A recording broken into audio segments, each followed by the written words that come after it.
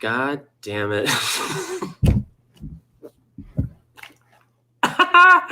Why? Why? I'm enjoying laughing at myself because I was just getting done telling you. I was just talking to Austin and saying, you can give me a thumbs up. I can see you, but I can't hear you. And I'll bring you up. And I was just getting done explaining that I had a really good intro when I just started the live and there's nobody here. And I was like, this is good enough. I'll be able to clip it and use it. And it's all video, no audio. So we'll just go again. Wow, look at this. Our guest Austin is in the building. And they made their background the epic. Hey, Jeremy, can you hear me well? I can hear you well. Nice, nice. You look so great there. Thank you. I was preparing for this podcast, and as you know, this is actually going to be my very first time doing a podcast. I think I told you, but I'm usually a visual storyteller. Yes. That's why, I like comics, art, and I decided to just come out of my comfort zone tonight.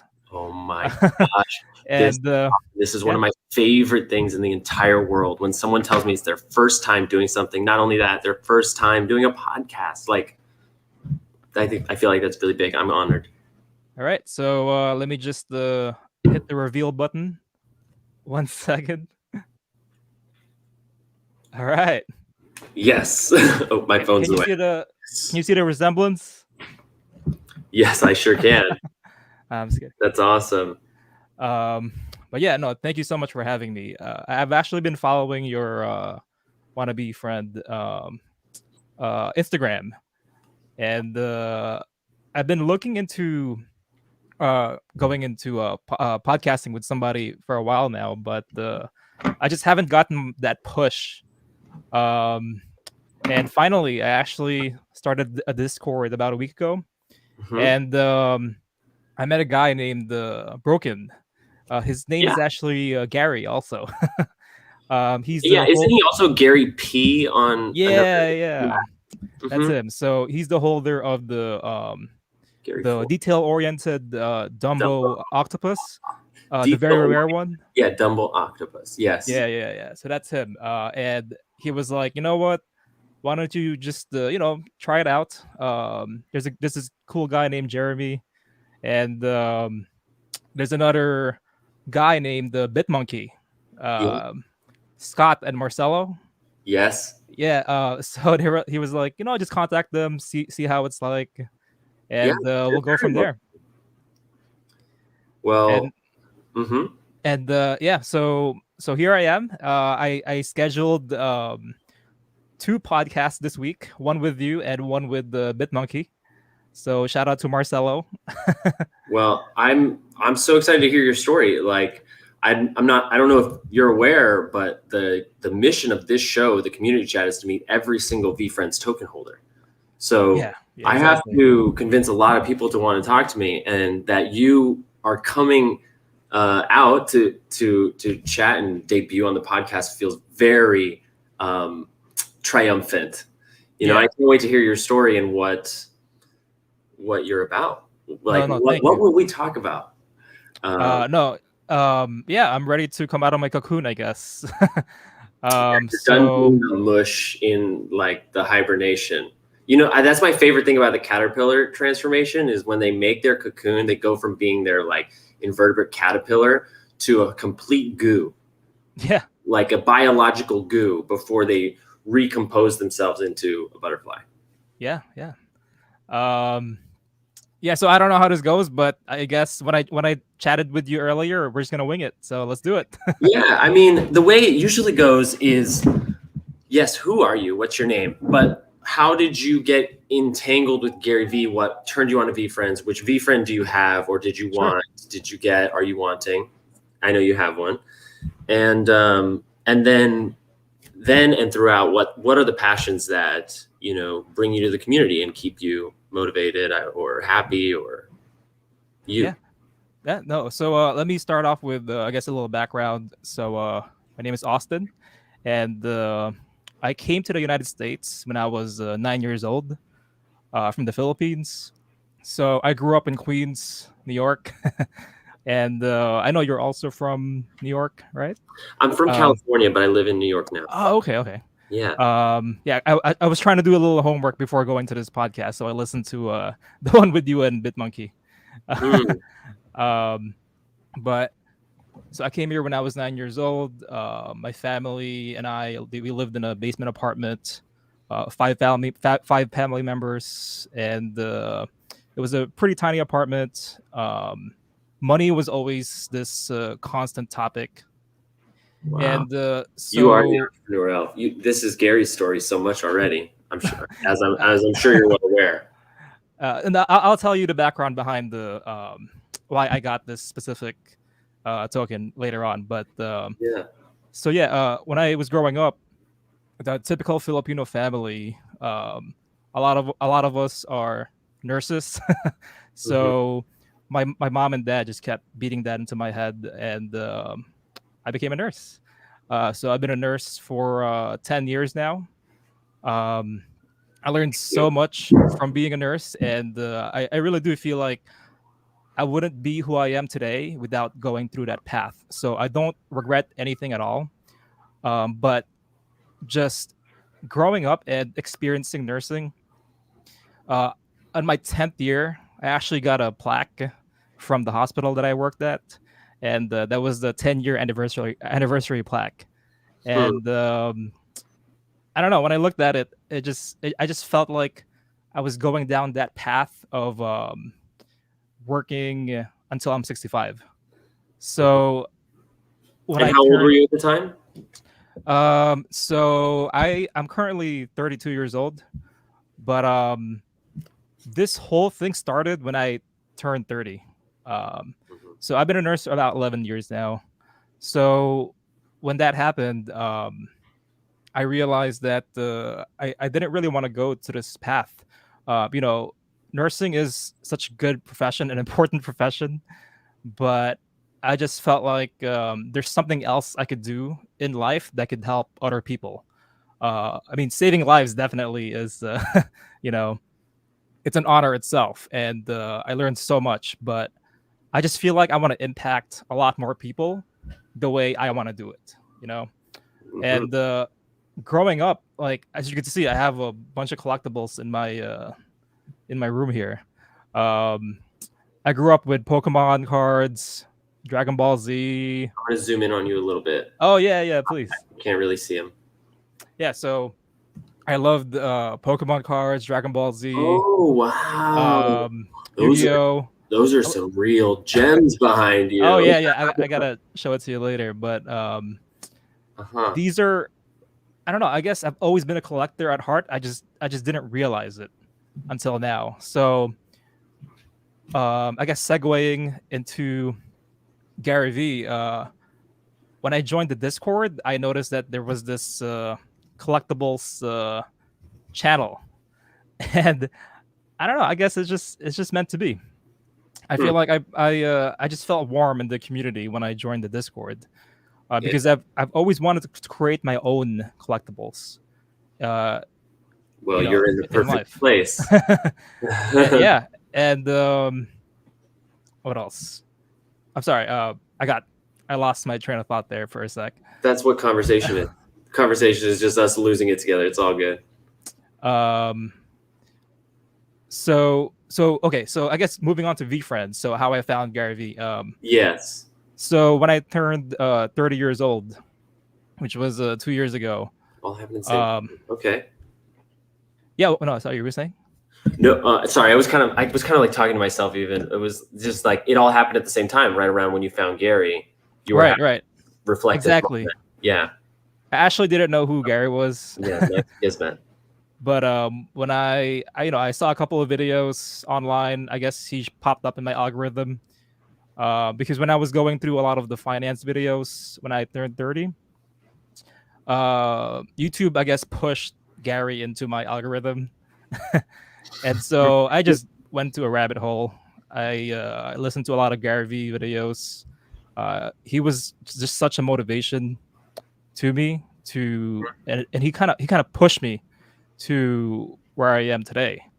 Um, I mean, I had this career, Wow. a 10-year career as a nurse, making over, I mean, I don't want to brag or anything, but I was making a decent amount of money, and Yeah. I had a stable, very stable income No need. No need to every month. apologize for that.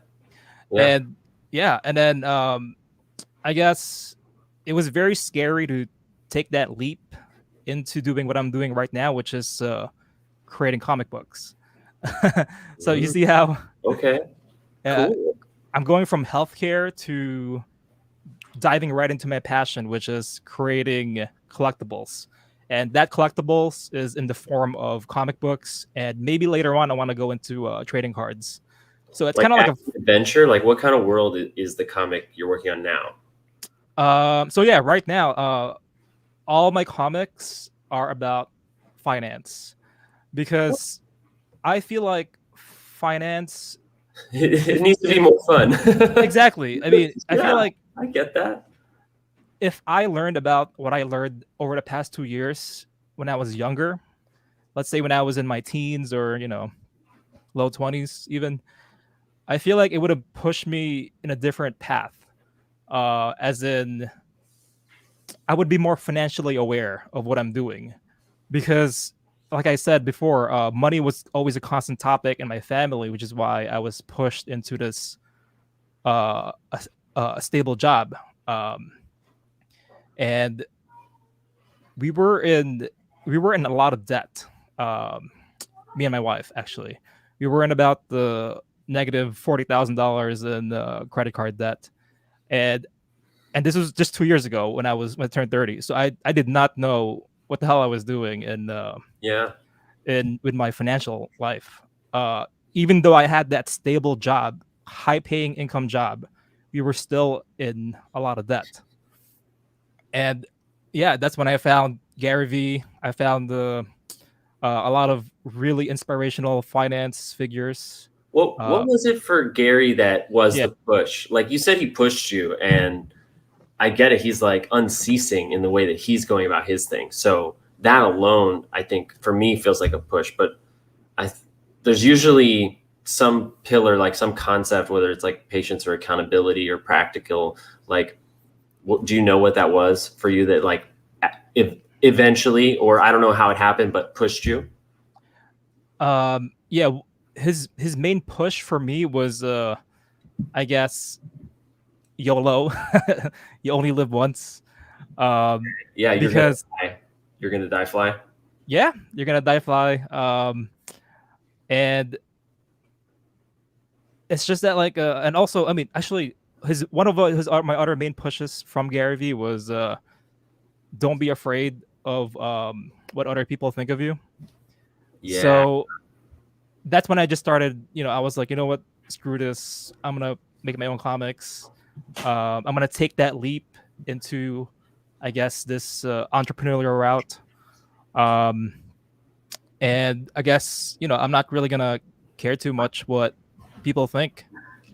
If I do end up going back, because I'll always have my license. Um, I always have that cushion to go Hmm. back, Check this out. but I'm gonna regret not doing what I'm doing. You know, if I didn't. Oh, sorry. What is that? I'm just matching your vibe, man. This is way. Yeah, Yeah. yeah. I actually like that one, and there's another one called "People's Poor Relationship with Time."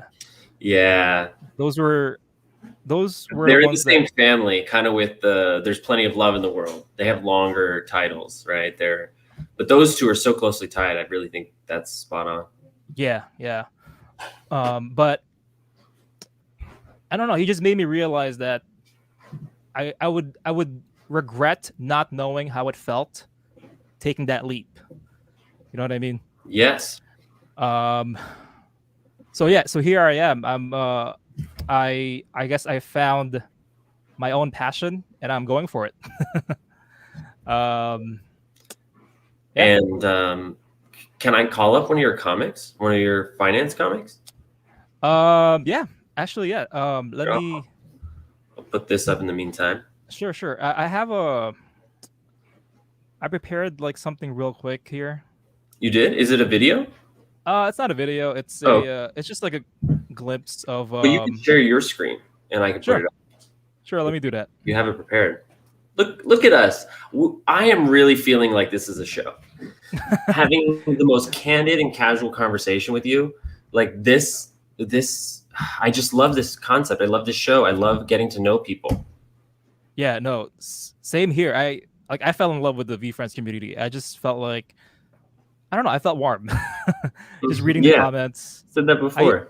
Warm. Yeah, I get it. I don't. Warm. Welcome. Yeah, I don't really like talk that much in the community, but I am an observer. So I guess I'm one of those people that reads a lot of comments. I'll jump in once in a while, but I do feel like I'm in tune with what's going on. And I've definitely checked out your page because you give a good summary on what's happening. Like if I don't have time, you've saved me a lot of time. That's the idea. That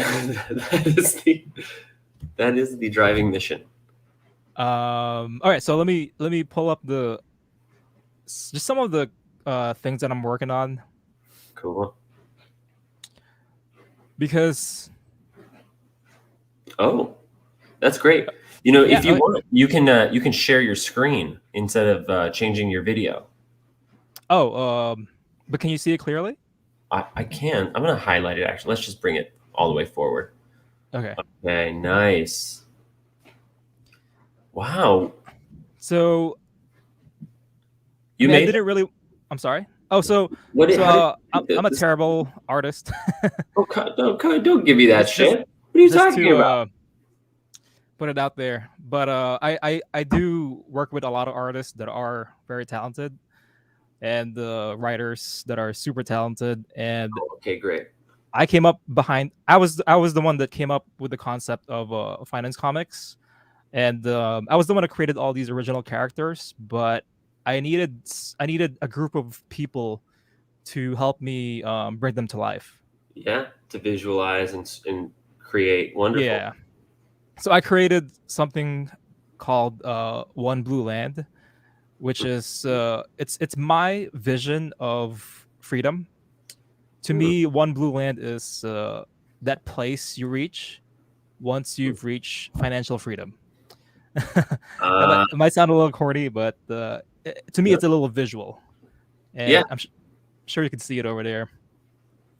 So yeah, I can see it's a very peaceful portrait. Yeah. So I'm not gonna spend too much time because I don't want to feel like I'm shilling my comics and stuff. But Well, don't like you're shilling. Like this is not shilling. This is complete artist insight. This is value. You know, you can say that as the conceptualizer of this that you're not an artist, but in my opinion, you are. You know, it creates just as much vision to create this, to be involved in the creation. And to me, vision is where a lot of the art happens, you know? Yeah, definitely. There's vision and then there's practice, but like through the balance, you're there. Yeah, for me, I see myself as the director and like you said, the visionary for creating this finance comics. So if you had to have just one character in this entire universe that I've created, one character that I want to affect the most amount of people, it's going to be the Time Stealer, because one of the most important things I learned about finance is time is your most important asset. Yeah. And I just wish that growing up I had a villain that, you know, I guess looked up to, telling me that time is the most valuable thing in the world. You know, it's more important than stocks, real estate, crypto, everything, because time is the most finite thing that we have. So this guy is he steals people's time, and he's definitely the ultimate nemesis in my universe, if you want to call it that. Cool. I like Two-Face. I like these purple tones. Yeah. Yeah. No, got very Doctor Strange vibes. Yeah, he does. Yeah. Let me know if I'm spending too much time in the comics, by the way. I don't want to just talk about it. You know. No, man. If this is what you want to talk about, very fascinated. And actually, it connects to a larger theme that I've been brewing on, that is going to be a podcast of its own as soon as possible. Like, spent 6 hours thinking about it today, which is the value of intellectual property and the value of NFT derivatives, and that as the opportunity for creators and non-creators. If you're like, you didn't create this art with your own hands, you created the idea, and everybody can have an idea. It's about believing in something enough and to create a story around something that you can provide value to people that they care about it, right? Mm-hmm. That is kind of the formula. And it's so clear to me that you care about this enormously. And so I don't like the mirror doesn't have any meaning to me right now outside of what a mirror is and the reflection and what a mirror is. Yeah. But I already get an impression from your character, from the art, that this is basically the Genesis idea, right? Like, you've come and presented this. Like, this is something that I'm sure you didn't do overnight. And I really want to start talking to get to my point. What I want to do a lot more talking about how people need to be making NFTs. Like Gary talking about that the supply within the market is going to overrun and tsunami the demand because it's outpacing the demand. But that now. Don't miss being a big wave, as soon as you can, as soon as there's something that you're confident in, because like the ocean is moving.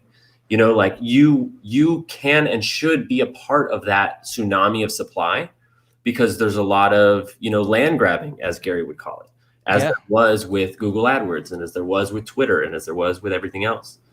So I love that.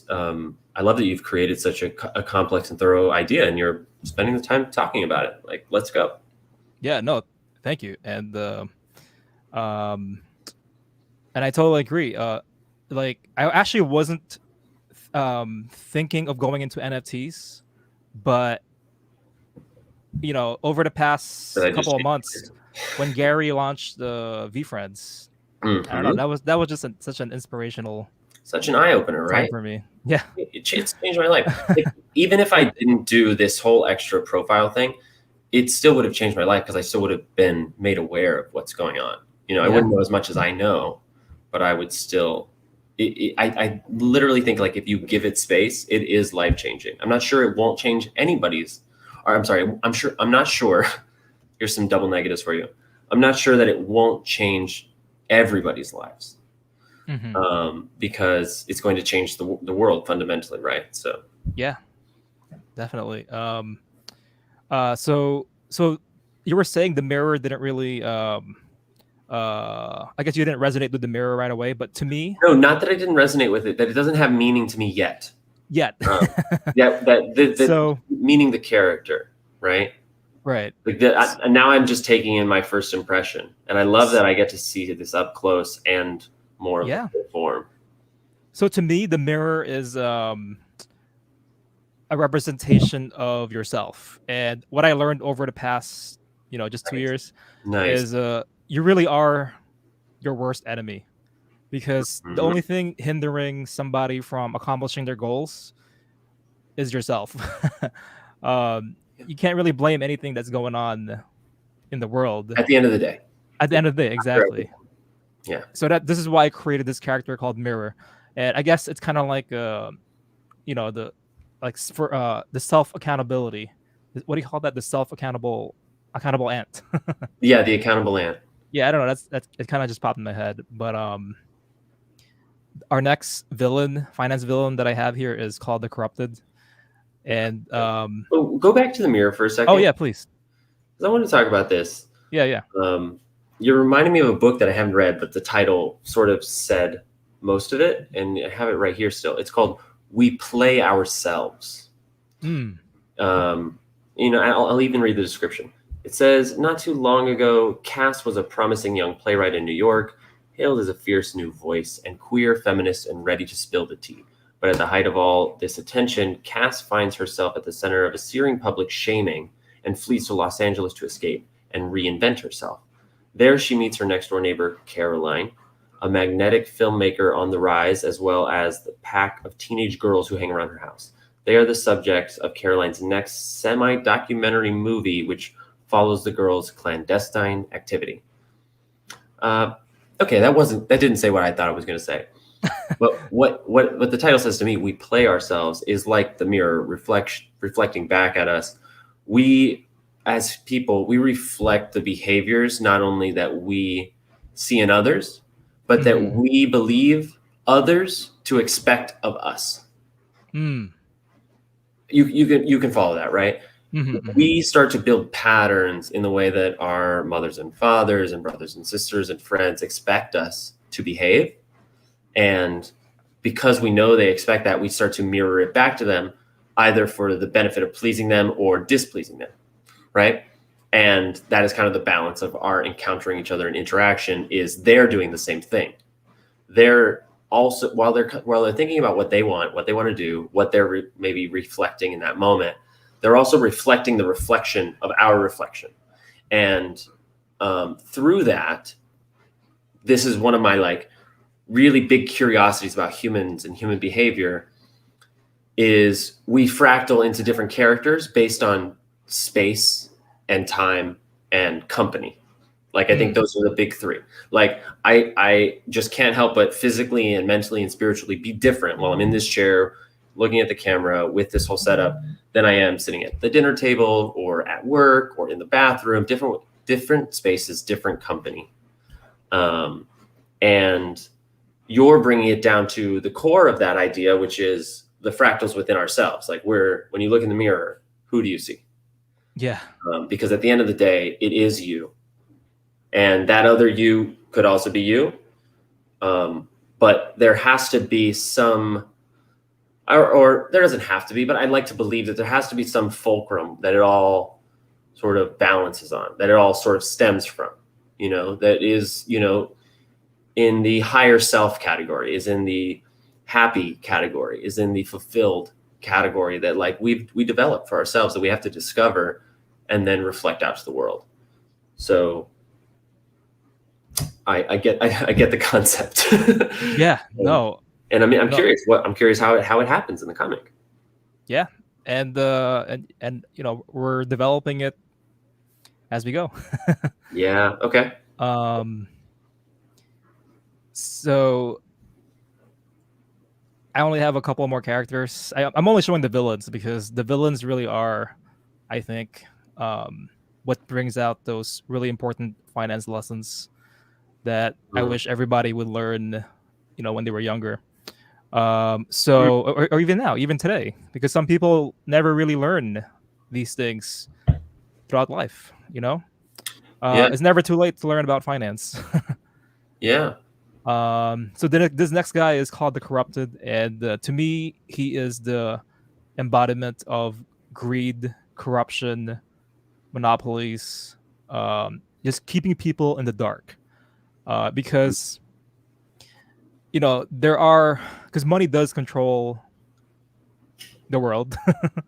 And sure runs there it. are, yeah, and what I learned was money is, it's not necessarily evil, but money is kind of like an amplifier of your own characteristics. Sure. So if you're good, then money will just increase the goodness. And if you're bad, I guess, money will just amplify those bad behaviors. So the Corrupted is that embodiment of the bad. And yeah, just please stop me if there's any characters that you want to focus more on. Sure. But this next guy is called Burr. He's actually my main big character for inflation. So you can see by those big bazookas. Love the meme behind his shoulders. Yeah. And what I want people to get out of this is inflation really is one of the most unfair things that are happening in the world, because it devalues the purchasing power of cash. And what it's sad because a lot of people don't really have anything else, or even cash. But when they do have something, when they do have an asset, they tend to keep it in cash. And so when the government, for example, right, they print money, it devalues the purchasing power of that cash, and the poor gets poorer, while the rich, who has their money invested in assets, right, like stocks, real estate, um, crypto, right, for example, not financial advice. Nothing is financial advice that I'm saying right here. But Yes, research. those, yeah, do your own research. Disclaimer. but those people who have their money invested in assets, they're the ones that get rich. So money printing is such as so this guy represents money printing because money printing erodes the value. It corrodes the value of the dollar, of the cash, fiat currency. Um, all right. And my next guy is called Professor Rat Race. So to me, he represents the mainstream path, because growing up, we're raised as the mainstream has taught us to, go to school, go in debt, get a job, and then save for 30 plus years, and then retire when you're 60s. So I wanted to create a character that puts a magnifying glass on that, and that's Professor Rat Race. He's smart, but he's close minded, and he only wants you to go to that path in life.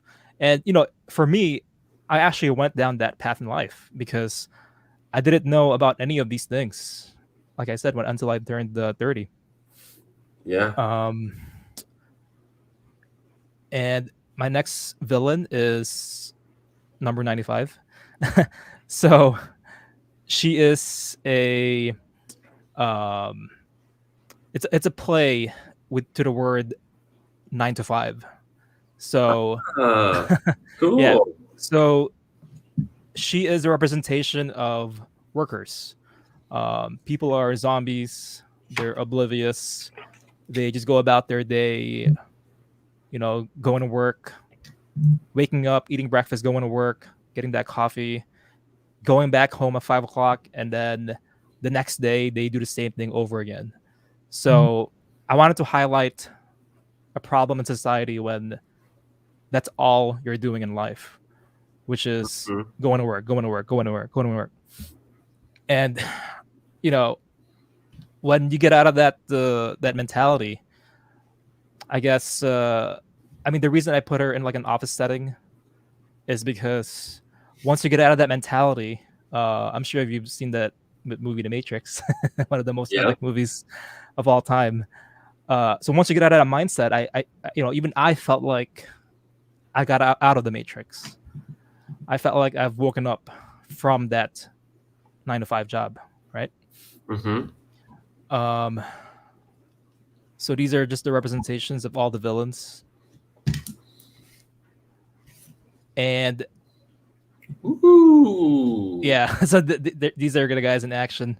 Are they a squad like that?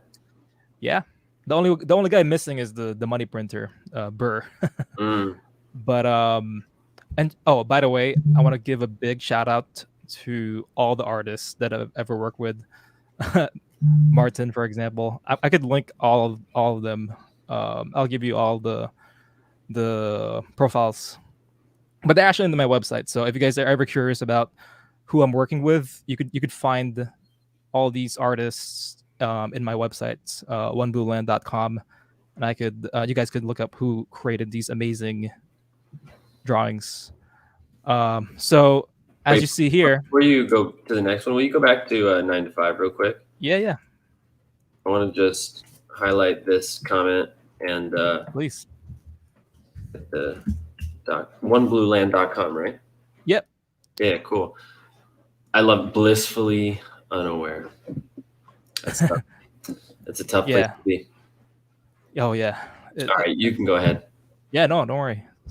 Yeah, for her, she's a zombie. So I just wanted to point out that people are zombies when they're stuck their 9 to 5 job. Mhm. So these When finance they're, villains, particularly when they're stuck, right? yeah, as in they're oblivious. Yeah. I was oblivious. I mean, don't get me wrong. I felt good that I was helping so many people, but at the same time, I didn't know that there was another path in life that's not just going to work. I didn't know that there was such a thing as investing. I didn't know that there was such a thing as the entrepreneurial path. Mm-hmm. Um, all right, so the reason I created, I have a lot of characters dedicated to Bitcoin. And just to point it out there, I don't think Bitcoin needs a superhero, but to me, each of these characters represent somebody in life that found Bitcoin and kind of gave them that financial freedom. Because for me, the reason I was able to even do what I'm doing right now is because about 2 years ago, when I turned 30, like 3 years ago, that was also actually the bottom of the Bitcoin crash. I remember when it was first $20,000. I got in when it crashed to about $6,000. So it's crazy because I started learning so much about finance because of Bitcoin. Mm-hmm. And what year was that? That was about, I think, 2017, Yeah, 2018. Yeah, 2017, 2018. I just kind 2008. of started investing then. Mm-hmm. So that's when I learned about crypto, Bitcoin, and that's exactly when I found Gary Vee, Robert Kiyosaki, all these just Right. amazing finance, uh, finance gurus, I guess. Um, so Bitcoin to me was the reason that I'm doing what I'm doing today. It gave me that capability because I was able to invest in it, and now during the latest dip, if you want to call it that, about a couple of months ago. I remember about May, June. Yeah, the So it hit, corrections. yeah, More of and a I'm yeah. So it hit $60,000, and then that's actually around the time when I quit my job as a nurse. Around the when Bitcoin was $60,000, so I sold about half my position then. nice. Um, and I'll tie it back later to VeeFriends. Trust me, I have a reason why I'm telling these stuff. Yeah, cool. I didn't sell all of it because I believe in Bitcoin for the future. And I don't want to turn this podcast into a crypto podcast, but because I could go on and on about crypto. But Yeah, it's another rabbit hole. It's yeah, okay. it's I another mean, rabbit hole. the conversation can go wherever. We've got 20 more minutes before Oh, the okay, clubhouse, so cool. I'm yeah, gonna tie it. I really want to tie it to the VeeFriends in the last like 15 minutes. So, awesome. um, so Bitcoin to me gave me that capability to do what I'm doing today, which is reach that financial freedom status. Um, so these are just glimpses of my the comics that I'm creating. Um, because growing up, I mean, have you guys ever seen any Hmm. cartoons or any comics or anything that talks about finance? Because I sure as hell have not heard of anything like that. Um, Yeah, I've seen. I feel like I've seen some kind of like children's cartoon comic, but nothing really too in depth, right. and usually like overly idealistic, right? Like not the real shit. Yeah. So to me, I wanted to, I guess, solve that problem in society because I want finance to be so regularly talked about that people can make decisions for themselves at an earlier age. Yeah. Um, I just want people to be more financially aware. All right. So yeah, these are just glimpses of the future comics that I'm working on. I'm not going to spend too much time on them. These are all the protagonists of my stories. This is actually the next issue that we're going to release, hopefully by the end of the year. And the main character of that issue is Burr, as you can see here. I don't know. Yeah. I really love this guy. He's crazy. What's with his face? Wait, go back. These are really exciting. I mean, yeah. I don't know what genre they fall in, but Yeah. these are complex. Art. Yeah, complex art, complex Styles. themes. I mean, you could tell. So my main inspirations were Dragon Ball Z, Pokemon, Yu-Gi-Oh, anime. Those are the reasons I chose with these types of characters and style. Yeah, see, Burr's right there getting beat up by Captain Bitcoin. And Fix supply, fix yeah. supply. Oh, before I go on to the VeeFriends talk, I guess I just want to. The reason I put this slide up here is because, to me, other than Gary Vee, other than Robert Kiyosaki, other than all the other finance experts that I've that I've pounded my head with through podcasts and YouTube and books, have you ever heard of the term called ikigai, Jeremy? Yes. Yes, I have.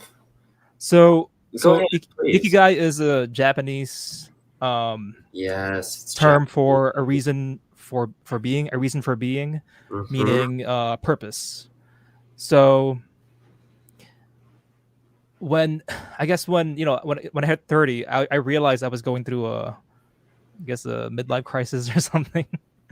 But when I was looking at what should I do now that I'm realizing the hole that I buried myself into, which is $40,000 of debt.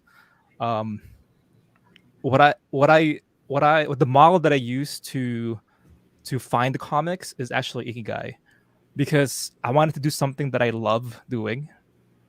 I wanted to do something that the world needs, which is financial education at an earlier age, or a later age, something that'll inspire people, because finance is, it's kind of presented to us as dry and boring. So if the finance comics kind of attempts to solve that by Mhm. making finance fun, essentially. So what you're good at. So to me, what I'm good at, I think, is I see myself as a really good director of all these comics and putting them together. Um, I learned that through my, I guess, my 10 years being a nurse, because I've been in even leadership positions as a nurse. So I feel like I could take that skill that I have into producing these comics. And lastly, what you can be paid for, because like it or not, we need a certain amount of money to function. Uh-huh. But what people tend to get lost in is, like, how much money do you need to be happy? Mm. Um, and I think, This is so great, man. I mean, this is your journey. This is yeah, you talking, like, you have so much in common with Gary, like, not to mention your origin story, and you're just personally tackling each of these pillars. yeah, I love the way you've synthesized it into a whole comic that reflects you and reflects what you want to share with others and is thoughtful. This is yeah. so No, thank you. um, oh, so what you could be paid for, right? So I just wanted to get back to that. Like, how much money do we really need to be happy? And I'm sure there's so many podcasts that Gary have talked about money, that he has friends that are super millionaires, and they're sad, they're depressed. Um, and also there's people that are making $40,000, $50,000, $60,000 a year, and completely happy with that. So I guess what Ikigai does is it kind of combines all of this, and the center, the center is where you want to be, because if you're not meeting one of these key key areas, then you're not really fulfilling your purpose. So to me, I found that through comics, and I hope that if somebody's lost that's watching this, they could just look up the term ikigai and read about it, because there's actually a really good book about this topic. And yeah, I wish more people would know about this model. All right, so let's tie it up with the VeeFriends. Is that okay with you? Yeah, definitely. Um, Coming right back. Let's go. What a nice what a storybook time. Yeah. So I guess so VeeFriends, let me just talk about why I chose the entrepreneurial elf. Totally. I chose it because I'm not an entrepreneur. I've been a nurse for 10 years. And I just feel like I needed a character that could I guess relate to when I take that leap, because I want to see how it's like to I guess to be an entrepreneur, because I do see myself as having some characteristics of an entrepreneur. For example, I'm super resilient. I'm a problem solver, and I do enjoy the journey a lot. I like solving the problems, but I'm learning a lot about myself since I quit nursing, and so the entrepreneur to me is that character that'll help me take that leap. I guess. Sounds like you're already in the air, man. No, thank you. Yeah, I'm still learning a lot. It's crazy. Yeah, and we will for the rest of our lives. I mean, especially you just started something new, and yeah, it'll be really interesting to have this conversation when you're 10 years in and you can compare 10 years in comics to 10 years in nursing, or maybe you're into something else by then. But yeah, who knows? Because I mean, I didn't know I was gonna get into NFTs because I created an NFT for each of these characters, but I guess you just don't know where life will take you. I was actually en route to getting my doctorate degree so I could teach nursing professionally in the classroom, but man, that when I turned 30, everything changed. So the other and is this the do you have any other tokens in your collection? Yeah, so on the floor, or did you come in early? So I was still, unfortunately, I was I was actually at work. I didn't quit my job yet when I was, because when VeeFriends got released. Yeah, May 11th. Yeah. I actually transitioned to the comics area at like 2 weeks after VeeFriends, but wow. but I missed out on some of the characters that I really wanted to get. But I do have the Hangout Hawks. So I'm one of the Hawks. Oh, cool. Hawk number 77. So I'm hoping to use that to, learn more about, I guess, the comics, what I'm doing. Because what Gary's doing, I know he's also creating comics. And I've read his Instagram page. He has some really great characters, Sunday Comics. Yeah. And they've been pretty consistent with them. Yeah. So I was inspired by that. The last one was the Curious Crane, I think. Was it? I haven't seen the last one, but I did see the one with the swaggy lion. I like that one. Yeah. Right, where he gives all his stuff away to the robot and the tiger and something else. I like that one. So I'm really curious how Gary's going to develop these comics, because for me, I'm making comics about finance. For him, he's making comics about these traits, right? So yeah, I have the Hawk. The other VeeFriends that I have is I'm one of the very lucky black cats. Really? So, yeah. Oh, it's such a dream token.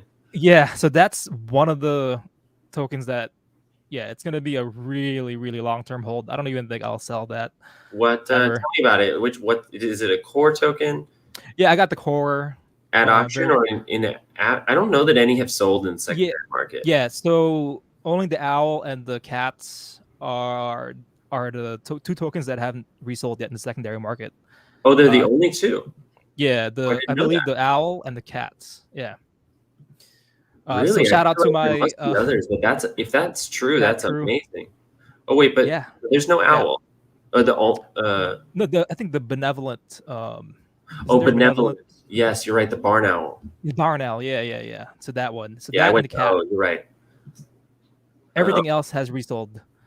Interesting. Um, yeah. Shout out to my cat crew because I've been talking to the other cats in Discord. Yeah. um, what else? So I have that, and I'm one of the owners of the Gary B.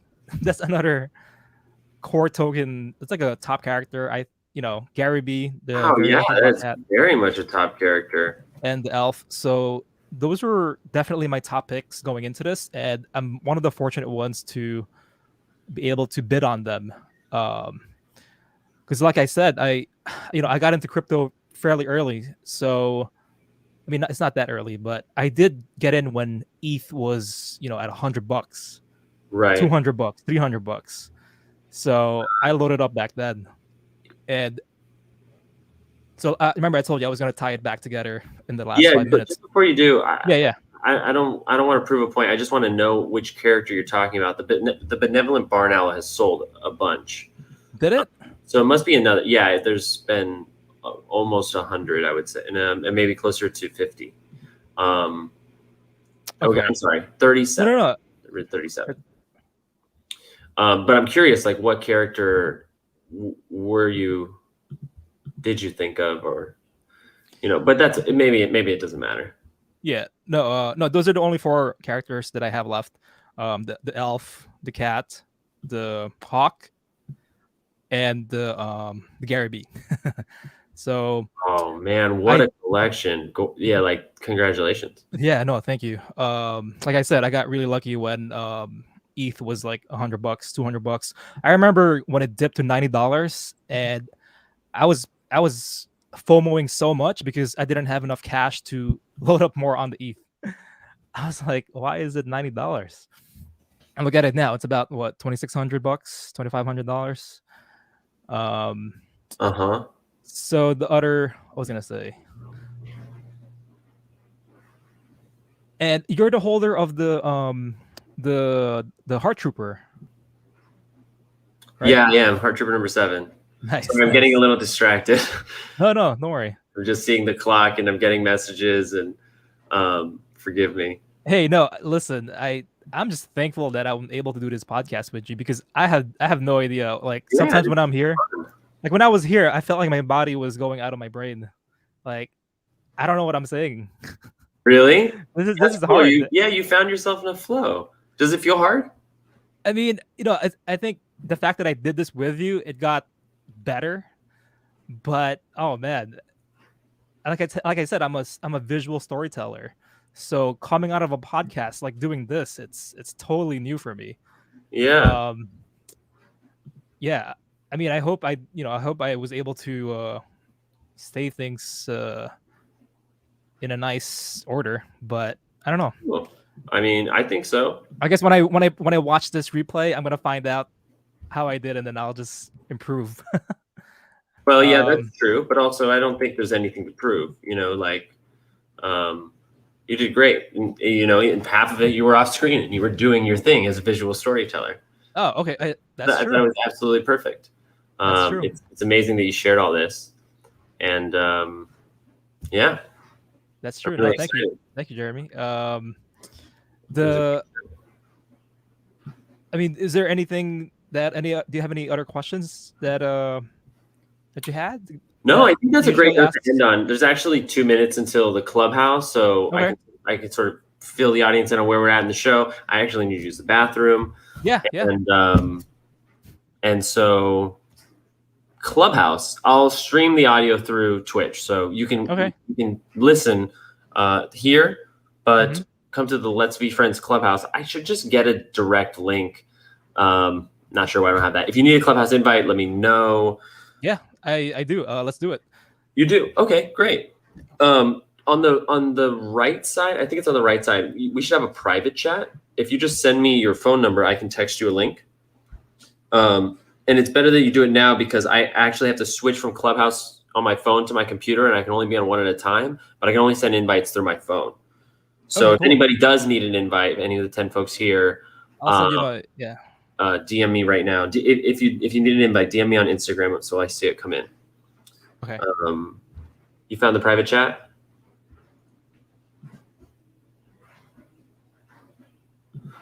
Look, Jacob agrees. You were great.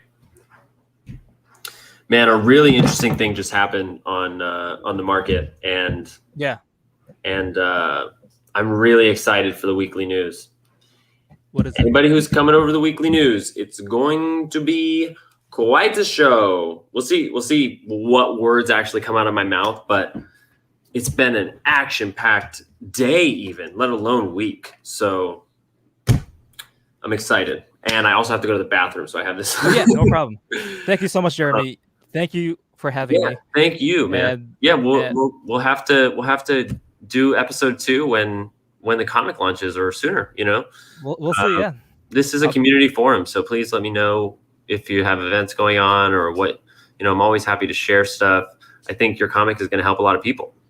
Thank you, and I really do. I wish that too. All right, yeah, guys. Cool, Thanks man. so much. Take care. Bye. Bye, Austin.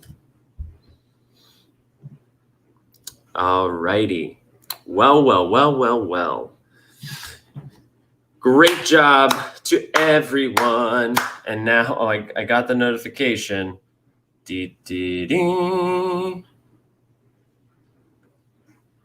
Hello.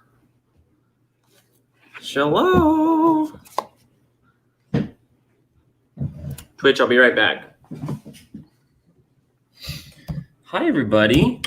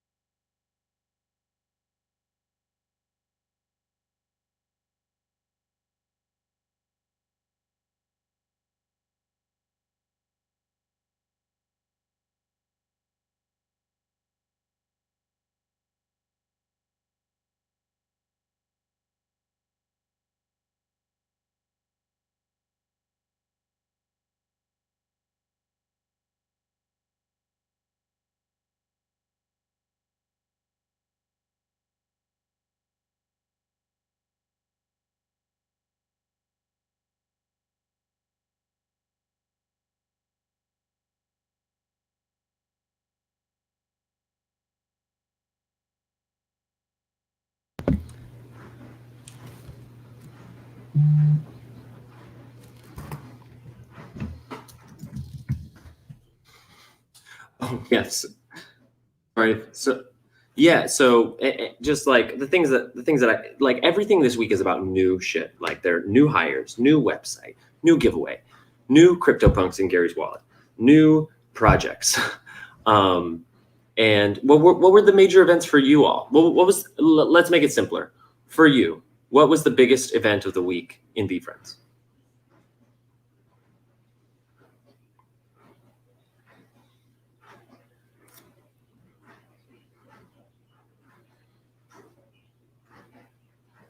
Yes. Yep.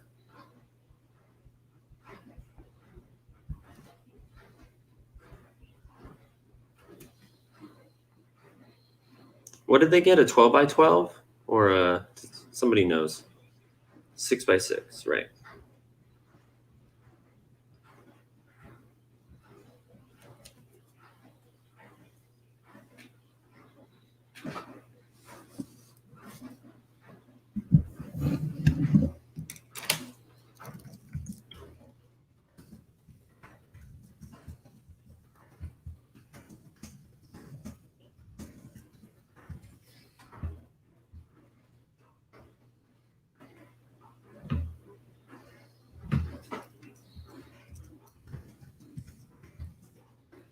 Yeah, that's awesome.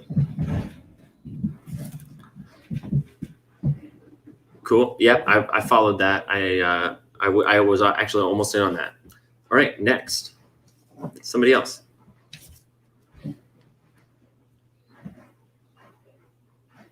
I will wait. And if there's nothing, then we'll change.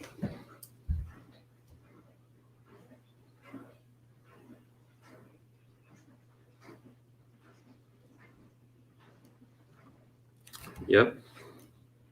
I think he actually reached out twice for people. I think one of them was like, if you haven't sold anything in, was it 2 months maybe? But it was another one of like, if you've launched in the last 2 weeks.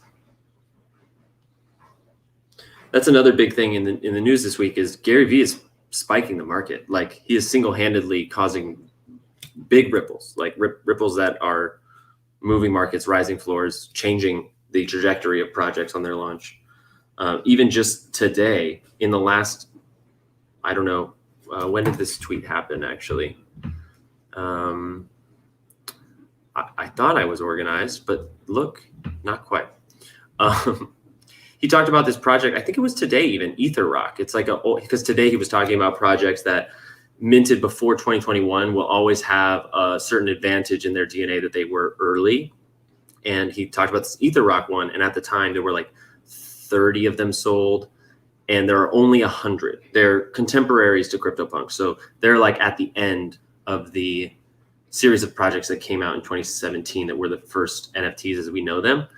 And now in this moment, out of the 100, 68 or more have sold. There's only 3 left. And, you know, I want to say he single-handedly did that by posting it on Twitter. Obviously, that's not the case. Like there are people within the project that have come and made moves and are launching Discords and subreddits, and there's movement in the community, and that's why it's moving. But seriously, the attention that Gary Vee has brought all this momentum that they've just about sold out, and they've been around since 2017. And he did a similar thing to World of Women. So we're going to talk about that.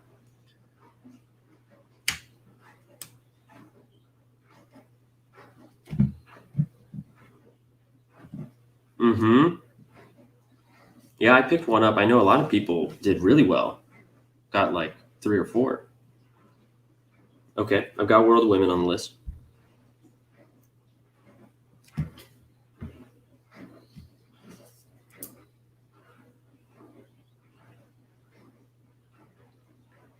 Mm-hmm. Mm-hmm. He said it was the biggest hint in a while.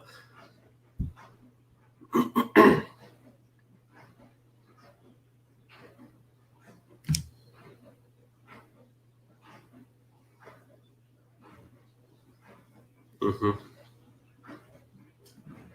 Hmm. Yeah. I think, what is the floor at now? Is it above 6 yet? Okay. Approaching 6.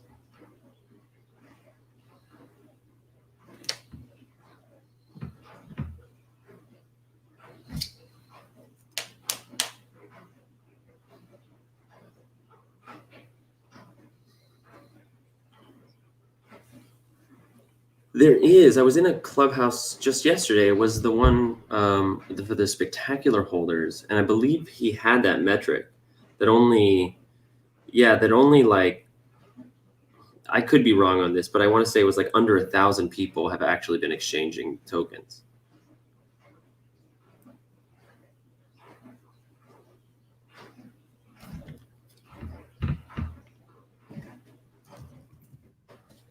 Mm-hmm.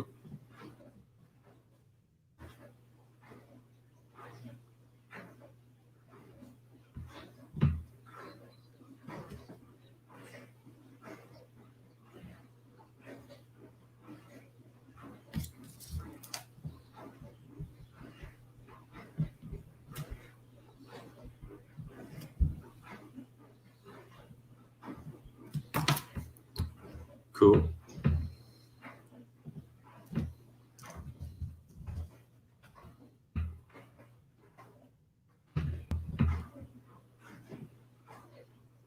I'm sorry, I didn't hear that. I was looking up a statistic.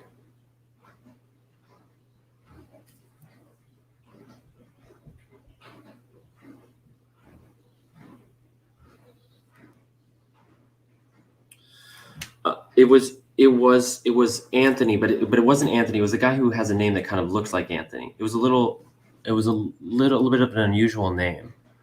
It almost looked like Anomaly.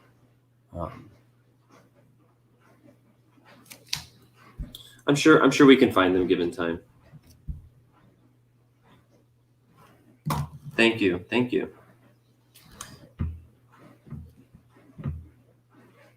Yeah.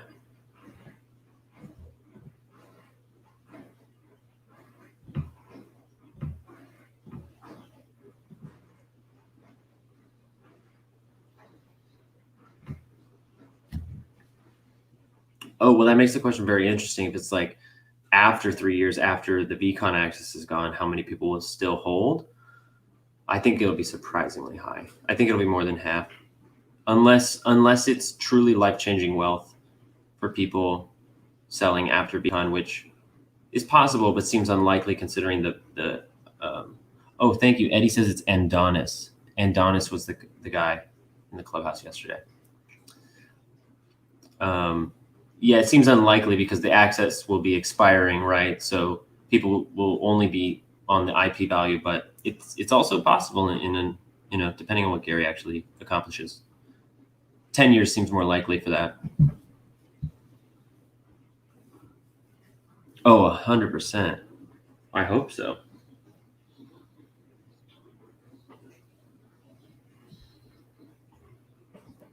Right.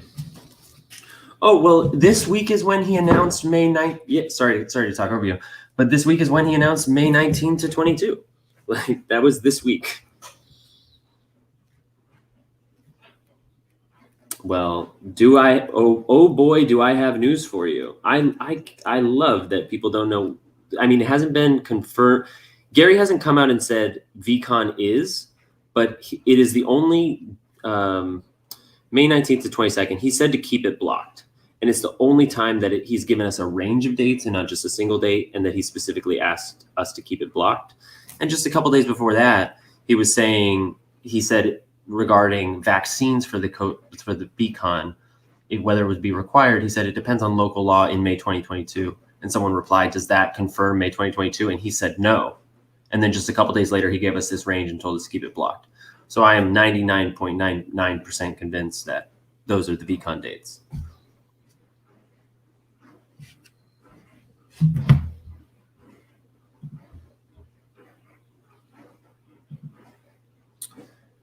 That I don't know. I don't think you have to be vaccinated to get in the U.S., but I mean, honestly, I don't know.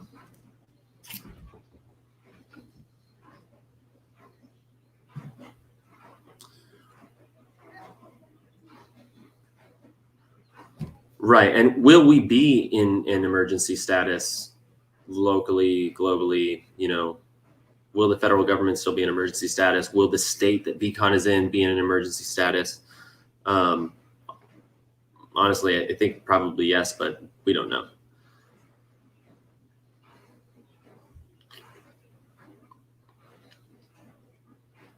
That's 9 months from now, right? Yeah, and that was what they promised us, was 9 months. 9 months, maybe 8.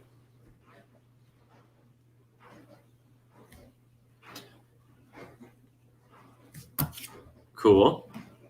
Last call, or?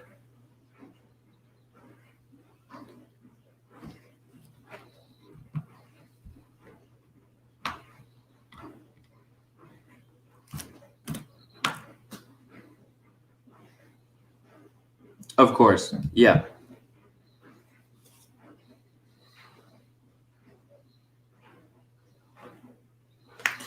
Yeah, and I think it's probably true as well that a certain slate of tokens, maybe 30 to 50 or more or less, will maintain way more value than other admission tokens based on exactly what you're talking about, who's got ongoing collaborations and deals and things.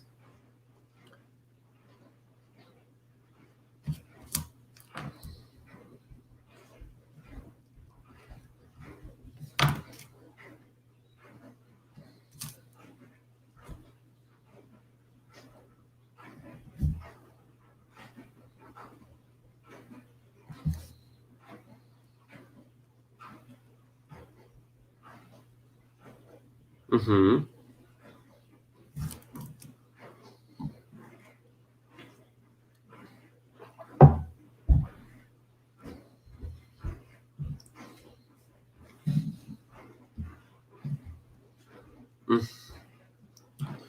I'm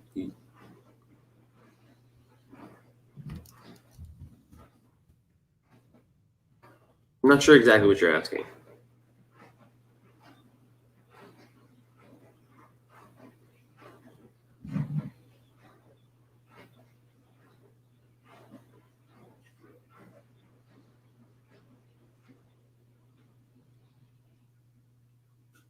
Mm-hmm.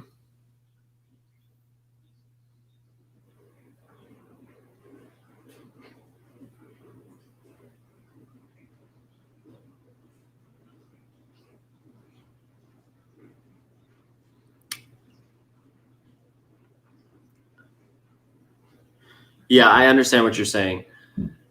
So like in the way that past ownership of NFTs will matter, like owning a Go is better than owning a non-Go, will prior collaborations also stack? And if it happens, yes, but I think it's going to be few and far between. Like I think the Perspective Pigeon collaboration is not available to any businesses that are doing deals right now. When there's a deal and Gary offers them to choose a character, Perspective Pigeon's not on the table because it's already connected for life to Jeff Staple and Staple Pigeon.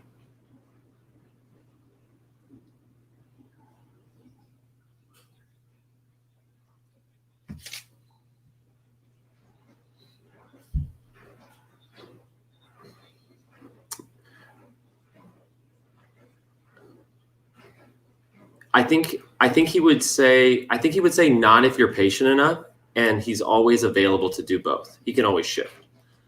But there's enough characters that he could just choose 258 companies over the course of 40 years and make it that much more exclusive, and maybe even allow the businesses that each character is partnered with to negotiate with each other to try to buy the connection to the intellectual property.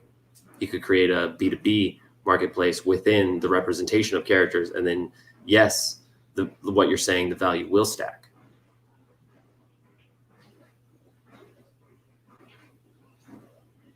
Maybe, I don't know. Yeah.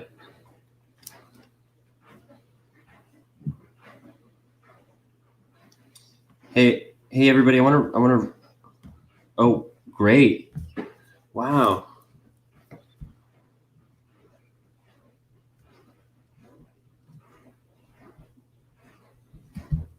Anything else you can share about that? It's okay if it's that cryptic.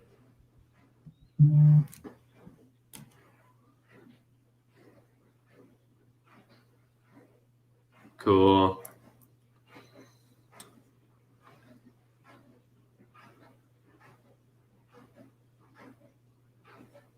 Oh my gosh, you guys. I just sold my first Sorcerer J revealed token. You know, we have the Flame of Purpose, but I listed the revealed and someone just bought one. That feels really exciting. That means I can't change it anymore. Yeah.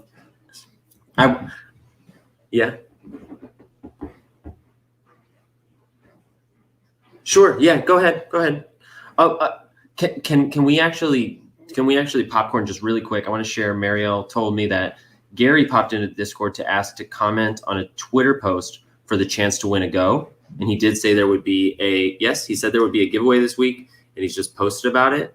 So let's all take a moment to go to your Twitter, get Gary V. I'm calling up the tweet right now. I don't.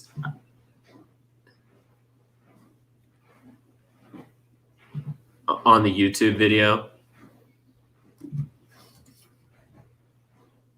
Let's see. If you want to win a Go token, leave a reply to this. It's the big shout out to Kin Insurance. Big surprise, Gary. Awesome. Okay. I'm really expecting something big to come out of VCR group with these 4 announcements that he's been talking about. And I think Kin Insurance is on the docket as well. I would say it's worthwhile to well, I want to watch this 7-minute video to leave a thoughtful comment. I would say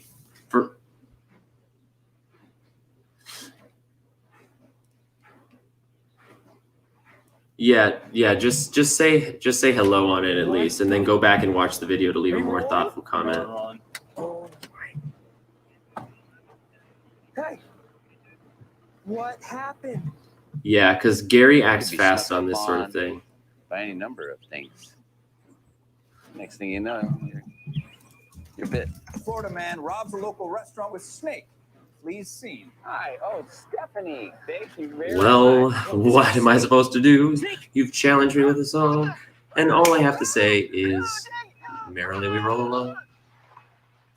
Hey, wait, did you see that? This pool used to be really. Yeah, it's. I saw a headline for it. They posted on their social that specifically thanks to Gary V, they found the Florida man. So they're taking the meme of, man in Florida does X, and they've created a 7-minute short about it. And I guess finally found the Florida man. It looks like it's this guy who's got the hairy chest and the big beard. Right now, I'm jumping around. They were like in a pool. Florida man hosts Gator watch party in a pool. Yeah. I have no idea what's happening. I'm not listening to it. I'm just jumping through. This Lula 3. All good from here on out. A little choppy, hold on. People often say my life is like a movie, which to me is laissez-faire. Well, I guess we are a kind of. I'm watching without listening. This is the first time. Every other movie I've made is like gnarly.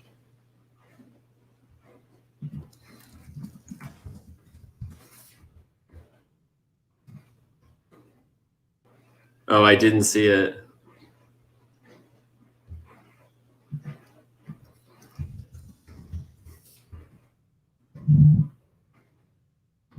No, I think I just skipped over it. Shantae. Oh, it's not a total loss. Total loss, yeah. The longer you live here, the greater your chances for your luck to fall. Could be anything. Could be the perfect weather that comes and gets you. Could be the wildlife that surrounds you. Look at this. Beautiful, man. All right. I'll see you guys soon, okay? Got to go do this. Have fun. I need help. I'm out of water. There are no more drops. I've been disoriented for a long time now. Everything's going to a head, and I think I've been poisoned. Oh, I gotta get this. It's my agent. Okay. Hi. Hey, are you okay? Oh, yeah.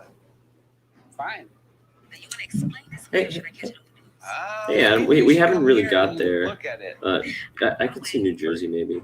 Right now, we're all going to YouTube to watch a short that just came out from Kin Insurance because commenting on it gets you entered to win a go this week. So easiest way to make $40,000 for free lottery ticket for it at least. And it's about a Florida man. It's pretty absurd. I knew it. Wow, he wasn't expecting that. Untouched by the flames. Is that a katana? Man, I'm the luckiest. Yeah, go.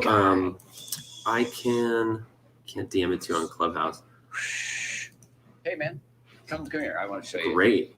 With respect. I'm gonna send it to you on Instagram. Man. Very good. Careful, you don't want to put a whole. Yeah, it's really good. It's really good. The recovery team for a private It's one of the most produced things. I wonder if Vayner Productions did this because Vayner Media is doing all of Kin Insurance's marketing. That was one of the big announcements when they announced the company. Is a dangerous toy. Whoa. Okay. Yeah. I think we should take it. Reverse that. Yep. That'd look awesome.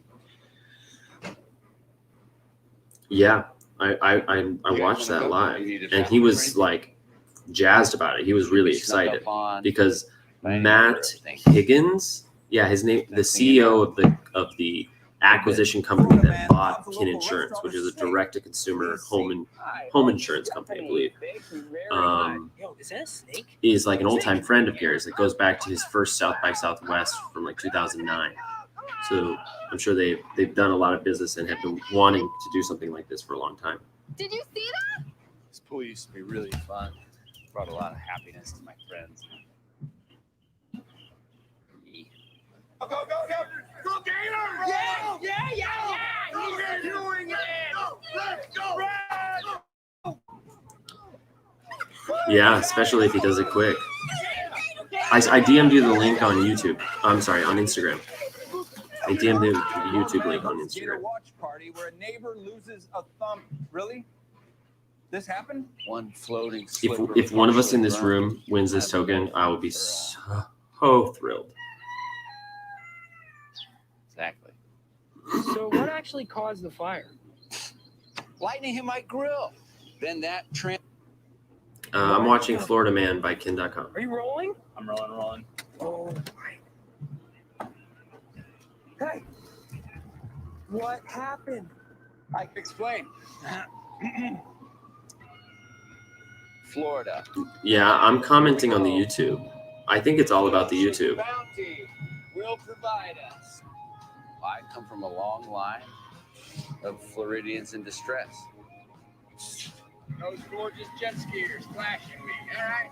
Whoa. Yeah, everybody do both. Really hard to be me. That's the honest truth. Oh. Stop. Hey, sorry. Come here. Get back here. Sorry. Good evening. Our top story tonight. Florida man on nude beach menaces retiree with sausage. There's two sides to every story. People think they know me. They don't. But you can't. Mine is a result of living in paradise when paradise is trying to take you down.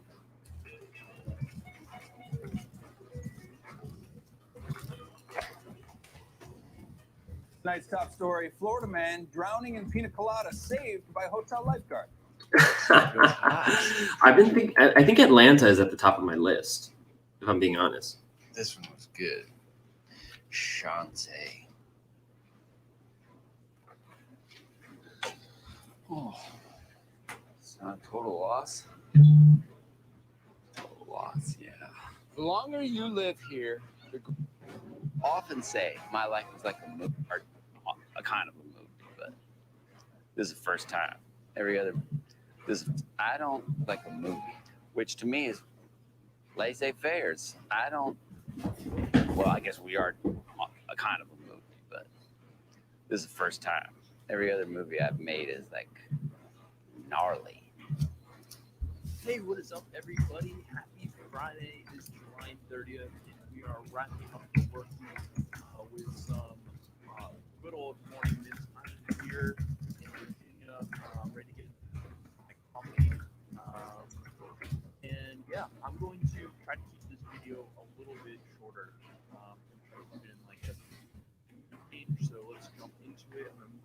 faster.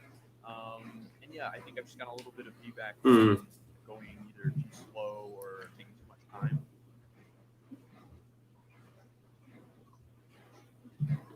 What the?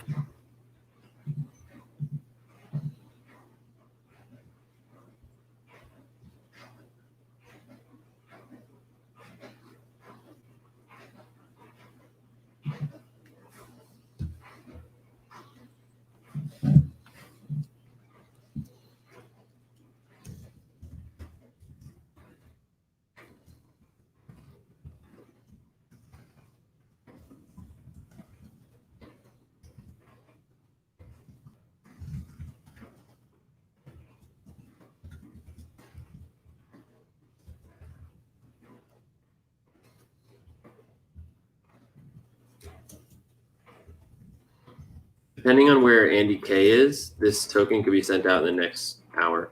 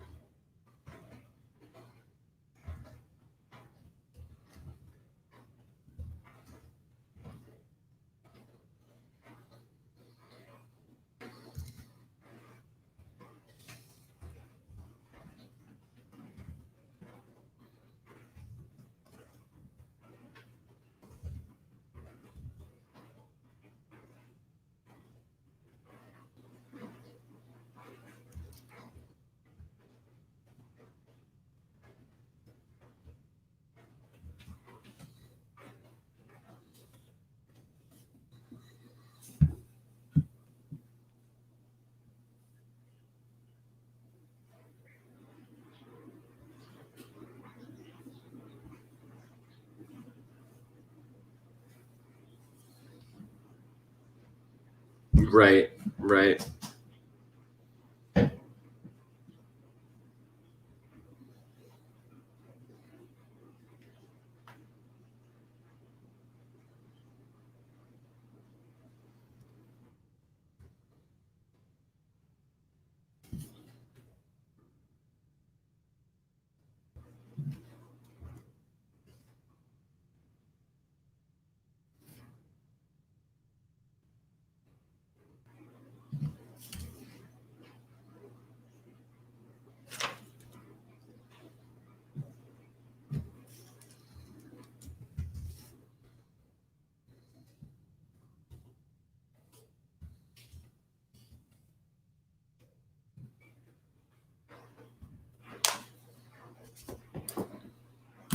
That was great. I think we gave plenty of time for people to do that if they wanted to.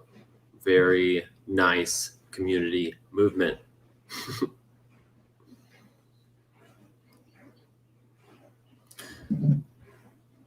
Time for everybody to take in the video a little bit, watch it, comment, try to get in the contest. Appreciate the work.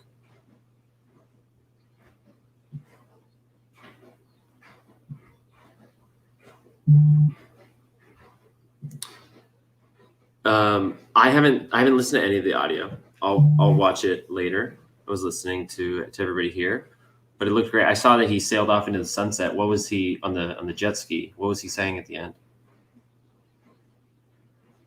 Oh, right, in the chair with the scroll.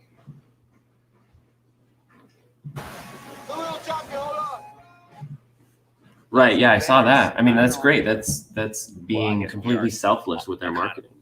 That's the whole. This is the first time.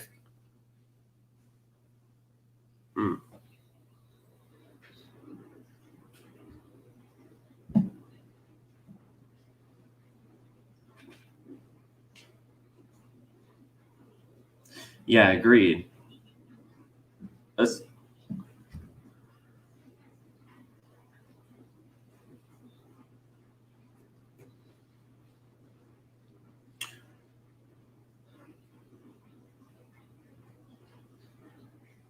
Yeah, I agree. The content, like the packaging of it, made it feel like a film. So our brain wasn't surprised when we started to see a credit scroll, and then you realize, oh, that's not what it is. This is actually more value. Yeah, and it's completely story driven. Yeah, I can't wait to watch it and sort of pick it apart. I can do that. I can make a note of that. I can do a reaction video. We have a YouTube now where as soon as possible, I just have to figure out the workflow of like download the stream, put it on YouTube. Actually, right now the Twitch stream is broadcasting to YouTube Live, so it saves it there. But for my ease, I don't have Club Deck going through the Twitch. I'm actually on my phone right now, so they're not hearing this. They're only hearing what I say. And maybe I'll switch over for the podcast, maybe not. But we still have some time, so just to I guess reset the room, right? Gnarly. That's the thing here. For everybody who is on stage now and maybe doesn't know the show, the weekly news is we're doing a little backwards this week. Instead of me delivering what I thought, I wanted to sort of pull everybody and see what they thought was like the one thing that was the biggest. So there's still space to share that. And we just took this pause to participate in the Go giveaway. And so soon we'll start a podcast recording. I'll do that all in one breath.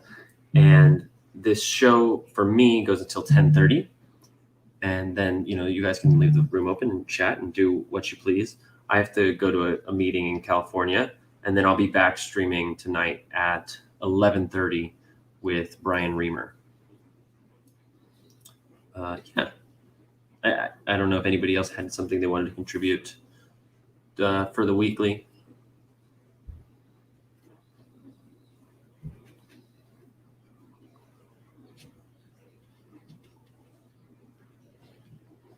Oh, great.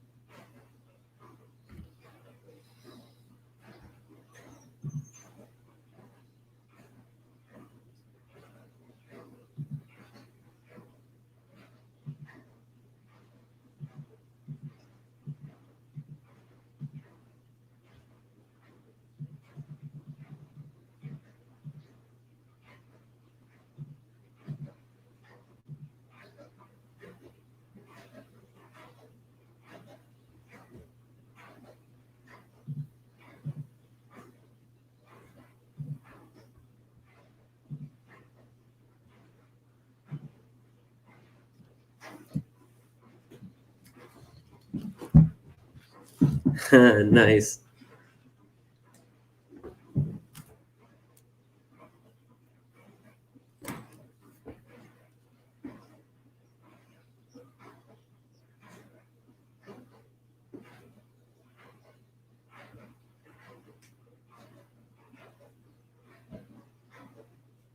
Mhm.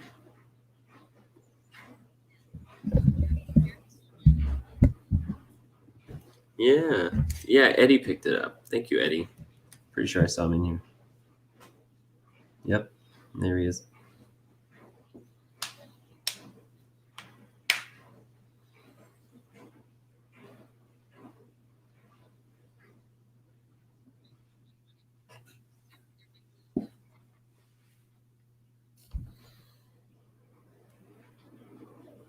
Yeah, I believe we can make that happen. Wouldn't that be some crazy cosmic kismet if the winners of the Sorcerer token were announced on that same Saturday or the Friday before?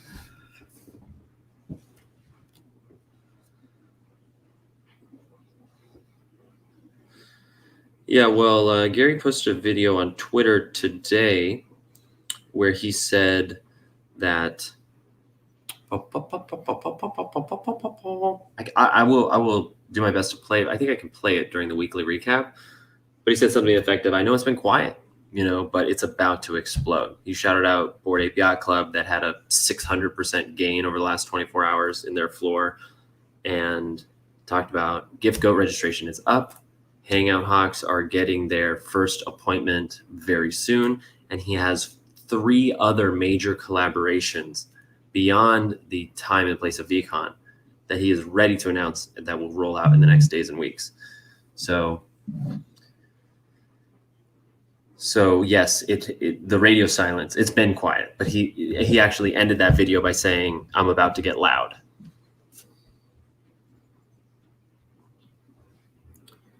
Let's fucking go. I mean, on that point, why don't we do a last call for people? Oh shit, someone just bought another NFT. Thank you. Let's do a last call for anybody, because now the weekly is very packed. What was the biggest event for you? Please feel free to share of the week in VeeFriends.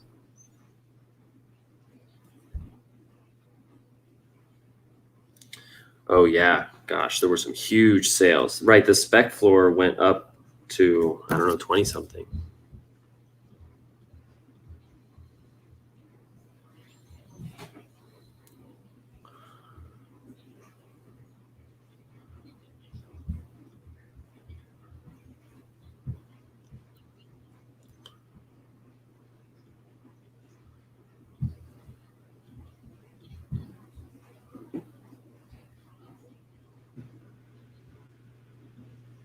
Yeah, definitely.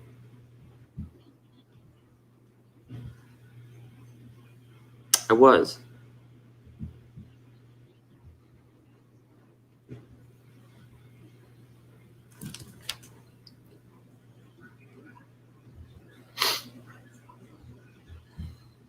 Mm-hmm. Mm-hmm.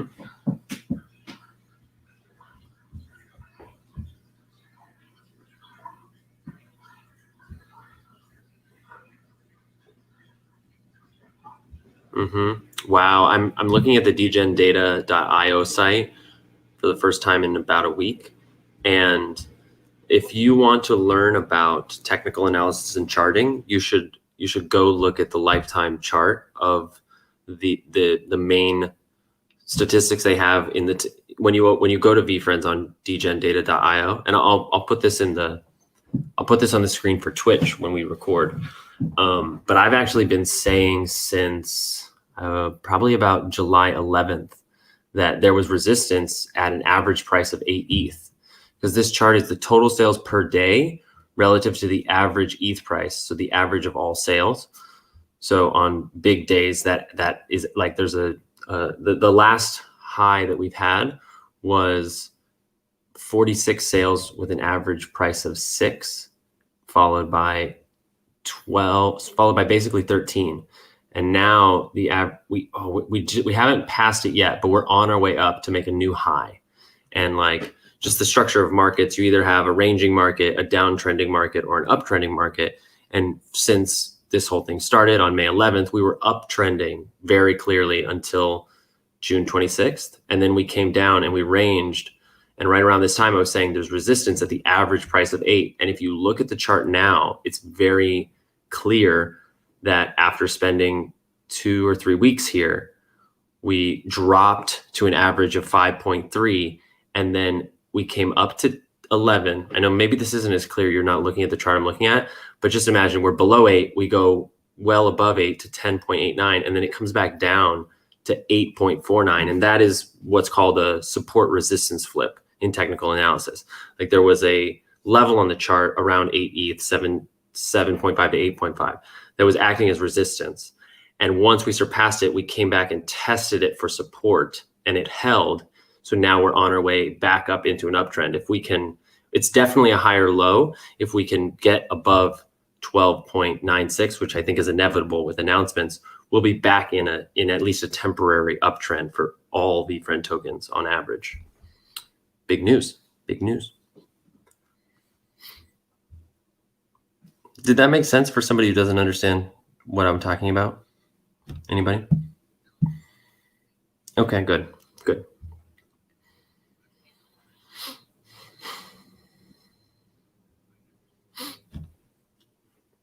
Yeah. Yeah, the visuals are very important.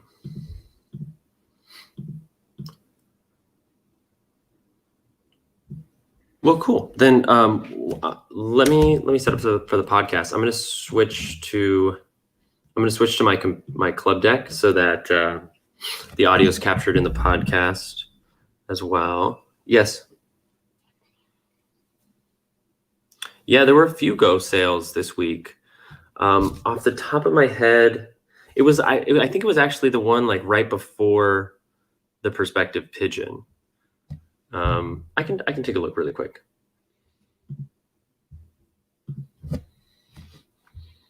There have been several. I think we're probably in the like 20. Wait, how many sold when VeeFriends posted? And I think there were like 20 some sold. I think we're probably approaching 40 resales of Go's.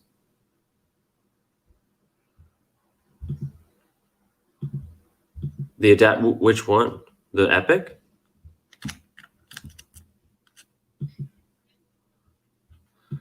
But which rarity Go?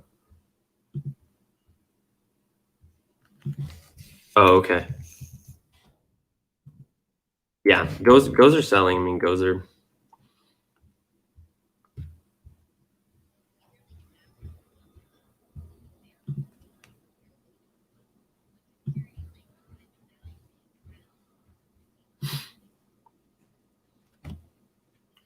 Depends on your situation.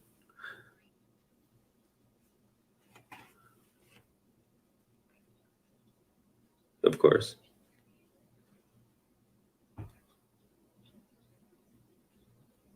Oh, then definitely not.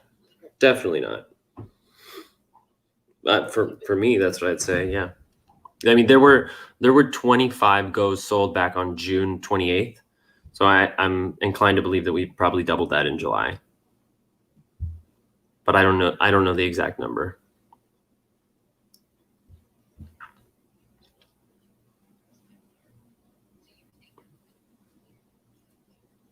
Yeah. Yeah, yeah.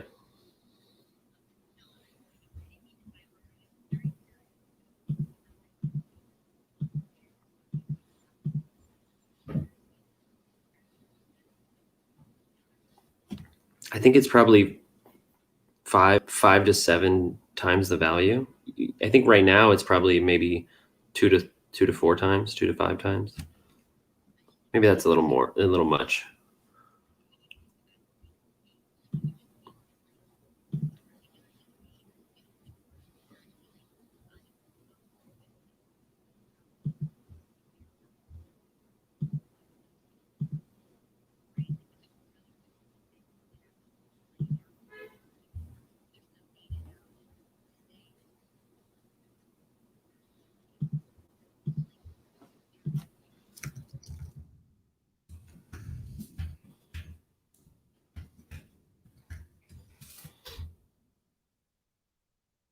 Mm-hmm.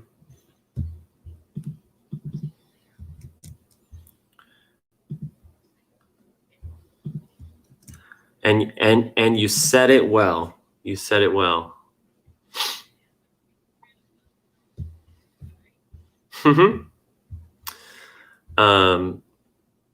Cool. Let's record a podcast. I'm going to exit the room. I'll be right back.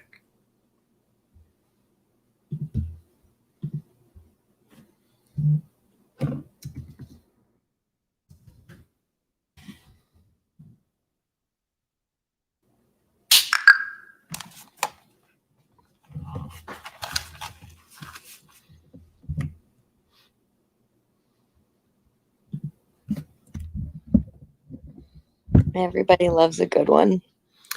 Hello. Hello, my friends. I have 5 people on Twitch. Can someone confirm for me that you can hear the Clubhouse right now?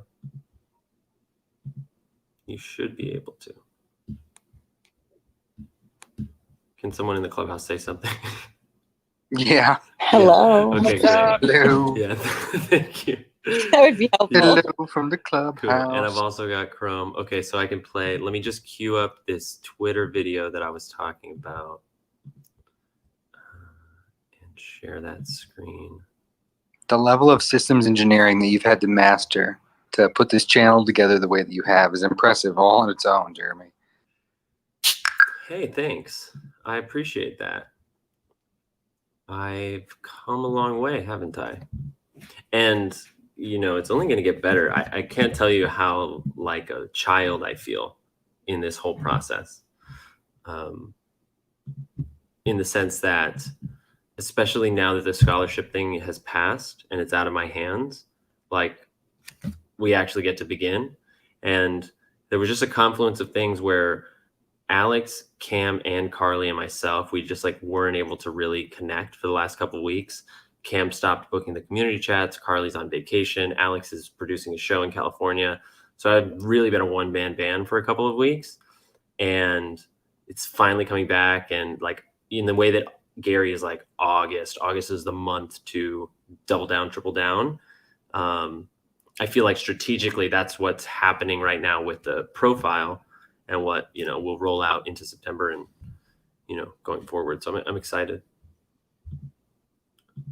Dude, I give you a lot of credit. Doing things on your own is never easy. And people don't even realize like what's going on. You make it look easy. Good. Yeah, I wanted to say the same compliment to you, Nicole, the way that you've had to put together the Clubhouse and then master the Discord as well. Like that Poat bot is fucking brilliant. And when you showed it to me a while ago, it looked like the most intimidating on the flip side, bot imaginable. So I'm just equally impressed with the amount of learning 30, that 40, you've done 50, as I'm seeing now, continue to bring 60,000 Let's VeeFriends wallets Clubhouse to life active, for buying and everybody. selling. So, same on compliment. It's OpenSea, just impressive. we're what like you guys are doing. fucking, and we know this, but it's like early would be an understatement. We are just like in the early. 2006, 2007, the Web 2.0. Clubhouse, are you hearing that? Twitter. I'm so fucking Hearing excited. like some background, Get like Goat weird Registry chatter. now available on VeeFriends. Okay, here it is. I found the video. But Clubhouse, you're not hearing what I'm playing on Twitter right now. Nothing louder. Then I just need to change my microphone to Brave. Okay, tell me if you can hear this. Twitter. I'm so fucking excited. Get Goat Registry now available on VeeFriends. Hangout Hawk info coming. VCon information coming. 3 major collaboration announcements coming. Big shout out to Bored Ape Yacht Club for fucking exploding. VeeFriends. 40 fucking 5 years of pure effort in building this intellectual property. It's been very quiet since the launch, and it's done very well. But I'm about to get very loud. Did we catch that? Oh yeah. Nice, Love nice, it. nice. Wow. So Sounds ominous. Yeah, so I'm about ready. I want to tell everybody here on, if you're on Twitch and Clubhouse, make sure you're muting something. It's going to be a little delayed onto Twitch. So there's your heads up. Boy, oh boy, are we going into some uncharted waters. Welcome to this week's Clubhouse VeeCap, where we cover the weekly news in VeeFriends. And I'm going to just set the guiding star. The North Star for the week is new. There's new hires. There's new projects. There's a new VeeFriends website. There's a new Go giveaway. There's new scams. There is a lot of newness brewing, a lot of new people coming in as the community grows deeper and deeper. We've got some biggest hints in a while with the Perfect Parisian Cat on the docket, as well as Gary setting the rhythm, setting the tone for a huge spike across the entire NFT space by causing CryptoPunk madness, buying Punk 2140 for 1,600 Ethereum, roughly $3.7 million. We're going to talk about the calm before the storm that has defined the last 4 weeks and the loud near future we have to look forward to.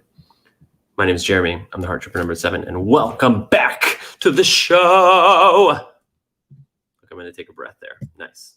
Recorded an intro. What are we talking about, people? Clubhouse, I love you. I'm recording now. Not yet. Oh, nice. I almost made a mistake. Awesome. So let's kick off with some words from the man himself. I want to share with you a Twitter video that Gary posted just hours ago. Twitter, I'm so fucking excited. Giftgoat registry now available on VeeFriends. Hangout Hawk info coming. VCon information coming. 3 major collaboration announcements coming. Big shout out to Board Ape Yacht Club for fucking exploding. He's smiling. 40 fucking 5 years of pure effort in building this intellectual property. It's been very quiet since the launch, and it's done very well. But I'm about to get very loud. So this frames up what is the biggest news of the week. So let's get it right out of the way. Gary has said that for 2 weeks to get your VeeFriends before Labor Day. He said that announcements are coming. He said that meetings are happening. He said VCon is getting better and better by the day.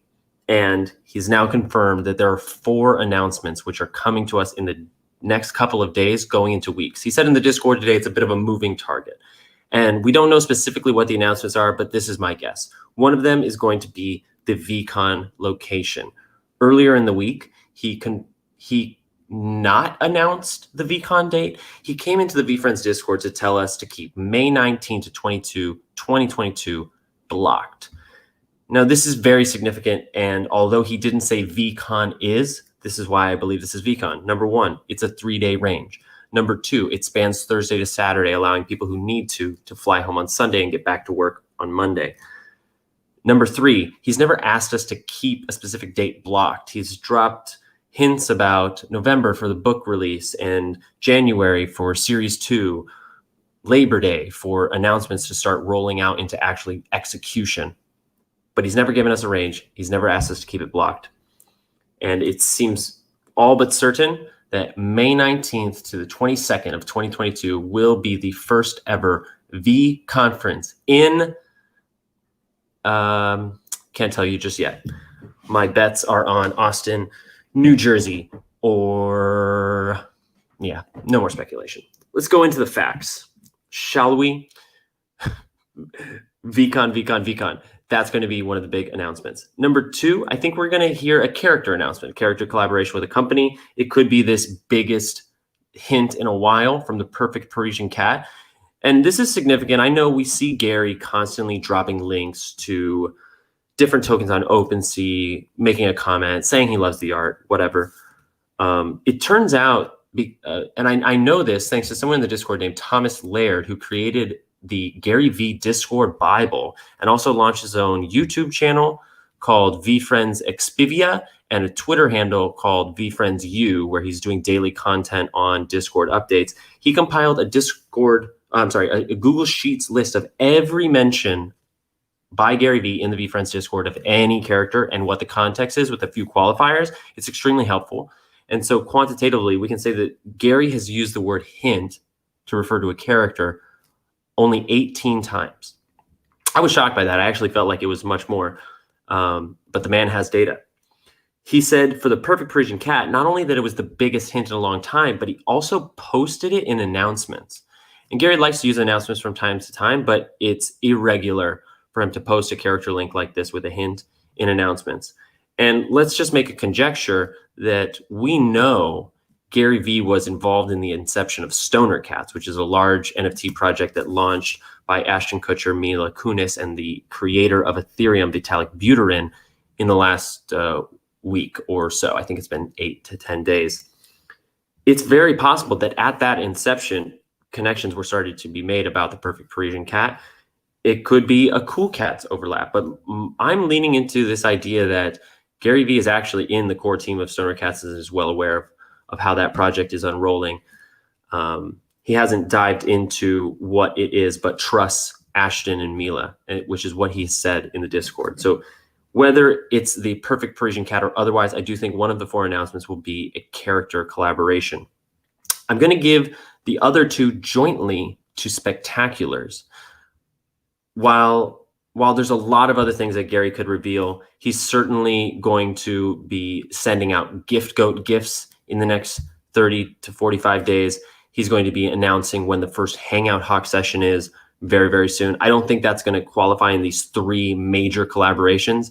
I think we're going to see a spectacular announcement. I think specifically Bubblegum or Diamond will be given another access, another value, another quality for something. He's been hyping the added value that he's been building into spectaculars for more than a month, and it seems likely that he's ready to announce at least one of them.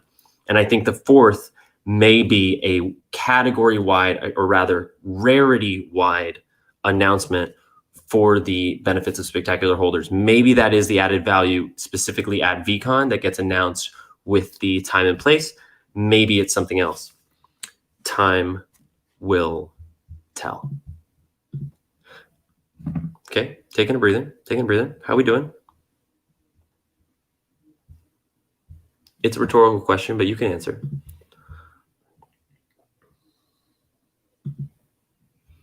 Wonderful. Wonderful, wonderful, wonderful. It was a wonderful week for Gary Vaynerchuk. And let me just give you a few reasons why. On the low key, they ordered VCR group hats that arrived. Gary's been wearing it in some of his Twitter videos. It's been going out to employees. I expect a large announcement. If I'm wrong about the announcements I just talked about, I could see one of these collaborations being with VCR Group. That's the restaurant group that Gary's a part of with Chef Capon and others. And I'm expecting big things from them. He also, the recently announced collaboration with Kin Insurance and VaynerMedia as a direct marketing consultant could very possibly integrate some VeeFriends very soon. But I think this set the tone with Gary's Gary's ape punk buy. So I mentioned that Gary bought Punk 2140. It's a CryptoPunk ape, and he posted it in announcements too. Like, this means a lot to him.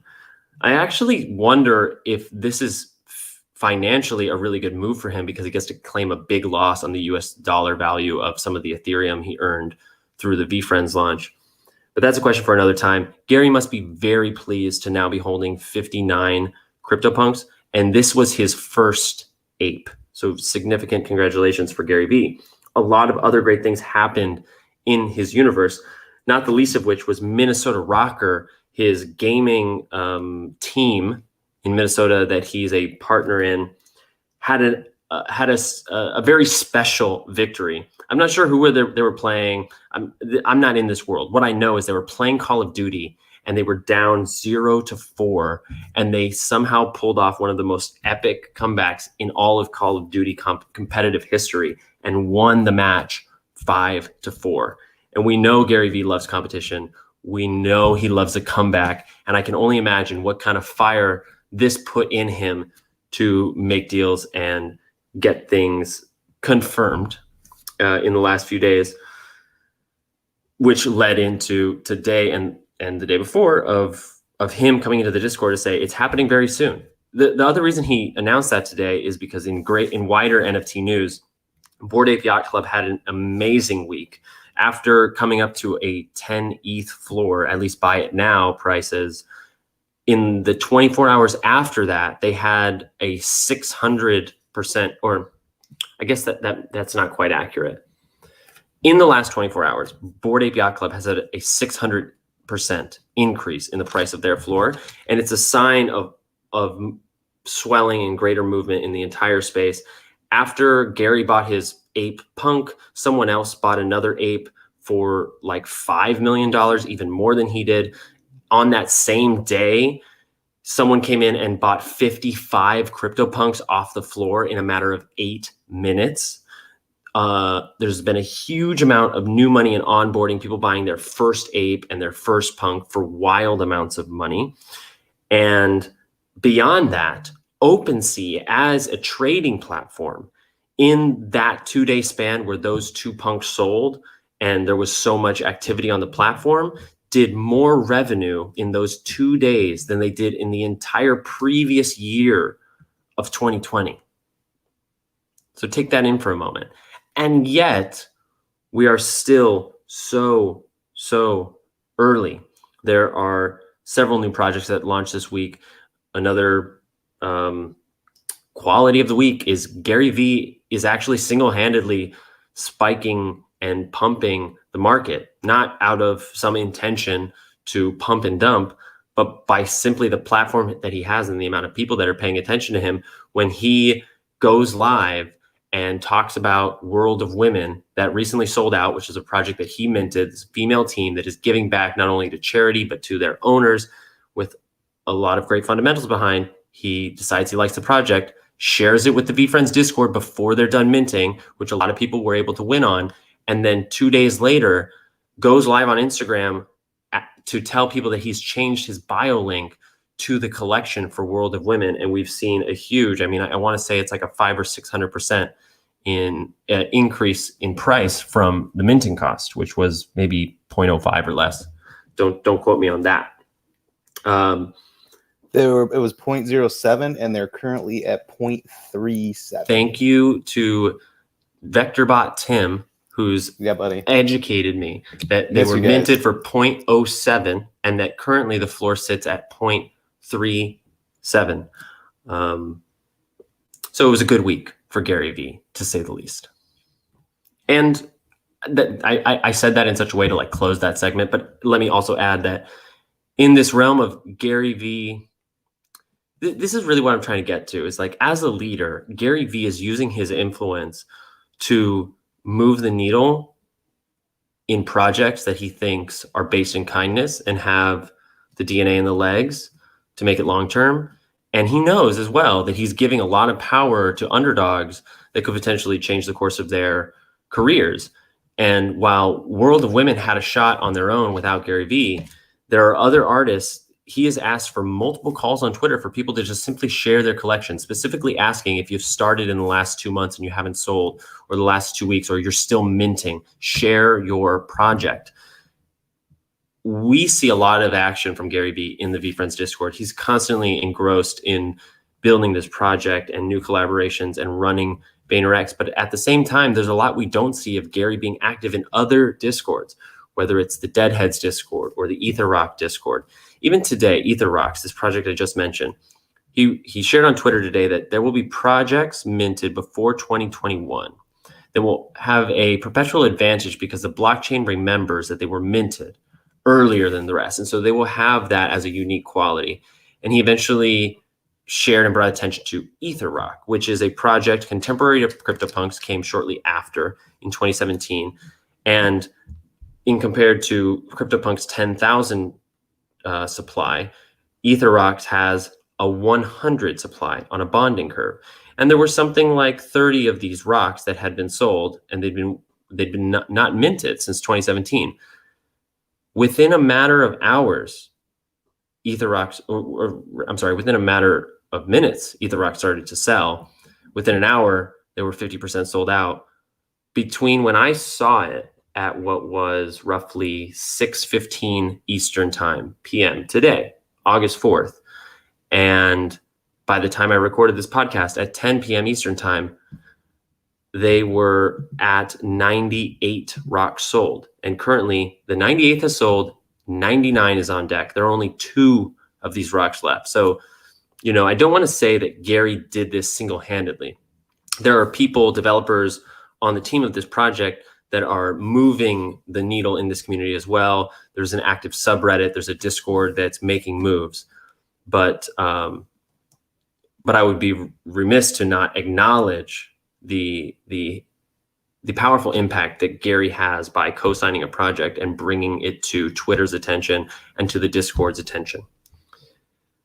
So when it's a good week for Gary to be able to give value to the community, we can only presume that it's a good week for him, that he's doing that to his clients, he's doing that to his team, and that there's good work being done. There's that karma is coming back around. And it seems like Gary will be very, very loud about what that means in the coming days. It was a bit of a longer segment. I think I found the end all right. New. Scams, spikes. I'm just checking my notes real quick. Yeah, kind of said that. Billboard. Talked about this. You're not recording right now, right? Not on the podcast, no. All right, cool. I just wanted to say hey to everybody and been missing you. And I think that if you haven't already, and I don't know if you've talked about it already, but Gary put a thing in the Discord to interact with a tweet to be. Oh, thank you so much, Tim. Yeah, somebody brought it up. I think it was Marielle brought it up when we were in here. We all took like 10 or 15 minutes to watch the video and react to it. Yeah, Florida man. Yeah, it was a fantastic video. Yeah, cool. I just wanted to make sure you guys did that. Man, the World of Women, I did so well on that. You know what? I minted it that first, and you can learn from me. Don't have paper hands like me. I didn't search the rarity tools, and I listed one of them that I didn't like for 0.1. I minted it at 0.07. I woke up and I sold it. It was the 490th, the 490. What? Don't have paper hands like I still gained an ETH and a half off the project. I can't complain. That's amazing. Like I got minted a Cyber Warrior face and I sold that for half an ETH. But I got off the wave early. I actually sold out of the project because I priced that lady at half an ETH and I didn't think she'd go. I slept. I woke up. It was gone. But it's okay because I bought a cool cat and they're mooning currently. And I was like in so many Discords, I'm like, I'm going to double down on my cool cats. I'm going to get really entrenched in that because I really like what they're doing. They have this thing called paper cats that they're going to like introduce NFTs to like everybody with like an infinite mint, basically. So I really like that. And I like the art. But anyway, I digress. I could have done better with World of Women, but hey, somebody else got that 400th one and probably made some money too. So hey, good for them. But if you mint, just wait. Just wait. Don't get hasty and dump, like me. Thanks, Tim. I think that's really helpful. All right, folks, let's bring this thing home. I told you there's a lot of new things going on, and I want to share with you that VeeFriends is hiring several new roles. If you ever want to see the jobs that VaynerX entirely is hiring, you can go to the website wannabeaVeefriend.com/podcast. I've linked the main job board for VaynerX as well as links to Vayner NFT hires. And Vayner NFT is looking for web developers, people who will work on VeeFriends and also future projects. I imagine some overlap between Vayner NFT and Candy Digital as well. Additionally, they are looking for a new community manager to be the head of community of the Discord. And that means that Zane Gaziani will be stepping down as the head of that community. So I didn't prepare a speech, but I just do want to take a moment in the podcast to pay gratitude to Zane for all the work he did before the launch, during the launch, after the launch, before, and the good that he continues to provide to the community. He's not gone yet. We don't know where he's going, but the fact that they posted this job listing makes it very clear that he is shifting either in the Vayner machine or elsewhere. And I think it would be very nice if anyone listening to this wanted to take a moment to thank Zane. As a moderator, I can tell you that he's constantly checking in and creating a kind workspace. He is our resident kind warrior, and he always will be. I'm sure he's not going anywhere in that regard. But I want to just say thank you to Zane for his work. Farewell. Good luck. We'll see you soon. Also this week, there was a new website update. VeeFriends.com got a significant update. And well, you can add your avatar picture. You can add your bio. You can link your Twitter. You can link your Discord and your GitHub. You can see your entire collection graph. If you hold a GiftGoat token, you can put in your merch sizes and your mailing address. There is a lot of new coming to the VeeFriends.com website. And it seems that over time, the project will make a shift so that, VeeFriends.com is more of a portal for different access and experiences relative to the VeeFriends Discord, where the community engages. And who knows, maybe someday the website will incorporate that element as well. If you want to share your feedback with the developers of the VeeFriends.com website, it's actually very surreal to say that the web designer, Cam Stewart, is a fan of the channel, and after the release asked if I had anything to share or any feedback. And so my response was to create a Google form. It's a questionnaire. It takes like 2 or 3 minutes to fill out. You can find it in our bio link on Instagram. And those answers have been shared with Cam directly, as well as Zane. And even this week, Cam asked me to share the results with Andy, the president of VeeFriends. So we're in a project that wants to hear what we have to say.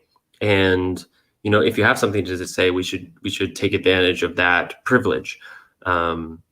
They were very grateful to receive the responses, and I would love to see, I think there are currently 93 responses. I would love to see that grow over time. Next, we have a new giveaway. As Gary does, he asked the Discord, in fact, he said, I think it's about time for a Go giveaway. What do you think? And then he confirmed he will be doing a Go giveaway this week, and he's finally told us how. During the recording of this podcast, he came to Discord to say, interact with this tweet. So if you go to Gary V's Twitter, @GaryV, you'll find a tweet of a video linked to YouTube for the Florida Man. It's a quote unquote commercial for Kin Insurance, but it really feels more like a short film.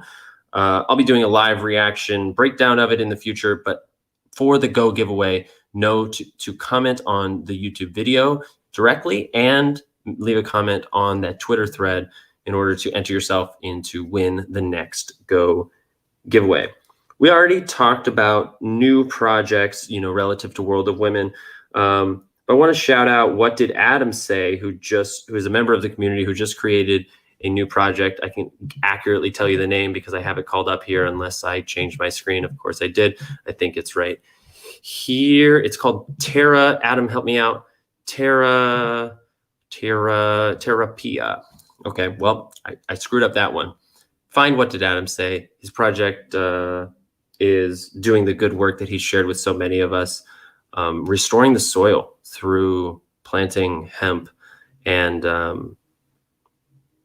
I support that project. I haven't bought into it for full transparency, but I support Adam, and I'm excited to see him make a project. And I want to make a point of it as well, because something to take away from this weekly episode is you listening to this podcast need to start minting NFTs. If you haven't minted an NFT, you need to do it.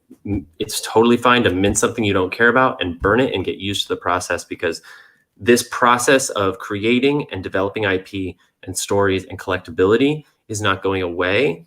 And all of the talk that Gary has been sharing of late, that supply will tsunami demand and that the growth of demand and buyers is not increasing at a pace that supply is able to, and so will eventually become a problem and change the market dynamics. That is all likely very true, but you have an opportunity, being so early, to be a part of that tsunami and perhaps be before it and benefit from the large tidal shifts. And I highly recommend that everybody get educated on intellectual property, on commercial rights for the NFTs you own, on how to mint derivatives and what is possible in the NFT space. And if you have any questions about that, I'm an open door. Please feel free to ask, and I will do my best to preempt it with content as well. Another community project came out today. That's the Mug Life NFT. I think that's their title. Fantastic project. I actually did buy into this one. I purchased 3 of their tokens. I think the people behind the project are trustworthy, and I think they are taking care of their community in a great way. I'm liking what I'm seeing in the Discord. None of this is financial advice. It's informational, educational, but I want to be giving more and more love to the community and moves that people are making in all of our content here, because it is VeeFriends peripheral. As we grow, the project grows, and vice versa. Speaking of community badass moves, there is a new billboard on the way. I don't know if you caught the last billboard, but I don't have it up in front of me, so I won't go into the details. Find it in the VeeFriends Birds Clubhouse. But there is another billboard coming, and all I know about it is it's under a bridge. So I'll try to unveil that mystery for you soon. I want to tell you one more thing that's new, and this one's really important. There are new scams. Craniac, Andy K, president of VeeFriends, came into the VeeFriends Discord to share that he had to have what was a very difficult conversation with a friend who clicked on a link from a, quote, CryptoPunk server bot that took him to a fake site that looked just like the punk site and asked for his seed phrase, and unknowingly what was about to happen, he gave it to them and got cleaned out of his VeeFriends tokens. I've seen this warning on so many Discords this week, and it's just your regularly scheduled reminder that scams continue to get more sophisticated and you need to continue to be more vigilant. If you haven't gotten educated about hardware wallets, it may be a good time. I actually just purchased one for myself this week, and I plan to create a video on how to set it up by next week. So to bring it home, I think we've said one more community shout out to the VeeFriends Insiders group that was able to secure a 6x6 parcel in Sandbox and cooperatively pay and create a plan for how to use it. Congratulations to everybody who's making moves. Congratulations to everybody who's not making moves and just brewing on it. I'm just coming in with this energy to say, like, congratulations for brewing. Congratulations for being early. Now start tasting, start playing, start making mistakes, and reach outside of your comfort zone.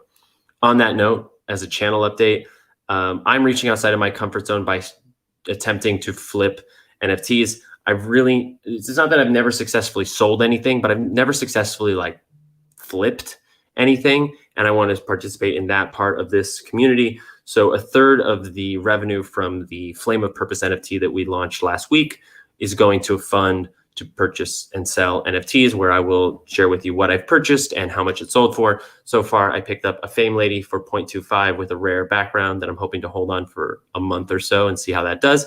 And a World of Women at 0.5, which thankfully to Gary's pump is getting some great 400% offers. So let's fucking go. That's what you need to know this week. Thank you for listening to the podcast. I think we can close by sharing that the VeeFriends NFT project currently sits at a floor of 5.99 ETH, which is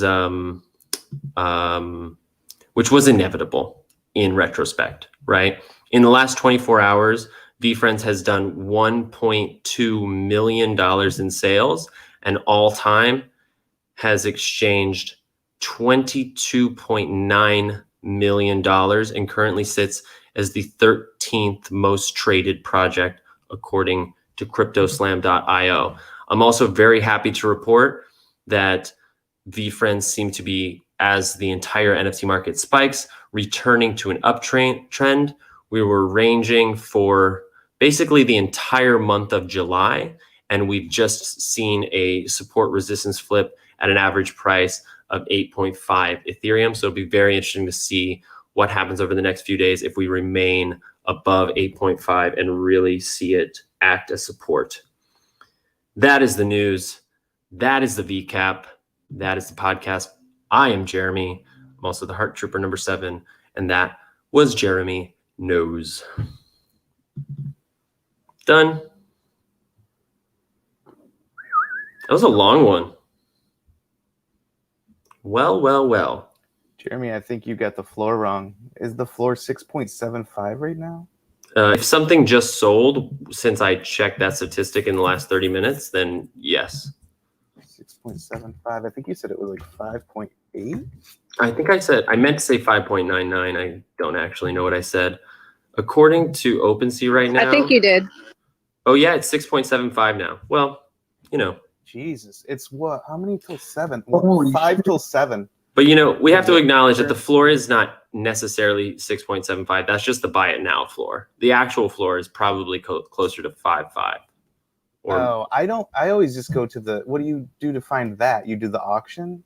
No, I just guess based on basically what is between the bot and the floor price on core tokens. Oh, so you kind of split the difference there. Yeah, if you just sort by lowest to highest, and then they should put that on OpenSea. They should put a Jeremy rating, like right in the between, yeah, give it time next to the floor price and the volume traded, because I like that. Yeah, right now the bids are the bot is 5.22. I don't know if this is Rosbot. It's not Rosbot, but you know, just regular cores having 4.7 to 5.2 offers, and the buy it now price is 1.5 above that. So yeah, I think it's pushing 6. You know, I think 5.99 is probably pretty accurate. Good evening. Project's doing. Oh, I'm sorry. Go ahead. I just want to say hi to everyone and just mention that Adam, what did Adam say, is having his hemp NFT drop party starting in like 1 minute. Oh yeah, we should all we should move over there. Yeah, if everyone would be willing to jump in and support Adam and listen to his story. I really believe in this project. I think it has real potential to, literally have like a huge environmental impact and help Adam to just go on this journey, which is amazing. And yeah, like if you're able to support him, please go and do that, and at least join the room and support him that way. But yeah, I'm heading there right now, so hopefully I can see everybody there shortly. Yeah, we're gonna be in room over that way. I can try to ping as many people in there if you want. He already left, but if you went to his bio, if you go to Adam's bio, or if you swipe to the right in the hallway, if you go to your hallway, go actually it's on the left hand side now. If you swipe over, you'll see Adam in there, and you can probably just jump into the room that way, or if you search at the top, you'll be able to find the room that he's currently in. But I'm going to give Jeremy a chance to shut down the room, but I definitely, like we said earlier, we want to encourage everybody to go over there for sure. Yeah, thank you so much for bringing that to my attention, Droshik. I actually do have to hop into this meeting pretty soon, and I'm glad. I liked getting to chat with you all ahead of the podcast. I feel like that just really informed and improved what we were able to create. So thank you again for being here. I'm just sort of scrolling the room. It's so nice to see everybody. I hope that the next week is great. We'll see you next week, 9 p.m. And if you want to hang out more after the launch for Adam's project, I'll be back on Twitch around 11:30 p.m. Eastern time. So thank you all so much.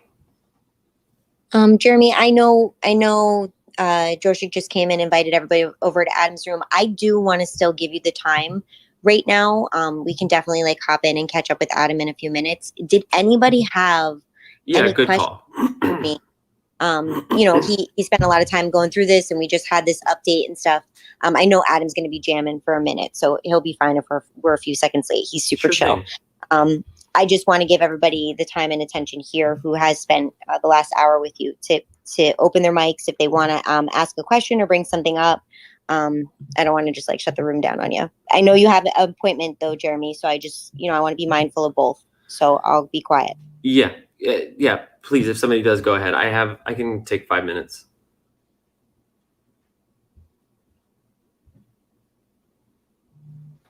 I just want to say thank you, Jeremy. I really appreciate it, man. I think that this actually weekly recap is really going to help me now that I'm going back to school and like just sitting in here and hearing a bunch of things I didn't hear before. And then, I think that's awesome. So, it's already like Wednesday, right? And I've just been like getting my room ready and doing all that kind of stuff. I will add this. I've been creeping in the Fame Lady Discord. And I've seen them go down, but they're starting to spike back up. And in the announcements, they're talking about bodies. And they're talking about the females being in the metaverse with their body in their head. And so if you have a crown and a lady, you'll be able to mint a body at 0.025. So just be mindful of that. Currently, the floor yesterday on ladies was 0.06. It's at 0.05, excuse me. This is Fame Lady Squad. And it's at 0.06 right now, but the next one is 0.064. It's like 5 away from being 0.07. So I'm seeing the Fame Ladies trend up again. And so if you are doing some flips with the Fame Ladies, I think it might not be a bad idea to take a look at them tonight. Nice. And crowns are super cheap, like less than the gas you pay for it. So. Yeah, right. But and for those who don't know, if you're buying a Fame Lady and you want the crown for it, make sure to go into the Fame Lady Discord, and there's a place. I'm not sure what the channel is called, but there is a place. I think it's on the minting website for crowns, where you can input the number of the lady to see if the crown's already been minted, and if it hasn't, then you're able to mint it. Oh yeah, I forgot about that. Yeah, you can see by the lady, you just put in the number and it tells you if it's been minted. So you could buy a lady off the floor and get a crown. You'd have to pay the gas for the crown, but yeah. Right, but don't assume you're going to get the come crown. Back around again. I mean, the floor on that was like 0.22 at one point. So, a lot of people are invested in it, and they have a lot of owners. I think it's. Yeah, I have high hopes for it. I mean, it's the first thing I ever bought to flip. Like 2.8K owners on a 9K project, so they're like 1/3 owned. Nice. So yeah, I think that black background is going to come around pretty good. Yeah, it's interesting because like that's why I sold early on the World of Woman, because I had Fame Lady regerts because I kept buying them, and and then I ended up not all the profit that I made on the Fame Lady, that they're just sitting in Fame Ladies in my wallet, but I did see them dipping to 0.05 for sure. But these projects are gonna ebb and flow. It's all about if the people involved are caring about it and trying to make it better, and I think they are. Cool. Anybody have anything else they want to say about the VeeCap? Hey Jeremy, I just wanted to say thank you so much. You're just rocking it, and this is going to be a staple for me every week. I love this group, and it's just so essential, and I love the vibe. So thanks so much for everything that you're doing. Hell yeah. Thank you, Maria. I appreciate that too. I love your vibe, Maria. I love that you're here. Thank you. Thank you for sharing that picture out to Twitter. When you guys are in here, and I never ever ask you guys to do that, but if you wouldn't mind, and I probably should get better at asking you to share out the rooms when you're in here, it would be so helpful to get the word out. I don't do a great job of like going into other rooms and plugging it. So any help from you guys would be great, just to invite your friends in and stuff. Would be awesome. So thank you, Maria, for doing that. We also started a new Twitter for this Clubhouse, so you guys can just get VeeFriends stuff instead of all my spirituality things and mom life. But if you go to the Nikki Baltimore, the worm in the dirt here underneath Jeremy, I have both the Instagram and the Twitter linked up there. So if you wouldn't mind, while you're in the room, if you could just go in there and give them some love, if you haven't already given them a follow or a like or whatever it is, it'd be really helpful.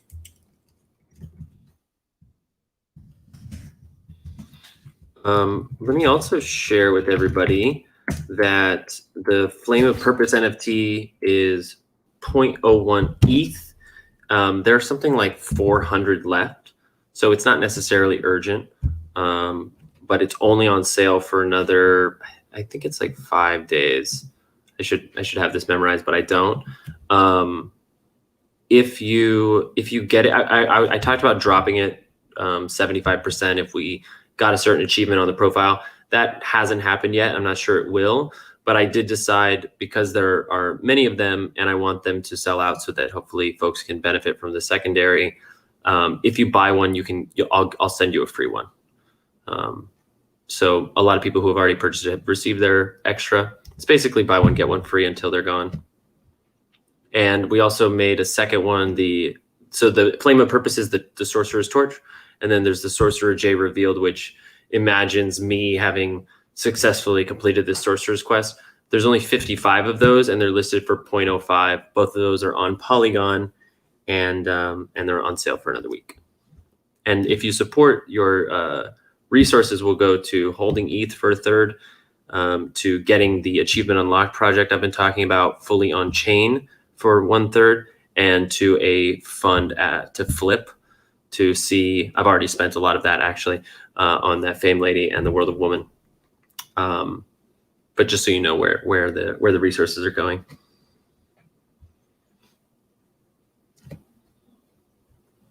Yeah, that's one thing I need to do a better job of with my project. And I think I saw the Jellies Universe. Have you seen that project, Jeremy? The Jellies Universe project? I haven't seen it. No. Oh man, that one's really cool. That's Skipper Lee. He's the individual who sent Gary the token in hopes to get the goo, or in hopes to get the Oh really? Yeah, I remember he's that. in my Discord. He's been supporting me, and I really think his jellies are cute. So, and what he's doing is, once he sells 40 jellies, I think he's gonna give away 0.1 ETH to an owner. So I think that's like, I like that a lot. I think I want to steal that from him. But that's a really cool thing. Like, oh, there's 40 owners, and then he can give away some of the money, give some of the back to the owners, and they're super cute. Like, just check them out. Just Jellies Universe and OpenSea. They're fun. Cool. Gary still has his token, by the way. Yeah, I know. Hey, Jeremy. Hey, man. Oh, I'm sorry. Hey, Jeremy, it's Austin. I just want to say thank you again for having me tonight. And Dude, Austin. I bought Thank both you so your much. NFTs to support you. I No really way. wish you win that Sorcerer Scholarship. And hopefully we can talk soon in the future. Wow, man. Thank you. Thank you so much. You got it. Good luck, man. Thanks. See you soon. 100%. I'm gonna buy one of those. I wanted the Sorcerer J. I just need to get some more ETH. Yeah, I mean, coming, when I posted it, there was a lot more interest in that than the Flame necessarily. But I had already given them all away to basically people that Gary sent goes to. Like, until I could no longer, I gave them to people that still had the goes that Gary sent them, and sent them to like a bunch of people on the VeeFriends team. Is that on Polygon or is that on ETH? That one was on Ethereum, but I minted, because the community asked for it basically, and there was a little like challenge on the profile. I minted 55 more on Polygon, and they're 0.05. And there are Okay, so there's two. There's one on the Polygon chain, and there's one. Yeah. There's 55 on each blockchain. Okay, cool. Yeah, and a lot more easy stuff. too, if you haven't changed your currency over to the Polygon, because I did that to get the Flame, and I think I had to do that to get the Ghost Cat. It's not hard at all. There's a lot of benefits, and like that's why I wanted to drive home like making NFTs, especially with like you can literally just make an NFT to send to your friends to be like to help educate them. Like I'm thinking about making my birthday card and holiday cards and any kind of event cards just NFTs on Polygon, and only sending them that way because it's free to transfer. The thing to be aware of when you're and there's a video on the profile it's explaining how to do this. Free to transfer on Polygon. It's 100% free to and when you mint on and OpenSea, transfer. it's just like a drop down to change the currency. You showed me that, right? Yeah. So but here's the thing to be aware of, that you don't pay gas, and you know, gas is changing because there's going to be a hard fork on Ethereum. It was supposed to happen today. It's happening tomorrow, is what I've heard. But what am I saying? Oh, when you transfer to Polygon, you do pay gas. All of your transactions on the Polygon blockchain are gas free. So that's minting, that's transfer. But when you convert into ETH on Polygon, because you're not converting to the Polygon token, which is Matic, you're converting to ETH on Polygon, because Polygon is a layer 2 to Ethereum. It uses side blockchain somehow to make it faster and very, very, very, very low gas. So it's so low that OpenSea is paying the fees for minting and transfer because they make more on the royalties, right? To encourage people to use the Polygon blockchain.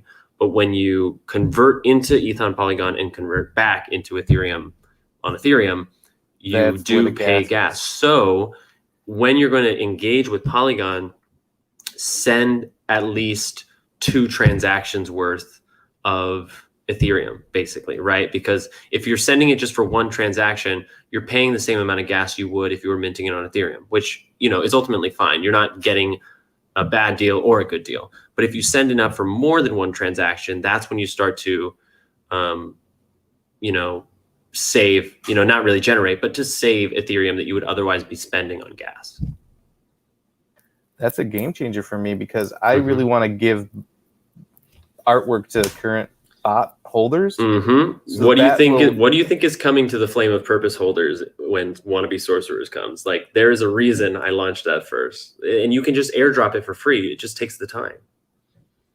It's a game changer. Yeah, and I'm trying to get people to understand. I mean, like, because because gas is and like, and you've given away enough tokens to know that it goes away. It just goes in the ether. So man, that really gives me something to think about, because what I want to do, a spoiler alert for the people in here, whatever, but like for the original VectorBot owners, I'm gonna do numbers, and I'm like, you know, number bots. So the first 10, I want to do 1 through 0, or 1 through 9, and also 0. So like, I thought the number bots would be like, I could just give it to them, but then, you know, but if I did the number bots on a different blockchain, that would be pretty cool, even, because it would even kind of relate to the story. I guess it's Polygon a different blockchain. Is it a blockchain? Polygon, yes, it's a separate blockchain. They're all blockchains, right? Any crypto type currency. Well, not every cryptocurrency has its own blockchain, but the Matic token is a ERC20 like Ethereum, what are some other like not Binance, right? Binance has a separate Binance Smart Chain, and Polkadot has its own blockchain, and Solana has its own blockchain. But a lot of the DeFi coins like Aave and I think Tron has their own blockchain. But basically, there's a whole network of things, ERC20 tokens, that exist on the Ethereum network, but many coins have their own separate blockchain, like Polkadot and Chainlink. Polygon is a separate blockchain, but it's still tied to Ethereum. It's what they use, what it's called, quote, side chains. I don't actually understand this part, but it does have a built-in infrastructure that works on top of Ethereum. So it's not completely separate the way that those others are in terms of separate blockchains. That's crazy. You know what I could do is I could have my students save their work, and like I could talk to their parents, and I could, like, you know how like you go through a box. My mom still has boxes of my stuff that I did when I was a kid. Like, you could have your kids' art drawings from when they were, you know what I mean, like in your wallet on the blockchain. That could be an amazing thing. That's really cool. Yeah, people need to be minting your Christmas card needs to be an NFT. Your wedding invitation needs to be an NFT.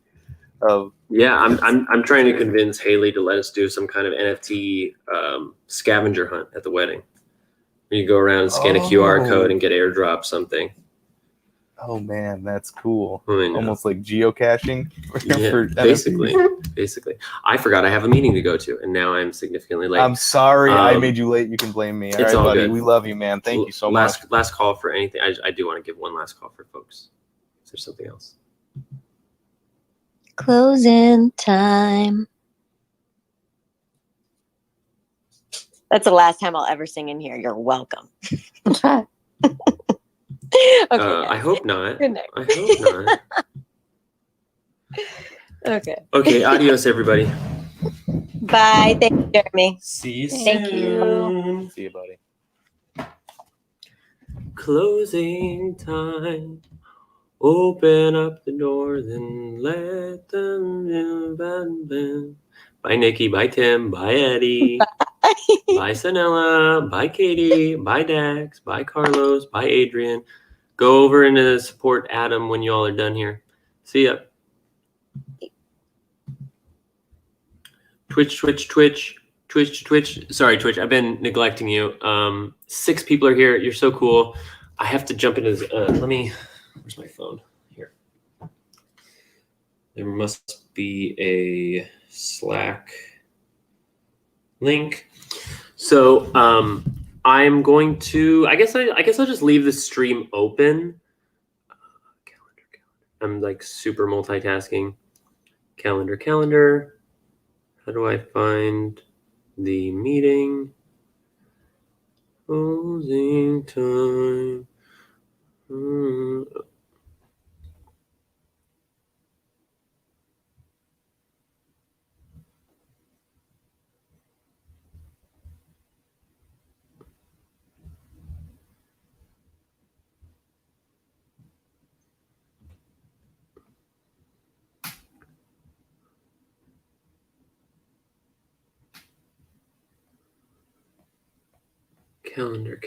Calendar. Where is it? There it is. Oh.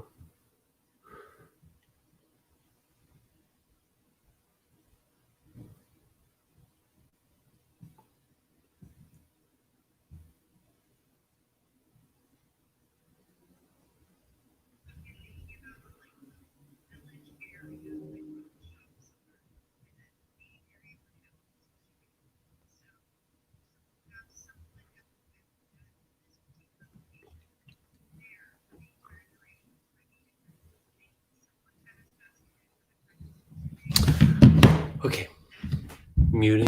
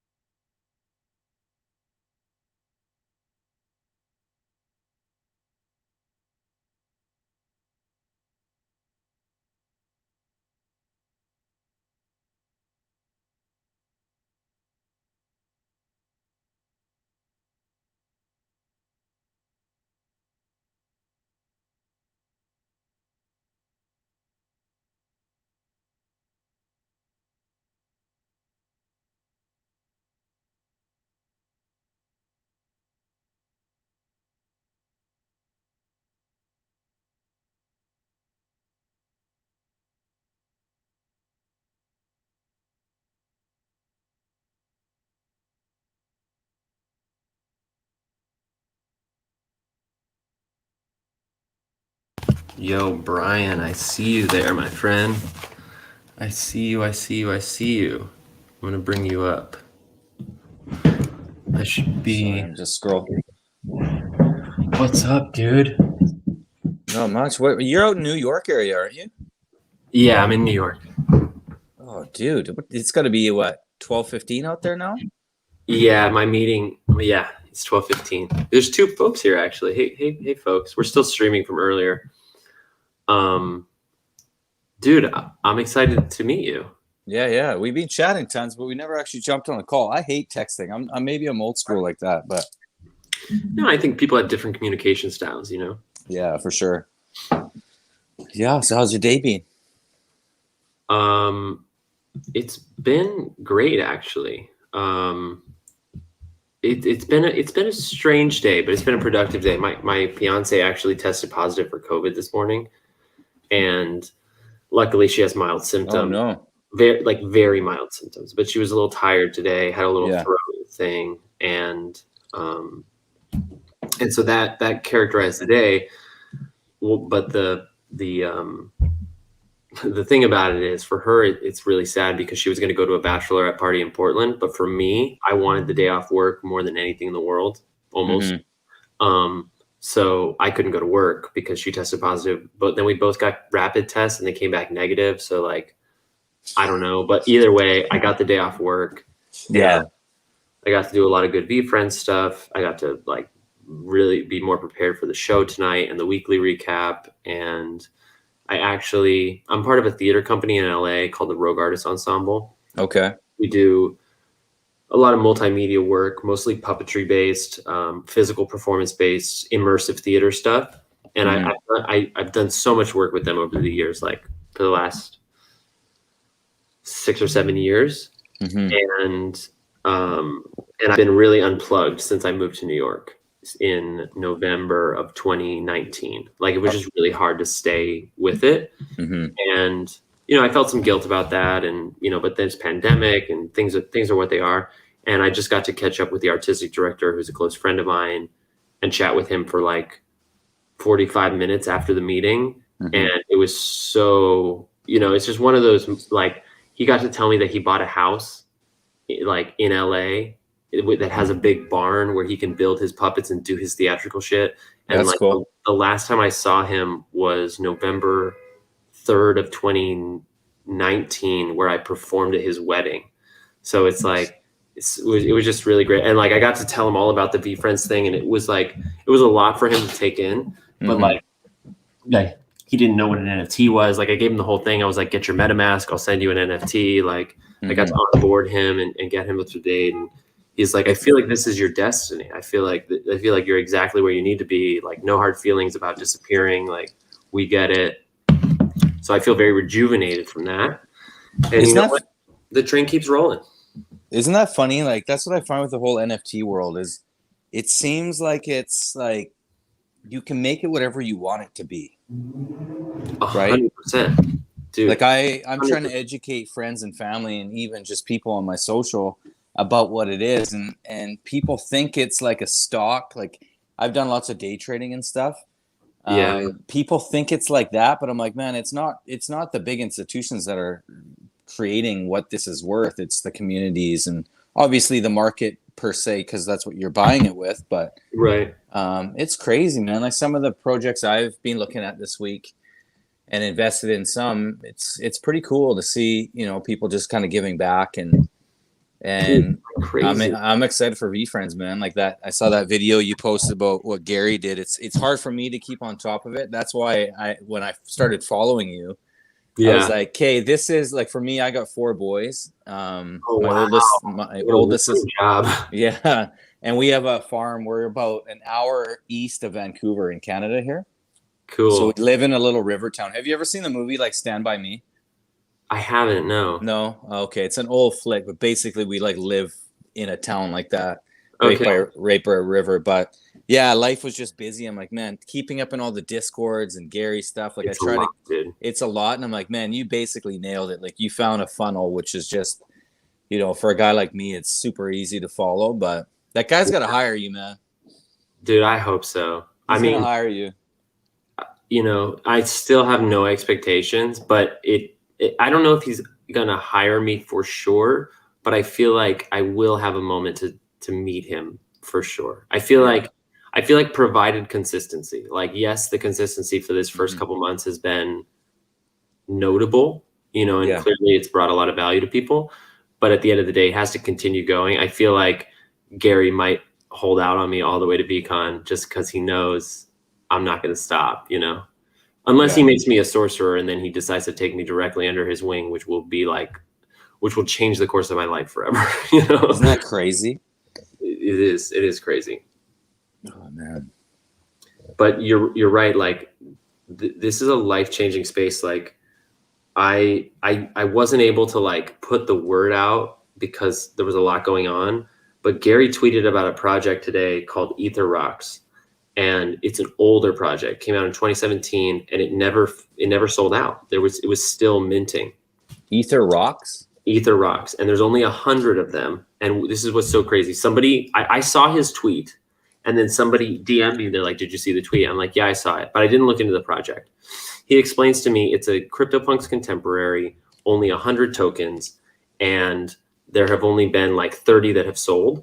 And the remaining 70 that have been waiting to be purchased for 4 years sold out in a matter of 8 hours. Like Gary Vee is literally moving the market. You could have spent 3 ETH on a rock right when he tweeted that. And in this moment, 10 hours later, not even 10 hours later, 8 hours later, sold it for 20 ETH. What? How do you spell it? Ether and then ROCK? Yeah, it's etherrock.com.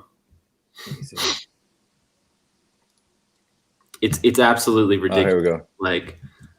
Like I just like didn't have the ETH. Like I literally would have done it, but I just didn't have the ETH, and like I wasn't about to like list a VeeFriend to do it, and like even if I liquidated all of my crypto assets, I wouldn't have been able to make it in time. And like, it was like 30 minutes before the stream. And I was like, and the guy who sent it to me, like he also told me to buy apes at 1 ETH. And I didn't do it because I bought a VeeFriend instead. But like, he's been right a couple times. He's like, he's like one of my best sources in terms of like some insider. He's an ETH maximalist. He's got such a great vibe. But anyway, like, it's amazing to think that that project is very different. It's old, you know, the community is coming back. You could have quickly made 20 Ethereum on it, but also there are projects that have that much potential dropping almost every day. Oh yeah. Like I got into, where is it now? Where's my wallet at? I got into World of Women. Oh, nice. Good job. And I bought 2. I was literally up till 2 a.m. scrolling the other day. I'm just on my computer I've got here. to open see. I got to see what's going on. So I bought one at 0.095, and it basically resembles my wife, and like a lot of traits. She's got like armor on, hence because she's got 4 boys. She's got a rose on her eye. I don't know if you see. I have a rose on my left hand. Oh yeah, so it kind of resembles that. And then I bought another one that basically looks like it's like Alicia Keys' doppelganger. Can I flip this camera around? You should be able to, yeah. If not, sorry, I'm like old school. You're good. You can actually. Do you have a camera on your computer? I do. I'm on my phone right now. You can just click the link from your computer. Yeah. And leave on your phone, and you'll actually be able to share your screen. Okay, let's go here. We'll just, if you just want to. Yeah, I'll bear with you, dude. It's all good. There we go. Yeah, and seriously, and then another buddy of mine, he got me into Sandbox a long time ago. Oh, really? Yeah, like I was trying to buy land, and I couldn't. Like I basically bought.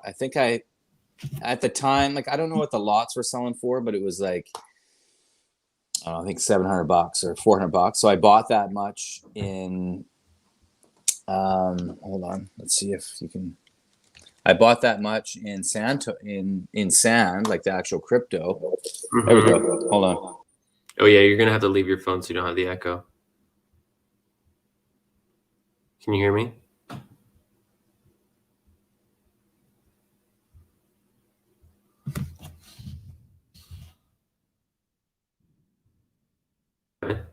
Oh, I gotta bring you in. There you are. I can hear you now. Can you hear me? Yep. Okay. Cool. Yeah, what was I saying? Yeah, so I basically bought enough. I wanted to buy each one of my kids a land. But I bought it at like 300 and then it went up to like, man, I think it turned into like $1,200 US. Wow. And then the other day, same guy, he messaged me about how can I share my screen here? Oh, here we go. Let me bring in your.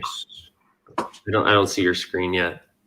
I just got to add this extension. Yeah, So, you can share just the window. You don't have to share your whole screen. You can share just the window that you're looking at. Okay. I think it's just gonna load this. Share screen. Share screen.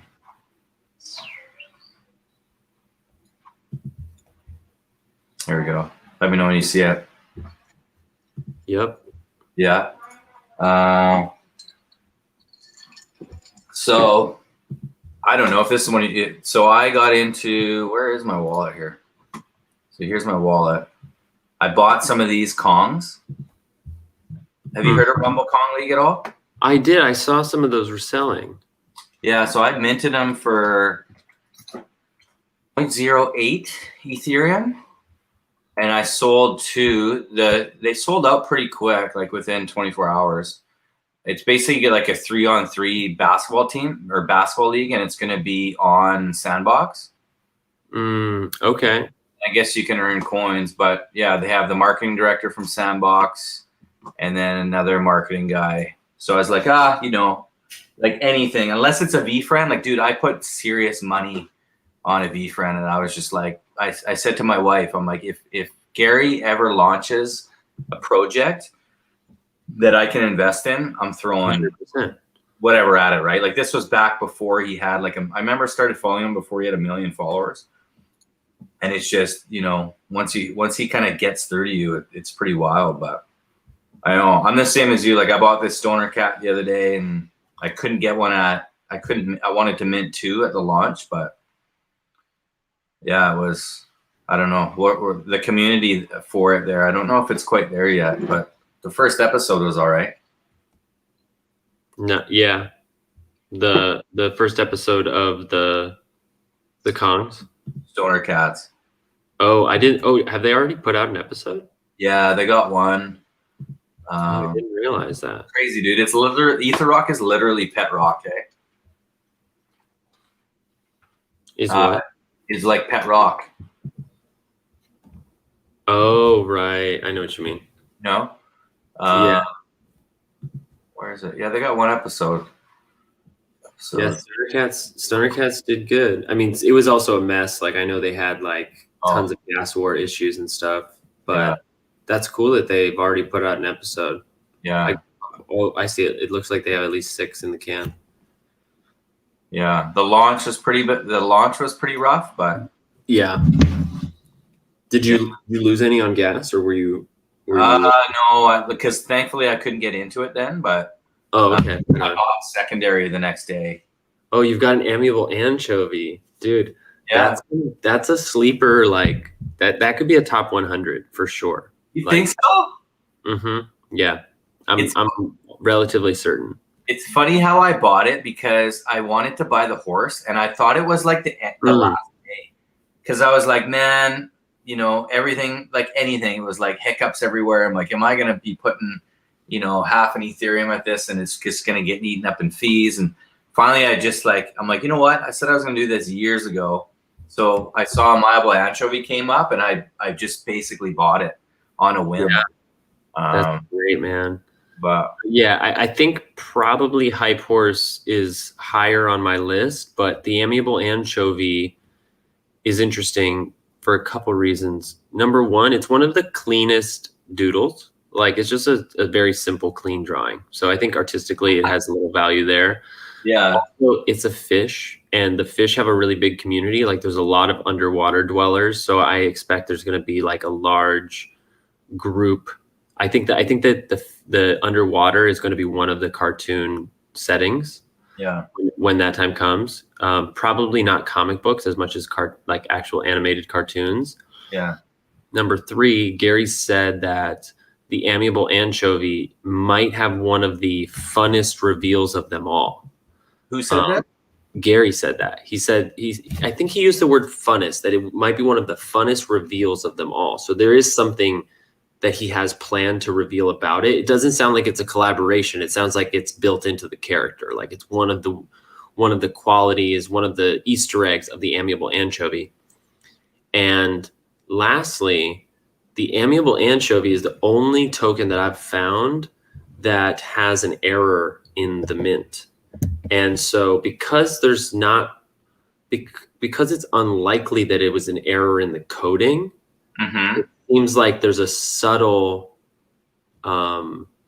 choice that they made, because all of the rare tokens are out of 8, right? There's like 8 rare tokens for every admission character. Yeah. But amiable anchovy only has 7. Really? How do you know all this stuff? Jeremy knows. He does, man. That's crazy. There are actually 8, but one of them is a 1 of 1. Okay. So I know this because the guy who bought it and found it told me about it. He was like, I have this secret. Can you tell you, like, I feel like this is valuable. What do you think? And I was like, yeah, man, I think you found something really real. He ended up selling it to Aiden Tag, the VeeFriends collection, early on. And I was telling him, I was like, he wanted to flip it to a Hangout Hawk, I think. Yeah. I think it was still during the auction. I think he did that. Like he got what he wanted. Like I'm happy for him. But like that token that Aiden currently holds is the only rare token that is 1 of 1. And that feels like it's going to be special. That feels like it was intentional. You know what I mean? Mm-hmm. That's crazy. I didn't know that about the anchovy. I have a hunch if it becomes a cartoon, he'll be like the prawn cracker in the Muppets movies. Oh, I can see that. Right. But Yeah, I've been trying to flip stuff in order to get another VeeFriend, but I've talked to one guy. He'll sell me a gorilla. He was talking about a gorilla he would sell for 4.5. Really? That's I mean, if you can do that, that's a deal. 4.5. I mean, the floor right now is basically 6.7. What is it? 6 to 7, and the gorilla is an ape. So like, there's big potential for the gratitude gorilla. Plus, the gratitude gorilla has the gratitude attribute, which is one of Gary's 12 main emotional skills that's in his next book. So yeah. I think gratitude gorilla and grateful Nar are both going to get bumps from that somehow. Oh, dude, my goal would be, I don't know what he's doing with Garage Sale Yale, but that to me would be. Oh yeah. I mean, it's the lotteries. Garage Sale Yale is you're a co-star on Trash Talk. I think you only get to do 1 episode. I don't know. Like a lot of them have 2 or 3. Said 3. I think you get 3. Is it 3? You get to Garage Sale with them for 3. I think you get to Garage Sale with them 3 years, but maybe just 1 episode. It's going to be so crazy to watch that episode. Knowing what we know. Oh, like that's like super interesting. That's like all I do, man. Is like garage sale. It's nuts. So cool. But which VeeFriends do you have again? You got a whack load of them, don't you? Fuck, I wish. No. I have in my wallet. I have 5, but only 2 of them are mine. So my partner Alex, who helps me with some of the content when he can, and does all like the really badass videos you see. That's Alex's work. He also does a lot of graphic design. Like he made the logo. He's been my best friend for like 12 years. He's like my main guy. He'll be my best man at my wedding. You know what I mean? I haven't even asked him yet, but I know he will be. He has a gift goat. He has a willful wizard core, and he has a perceptive puma core. And I have the heart trooper number 7 of 20. Oh yeah, I remember, Did I ever make you one of those? You did. That was one of our first interactions. Yeah. The PSA card thing I was doing, right? The one I did was awesome. Yeah. And then later on, it's not that I think this is a mistake, but I just will always remember later on, I bought a Harpic core, which I wanted so bad. The Harpic was the number 2 choice. I went for Heart Trooper. I got it for 5.5 ETH, and I'm going to hold that thing for the rest of my life. Like, I think it's super important for my story. I'm very grateful to have it, but that was like the biggest investment I've ever made. And I fucking liquidated a bunch of Cardano to make it happen. And it's crazy because I had 2.5 and I made 3 Ethereum out of my other assets to buy it. But at the same time, I was looking at apes at 1.2 and 1.5, which are now up to like, I think a 16 ETH floor. Like, I literally could have bought 2 apes, sold them for 30 or 40 ETH now, and picked up almost any spectacular I want. Like, it's crazy to like get educated that way and be like, whoa, opportunity cost, very real. Like right now, my core hard pick, maybe I could get 10 for it for the right buyer. I don't know. Maybe it's like Patient Panda sold for 15. So maybe it's like even up in that range. But I think more realistically, it's like 8 to 11. And, you know, based on what I paid for it, that's a 2X. That's a great investment. But that's not making 40 ETH from a 2 Ethereum flip. No. That's wild. That's crazy. Like, that's what I was trying to do with Stoner Cats. Like, I thought it was going to pump. And I mean, it still might, you know. What's that? It still might. I mean, it's very early for Stoner Cats. Yeah, because that's a thing. But it's, you know, it's trying to find something like curio cards. Like, I bought in like anything that Gary has put on. Is, like, luckily I got an Apple Watch. Like, if I'm, you know, at work on the fire truck and it dings and he says something, like, you know, I'm trying to find some time to, you know, jump on and buy something, because anything he's tweeted it's so early in the field that he's basically like him and Mark Cuban and such. Like, those guys are the, you know, they're the whales that are, you know, creating the wake for everyone else. Yeah, I mean, that's part of what's really crazy is like Gary literally moves the market right now in a very real way. Like, you know, in just a very real way. And yeah, I mean, I'm going to forever know that I could have made some crazy quick move and bought a rock NFT and sold it for 20 Ethereum 12 hours later. You know, like that on his Twitter today? Yeah, it was on his Twitter today. But like, you know, there's no point in dwelling on it. But it's just another one of those education moments. Like, I'm glad to know that is a thing, and I'm glad to have made that mistake. So I can, like, there's literally just like, I know that the supply is going to go crazy soon, and it's going to be a thing. But nonetheless, like, I'm just like, I'm starting to really realize how early we are, and it's hard to comprehend. I certainly don't understand it, but I'm starting to be opened up more to realizing what early means, not just for minting projects in this era and profiting from them, but actually using the NFT technology to build IP that is going to be meaningful for the shit that I want to do for like literally the rest of my life. You know what I mean? Yeah, it's wild. Like, I don't know, it can transfer into so many things, right? Real estate, so many like day-to-day things. But yeah, it's wild. It's literally like the internet, but everyone is, you know, the average person just thinks it's a JPEG, right? Right. Like Logan Paul last night, he got, oh man, I forgot what he got offered for one of his CryptoPunks. But it was like a battle. I was actually trying to find out. He had a picture of the actual wallet, and I searched the wallet who was putting a bid on it, and there was no wallet found. I don't know. They're trying to figure out who it was. Yeah, and I'm sure you saw that Gary bought that CryptoPunk ape, right? Oh, did he? Yeah. and he bought a CryptoPunk ape for $3.7 million. What? For it was like 1,700 Ethereum. 1,300 Ethereum. It was 1,600 Ethereum, $3.7 million. And then shortly after that, someone else bought another ape punk for over 5 million. I think it was like $5.8 million, so like over 2,000 Ethereum, or something like that. And then on that same day, somebody came in and bought 55 CryptoPunks off the floor in a matter of 8 minutes. And they spent millions of dollars. Yeah. Wow.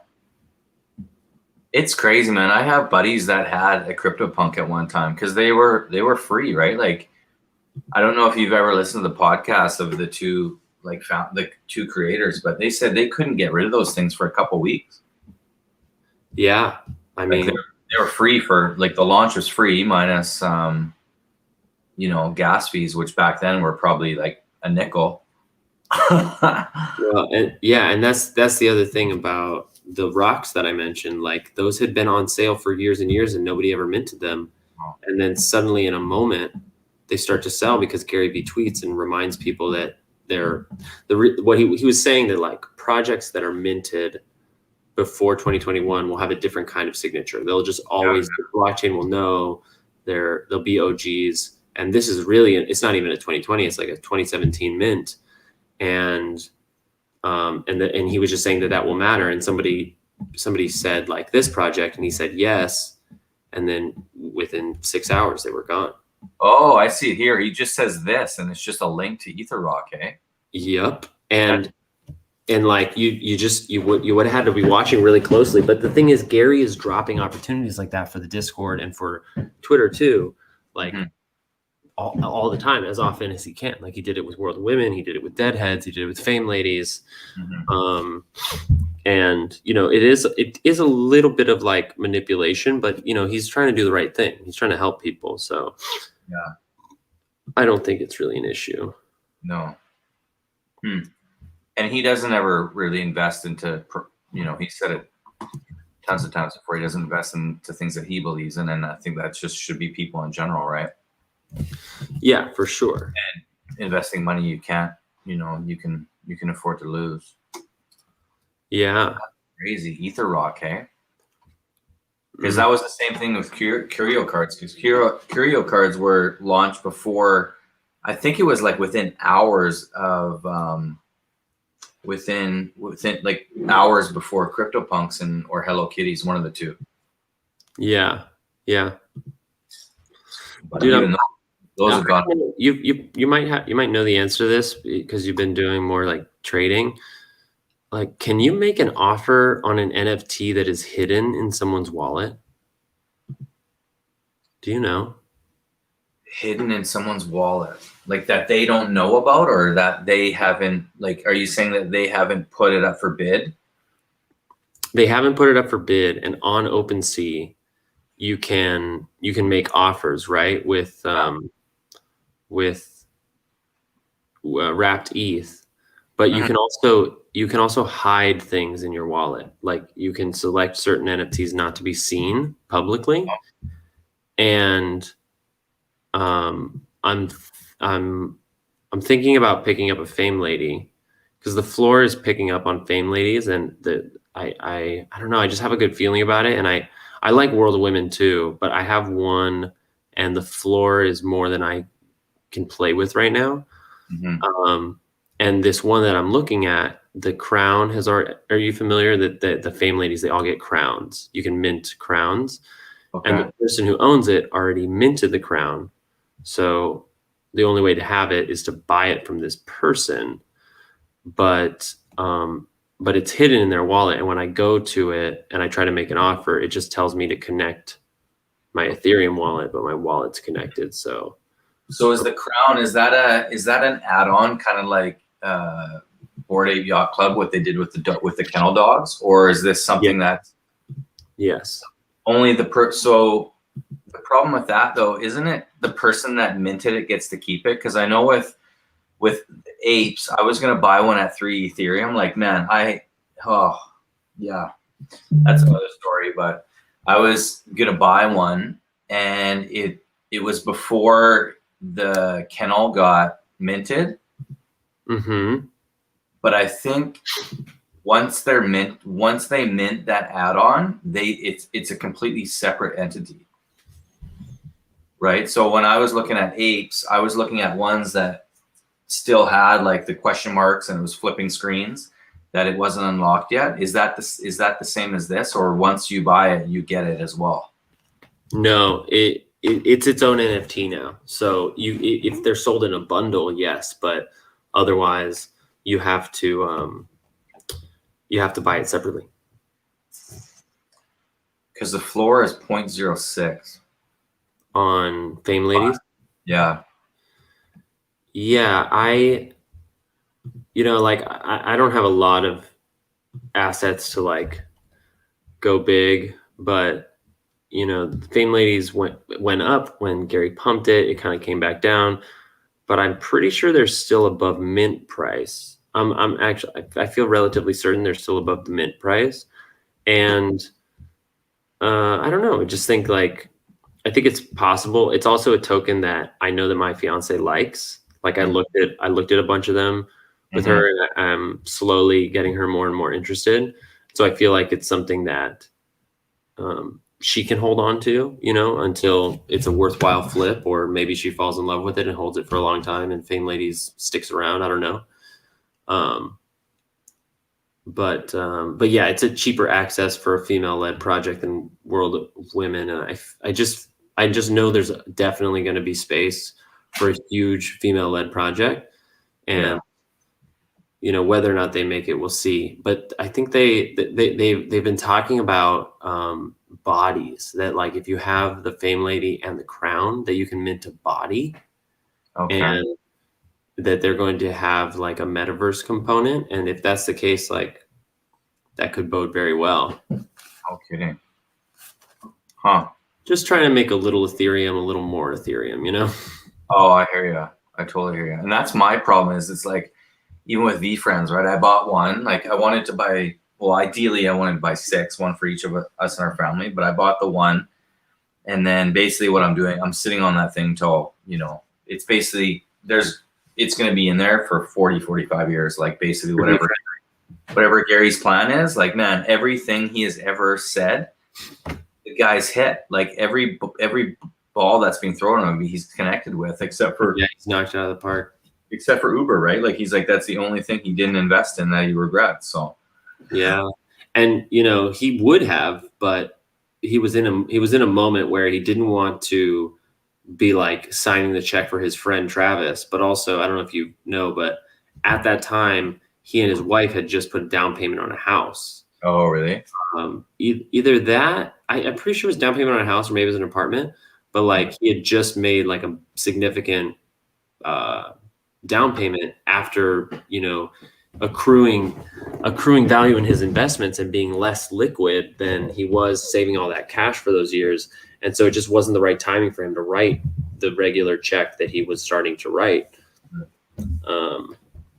Yeah.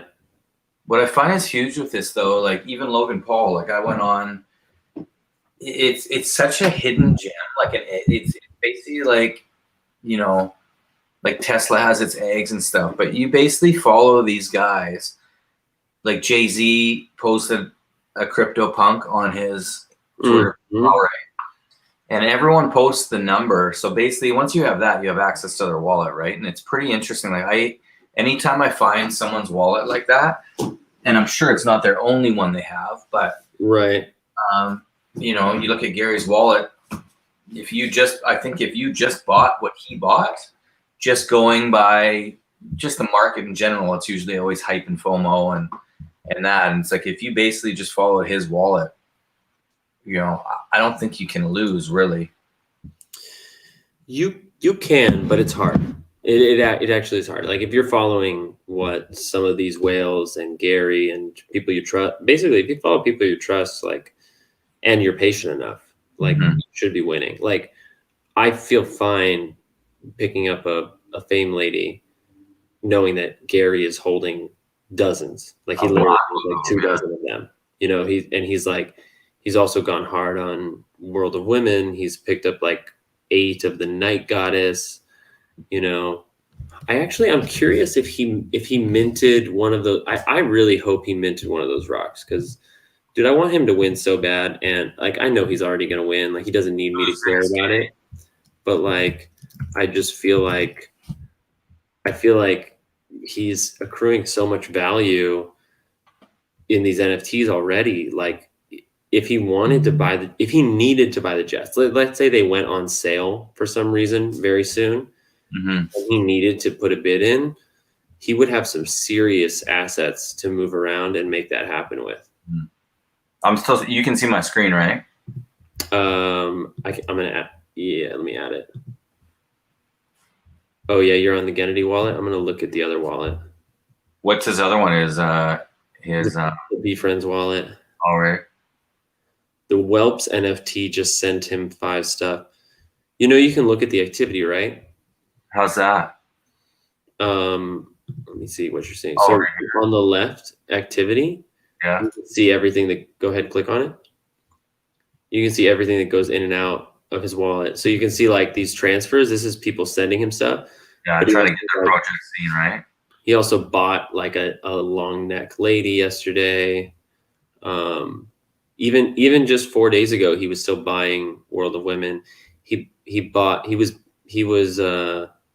listing some women for 6 ETH, but he canceled that. He spent some real money on these World of Women. Like let me find it. Here, he bought one for 1.4 ETH, 1.6, 1.2. He bought a Meebit for 1.2. Oh, another woman for 1.1, 1.7, 1.2. It's crazy. Yeah, he's putting money into these. He's putting his. I mean, yeah. I wonder what the rarity is in these though. So he put 1.25, 9232. Let me see. I want to see. 146. Oh, like somebody just sent him an NFT called Gary Vaynerchuk, and it's a bear. I'll show you. Look at this. That's cool. Yeah, interesting. Yeah. It's a 1 of 1 on Foundation. I feel like I'm going to be surprised if it doesn't, unless, I mean, he certainly could have other wallets, but it doesn't look like he minted one of these rocks, even though he tweeted about it. Yeah, I don't see anything. And I don't see any either. But he might have one from earlier. Because in the last 15 hours, it's just those whelps that have been transferred to him. He's also bought a lot of Avastars in the last day. Oh. He's got tons of long neck ladies.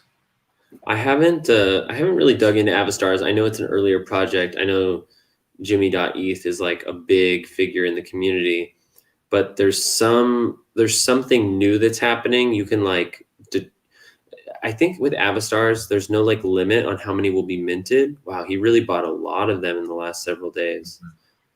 That's super interesting. See, these are all the ones. Have you ever looked into Axes or Zed or anything like that?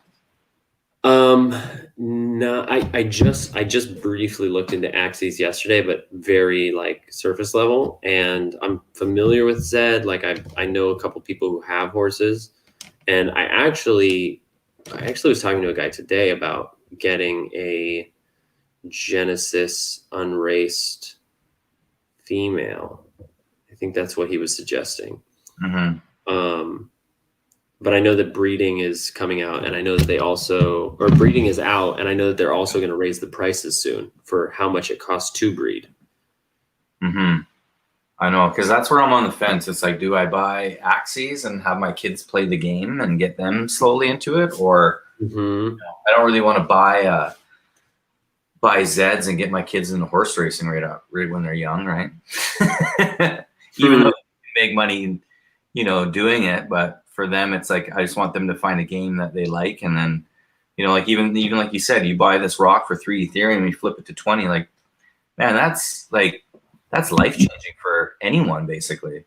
I said it's not worth dwelling on it, but it's crazy to think that like it just like, could I have found 2.5 Ethereum?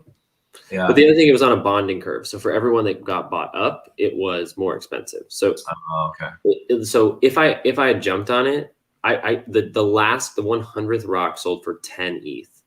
And how I know it went wild is as soon as the last one sold, someone listed it for 10 ETH, like another one, and it sold immediately. And then someone listed it for 15 and it sold immediately. So the floor is around 20. I don't know what it's at now. It could be going still. But there's also a good chance, and I guess I'm saying this for myself to really let it go. When I saw it, it was at 2.5 or something, 2.3, and I only had 0.5. So actually at that point, I had sent some ETH to a friend, so I only had 0.1. So like the chances of me in a span of time liquidating assets into Ethereum, sending them to MetaMask, and getting them connected to purchase, those were being purchased up so fast. It would have been like I got 3 Ethereum, and by the time I got it there, it was 4 Ethereum, and then like I would have just been chasing, So still would have profited if I could have like made it, but and that's the thing. You don't want to be chasing either, right? Like, and you just have to trust that there's other opportunities like that. Like honestly, after seeing that, I was like, I hope that I can create my own NFT series that puts me on in the same way. Like given enough time, given enough effort, there's always going to be an opportunity like that. NFTs or not. I know I've been working on a project for a while, but I've got a few more sketches and stuff to do, and how to put it together. It's pretty difficult, man. Now, are you drawing it yourself? Yeah, I did. Well, I did all. Let me share my screen. I'll show you. So basically, what I've been doing is I'm trying to create. I'm basically looking at all these projects, and I'm seeing where they go right and where they go wrong. And I've listened to a lot of audios like. I've been listening to a lot of podcasts about CryptoPunks and how they launched and how they got going. And I just look at like things that I enjoy collecting, and everything seems to be like, I get it. Everyone finds the template and they follow it, right? Like Bored Ape Yacht Club, you have, then you have, Slum Doge billionaires, and it's all the same kind of artwork, and it's the same thing. But you look at Bored Apes and how they launched their kennel dogs was genius. Like they didn't, when I saw it, I saw a tweet or something came up and I clicked it. I think I may have clicked on like I think Ricky may have made a post and he bought one, and I searched it up, and I'm like, looking at his wall, and all of a sudden I saw the dog like flashing. I'm like, this is interesting. And then I went on their Twitter, there was nothing. And then finally I just started searching it, and then like slowly these things were getting minted. And I'm like, no one knows about this yet, right? It's not like they launched the project and they're like, hey, in a week we're gonna release this. Because now you're creating guys who are, they're trying to get 10 ETH for something when, the floor is like 0.1. But basically, like with my project, it's almost like hockey cards in a way. It'll be continuous. It'll never have an X amount. But basically, my plan is. Can you see my screen? Let me share it. No, it's not. It's not here. I'm not streaming my. Hold on, share screen. So basically, what my plan is just getting. I want it truly to be a community where it's the people that choose, the people that choose the characters. So here's an example. So here you can see my screen now, right? Yeah. So you see these like pixelated characters here? Yeah. So these are the ones like I've hand drawn these. Cool. So I don't know if you know who Boomer is, if you're a Blink-182 fan, but he's like one of the characters. Yeah. But then I don't know if you know Steve Weave. He's a local guy. I went to high school with him, and he's got a cool story. Like he was working at a cabinet shop, building cabinets. His dad worked there, and then he wanted to get into tattooing. And long story short, now he basically, Kevin Durant randomly found him on Instagram. And now basically this guy still is out here. He tattoos everyone in the NBA, right? So he made his own Nike shoe, like Air Jordans. They got a hold of Steve and said, we want you to make your own Air Jordan shoe, something with signature on it and everything. So, and then he was giving them to the basketball players and stuff. So my thought was, he messaged me. I posted on my Instagram. He messaged me. I knew him when I was like a little kid, but my plan is with these, I want to release them for free. I'll keep whatever one or a few, and like Steve or whoever the person is, I'll give them a few, and then it will be different colors. So there'll be base ones. So let's just say there's 50 of these, right? They're base cards. Yes. And with it, when you click on it, it'll have, I don't think I'm going to put their actual name. It's just going to have a definition of them. And then you're going to unlock something. But for Steve, it'll be, let's just say, a picture of his Nike shoe or like a pixelated one of that. Right. Yeah. And then let's just say there's a silver card, a gold card. So like, I don't know if you follow Prism basketball cards or whatever, but, and then it'll be more and more elite. So he would have like a gold card or an orange card that would be like one of one. And then, for example, like this guy Feature, my wife and I were in LA and he was our Uber driver. And I basically just asked him, let me go on my Twitter here. I basically asked him, I'm like, what do you, like, what's your real job? Like, this is a side job, right? And he's like, well, he had a bunch of kids. And he's like, I want to be a rapper. And I was like, okay, can you like freestyle for me? And he's like, okay. So I don't know. Can you see, you can still see, hey? Yeah. So this is a video. So my plan is to release this NFT for free. And then when you unlock it, let's just say the white one, you'll get this clip. And then if you get, say, the silver one, it will be a different, every different color will be a different hidden gem kind of thing. Yeah.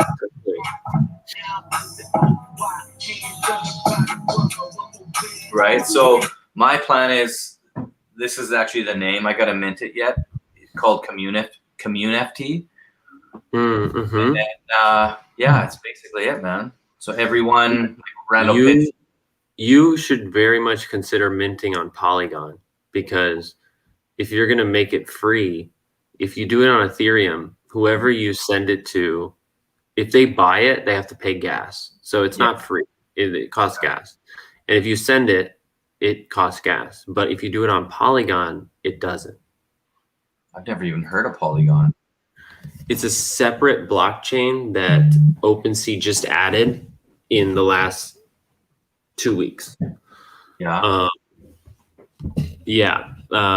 I can even show you. I can show you.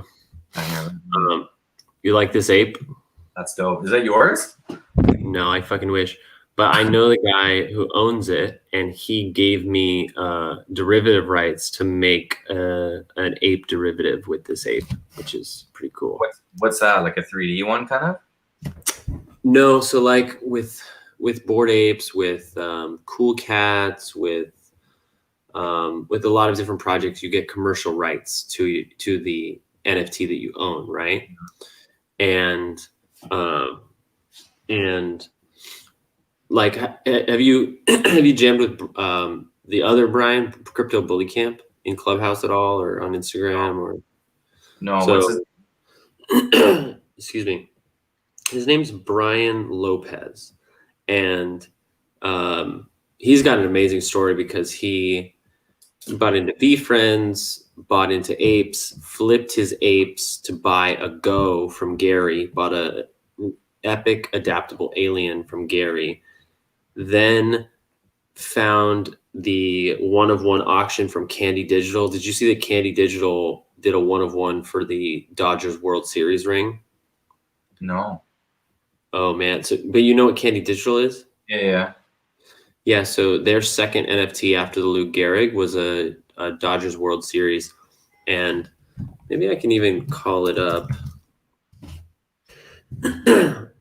So how do I get to my wallet here? Or what was the name of that wallet? The Nifty.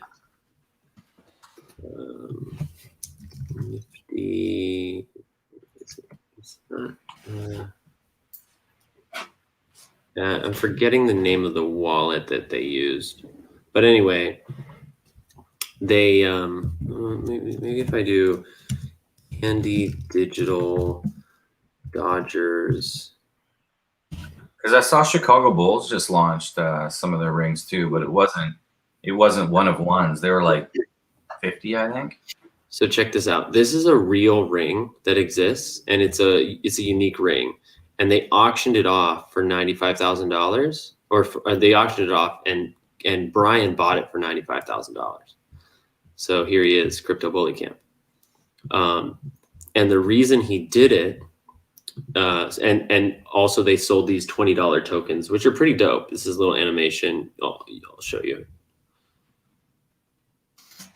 So pretty dope. And so like now I'm on Bitsky. I'm pretty sure I can go to, on my wallet.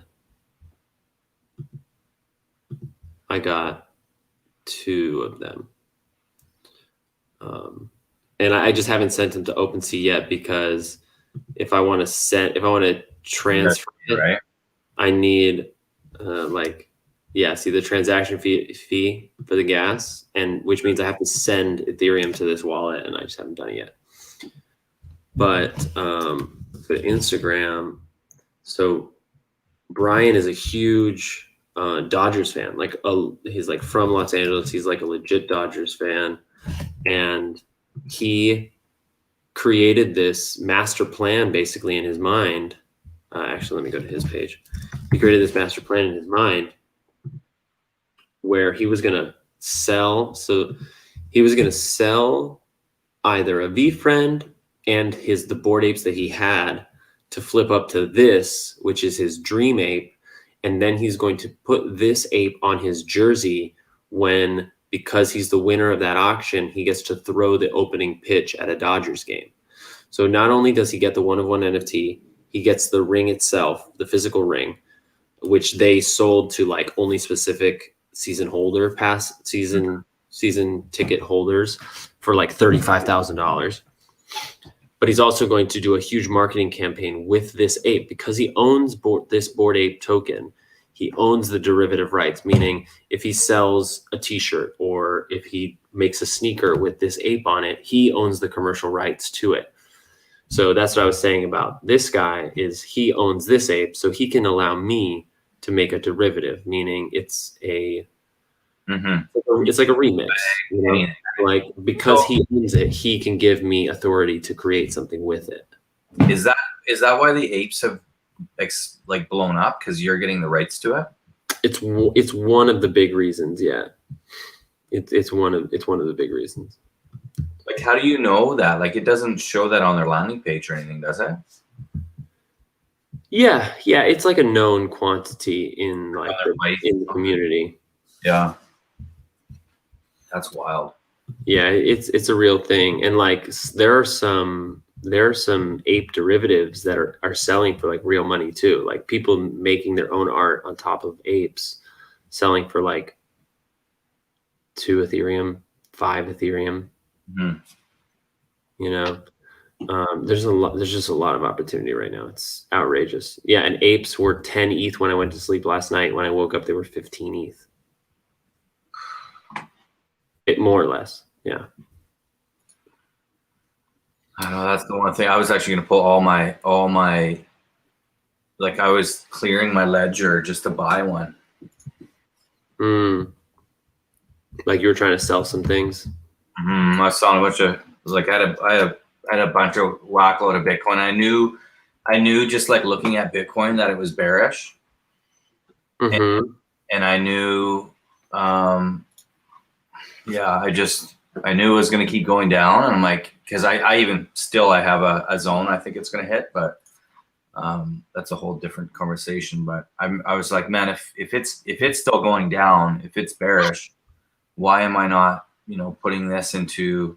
I mean, that's the whole thing right now. You think Bitcoin's bearish right now? I do. I think it might keep going up. I knew it was at that point, but I still think it's going to come back to 20,000, possibly 14, because it's got liquidity there that it's got to come and capture, right? But Yeah. Like, I mean, the big question is like, was there enough liquidity at 28 that Yeah. they're willing to move on? Because like it does feel like Bitcoin and Ethereum both are in a short squeeze right now. Yeah. Because people are gambling. Like I don't know what the open interest is on Bitcoin right now, but it's been astronomical this year. Like I don't have those stats offhand, but I know that it has been wild. The doubles and doubles and doubles of open interest on leverage trading. So like I don't know if you're doing day trading or swing trading or leverage trading or all of it. Basically all of it in a way. Yeah. But yeah. I found I didn't really have a lot of success. I got into it. I lost a lot of money. I made a little bit back, and I was like, I probably should be doing something else. Yeah, I'm honestly good at it, but it's like kind of a full-time commitment, or at least with my skill set. And especially like out here, like I'm on Pacific time zone, and the kill zones are always like it's all based on New York, right? New York Open, New York, like London Open and stuff. Or Hong Kong.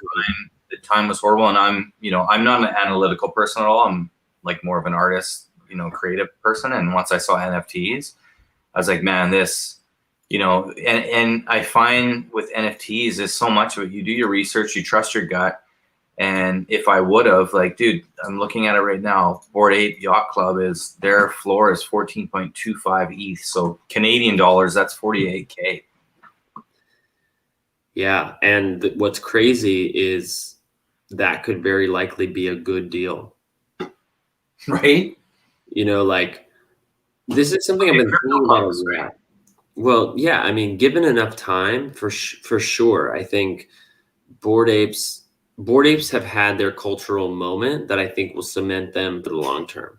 Like with the way that people are changing their LinkedIn profile to apes, with the way that each person has the commercial rights, it just makes sense that as people in the community elevate their own profile using their ape, that elevates the IP of the entire brand. And because there's only 10,000 people, there's going to be market demand for that, Like it's harder for a new project with 10,000 to get that kind of attention.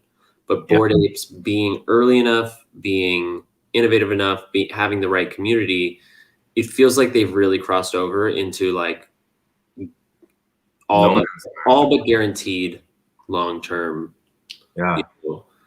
And their art, I think just how they did it in general, dude, imagine having one of those on your digital, frame in your living room. They're unreal. Yeah. It's cool. And like, yeah, who knows where that's going? I mean, I do think that a lot of people are talking about a local top for NFTs, but it's so much harder to identify what that means in the NFT space than like stocks or crypto. I mean, it's just the data, there's just not enough data. The data is very different. Like if you look at, I can call up, I think, what do I need to look at? Volume traded. Yeah. So like, check this out. Look at the volume traded. Like they launched at the same time as VeeFriends. They literally launched May 7th. What was their minting price? Their minting price was like 0.03. What? Oh man. I want to say it was definitely less than 0.1. I want to say it was 0.03. And like, they had this spike. And now they have like, they're clearly in an uptrend. The thing that is a little harder to tell is like, what happens next? Because there's a lot of charts that are starting to look like this. And is it a local top? And what effect is the bull run for crypto going to have on these prices? Like if ETH drops, then it's very likely that, like we saw with VeeFriends in the last couple of weeks, that like sales will boom. But if ETH moons, if ETH comes back to 4K, are they going to maintain ETH prices? Are they going to maintain US dollar prices at this level? Is it all going to moon together? Like that's where, if you can find that out, well, it's 100%. But I mean, like, look, apes selling for 14, 18, 13. This ape sold for 35. Wow. I mean, yeah, it's totally a Wild West right now, but Bored Ape Yacht Club is, it just feels like they're here to stay, not only because of the like merits of the project, but their community is so strong. It's like hard to, I know. until it happens, right? Then you're like, oh, okay. And that's what got me into like stoner cats too, was you were saying earlier, like the finding a project where like women, you know, frontline by like women and stuff. And I randomly came across, like I knew that Ashton Kutcher and what's her name, Mila Kunis were big into cryptos years ago, from a celebrity point of view. And she had a thing on Conan where she was like, yeah, I'm releasing this stoner cats because she wanted to bring, you know, females into this, I guess, testosterone industry I guess she predicts it as. I never knew that. Yeah, it is very testosterone. Yeah, and that's where for me, I'm like, man, if someone like that can frontline a project, like, especially being the first cartoon, like once I heard that, what's his name, the guy from Family Guy? Why can't I think of his name? I don't know.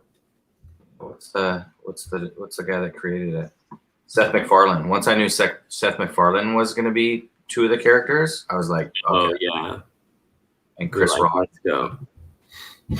But I don't know. Like that's something.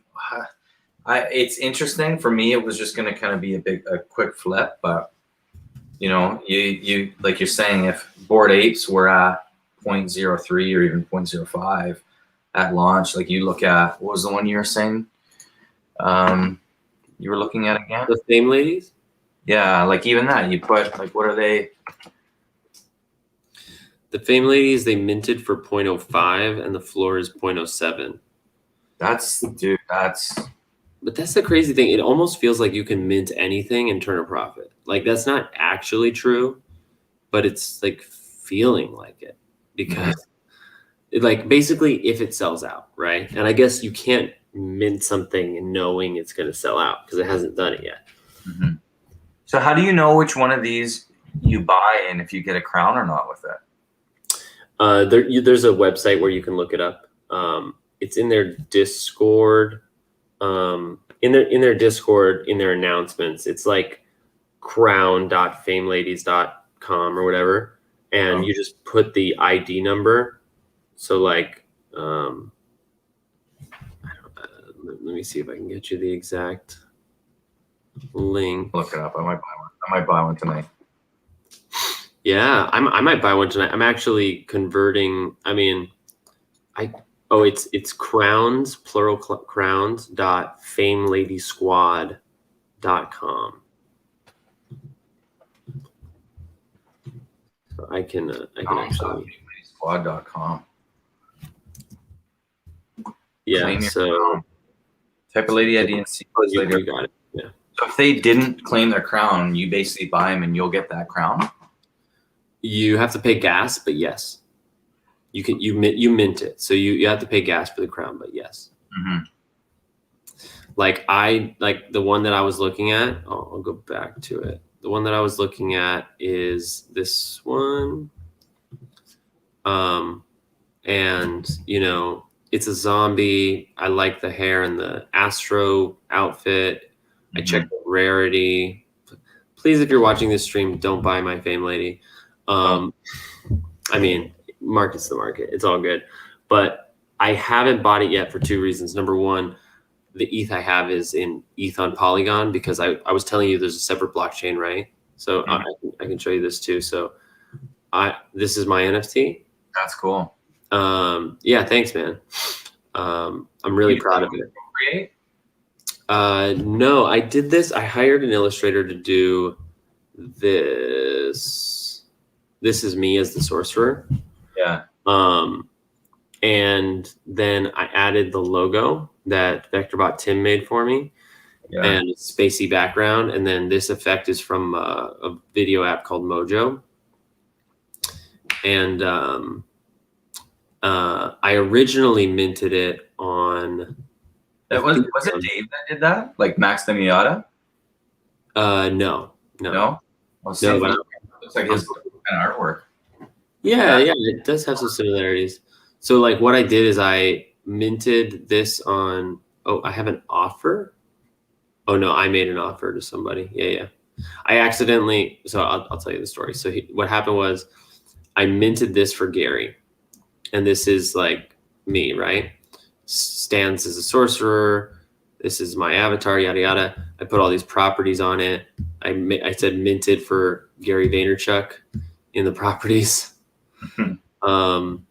And I sent it to Gary on the day that the applications were due. But in order to get his attention for real, I made this second version, and I made 55 of them. Yeah. And on that day, I went through and I sent them to a bunch of people, and I sent them to his close friends and family and people he sent his goes to. So I sent one to Andy K, the president, to Kennedy. I sent one to Polygon then? What's that? You did this through Polygon then? No, this was still on Ethereum. So I had to pay for each transaction. But then the next week they released Polygon. And so I have a second collection because there's different blockchains. So they have to be in different collections. Gotcha. And that's where I minted the Flame of Purpose. So people could buy this without gas. And like, I can literally send me your wallet address. No, man. I'll buy one. You can buy one too. I'm going to send you one anyway. What's my wallet address? We have a private chat in the StreamYard. It's off to the right. Okay. Hold on, let me just copy. Also, because it takes a little not practice, but it's a slightly different process to buy this because it's not on Ethereum, it's on Polygon. Do you see the private chat on the side? Yeah, I'm just trying to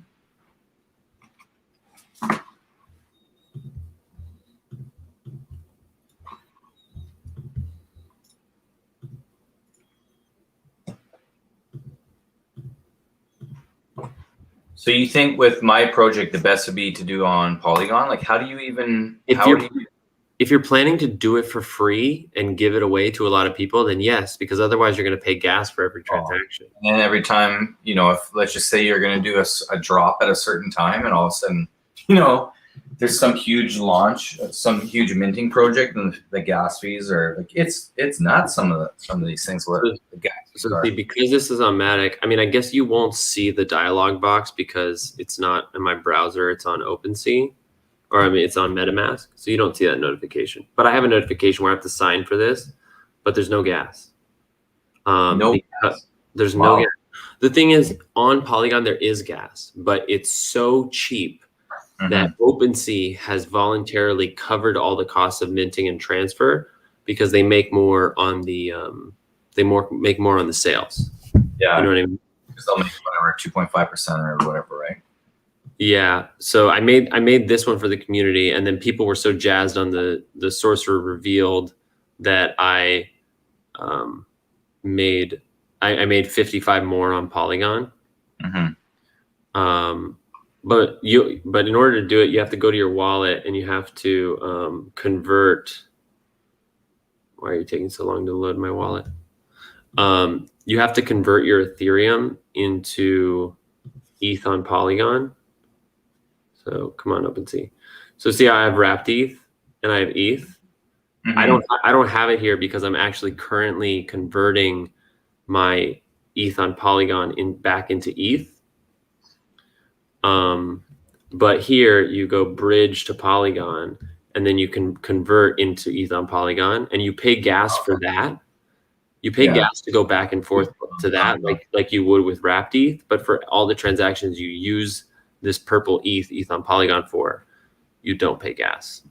So it's really awesome. So like literally for free, you can make an NFT and send it to as many people as you want. Like you can literally, so like you asked how, like this is how you do it. You go to collections in your wallet. You create a collection, and you add your art, the name, the URL, whatever. Down here, you change from Ethereum to. Why isn't it letting me change? I wonder if you got to fill all the other boxes in first. Yeah.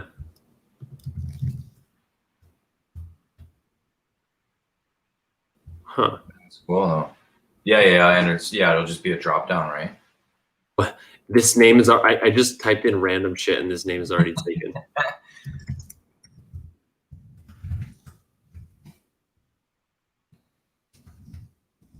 Have you minted your project name too? What do you mean? Like because you can mint your project name, so basically you own the rights to it, right? Yeah, but mint it in what sense? Like mint the logo or mint the name? Like on crypto voxels? What was it on again? There is crypto voxels where you can mint your name. There's a couple different sites where you can mint your name. I don't know why. Usually it'll be like whatever it is .e kind of thing. Oh yeah, your ENS. That's ENS, yeah. Yeah, I guess it is minting your name. Yeah, that's your ETH address. I have wanna be a VeeFriend, and I also have VFam. Okay. But funnily enough, I didn't buy either of those. They were both sent to me. Yeah, I mean, I have to renew them if I want to keep them, but you can still see my screen, right? Yeah, this is my wallet. Yeah. Dude, I'm so fucking proud of my wallet. Like, I don't know how much it's worth, but like, I just like. That looks pretty sick. Scroll down. I like my shit. You have to send me your. You got Max's stuff. He sent me a few too. His stuff is wicked. Yeah, I got almost all of Max's stuff. I also got the You're Gonna Die fly. I love these, the Flex and Fox. Fuck. Yeah. Cool. I've got but Gary's, you don't own the rights to the No, you don't. You can't go out and make clothing on it or anything. No, you can't. He's gotta find a partnership. Dude, and this photography, bro, I bought this photography. The last one sold for. That thing blew up. Look at the chart. Yeah, the last thing sold for 0.6, and I bought this for 0.1 maybe. I don't know. I don't know exactly how much I bought it for. Let me see. Yeah, it's a pretty famous photographer, Chai Modu. Mm-hmm. He did the album art here. I bought it for 0.06. Wow. Yep, pretty awesome. That's actually a really solid flip. I mean, I don't want to sell it, but like, so you can see Snoop Dogg, South Central, LA, 1993. So Chai Modu was going around with the whole NWA crew and like shot their oh yeah, I've seen shot their album covers and everything. And he minted these. He himself minted them before he died. And now he's gone. And like, this is one of the album covers for Snoop's album. Like, this is his wallet, and you know, this is living on beyond him. Like, it's pretty crazy to think about. That's what I love about NFTs, man. It's like, if you were, say you're on a flight somewhere across the world and you had some type of art at your home, all you can do is tell someone about it, right? You can't show them. Like, now everything nowadays is on your phone. Right. So here's the other thing. What I was saying is like, so you can see my favorites, but only I can see my hidden NFTs. So, and let me even show you. So like, I can go in, I don't know, is there anything I want to hide? Like, I could hide like this one. The ghost. Actually, I like that one. No, I do my ghost. I won this in a giveaway. This thing is worth like almost half an ETH or more. I think the floor on this Lucky Phantom bunch is almost 1 ETH. There you go. And I got it for free. Ridiculous. But like, let's say I want to hide, like, I'm going to hide this lady. Okay. So, oh wait, no, I need to do it here. And I go hide, and then I can select any other tokens I want. Yeah. Hide this, and so when someone clicks on your wallet, they can't see it. they can't see it, but I can see them all here in my hidden section. So like these are some. So you were saying, like, did I mint my ENS? These are crypto voxel names here. So somebody sent me these. They're basically like Crypto Voxels is another metaverse like the Sandbox, and you can mint your name and it's relatively cheap. So they sent me a bunch of these. Cool lady. Oh. Yeah, right. I actually think, let me see, 1016. So there's rarity.tools. Yeah, that's what I always use too. 1013. This is the number 574 most rare Fame Lady by stats. Oh, hold on. What number did you say it was? 1016. Oh, 1016. I have 1013. Yeah, I was looking at this one as well, but I think the thing is, this one is listed for twice as much. This one's listed for 0.2. It's a little more rare.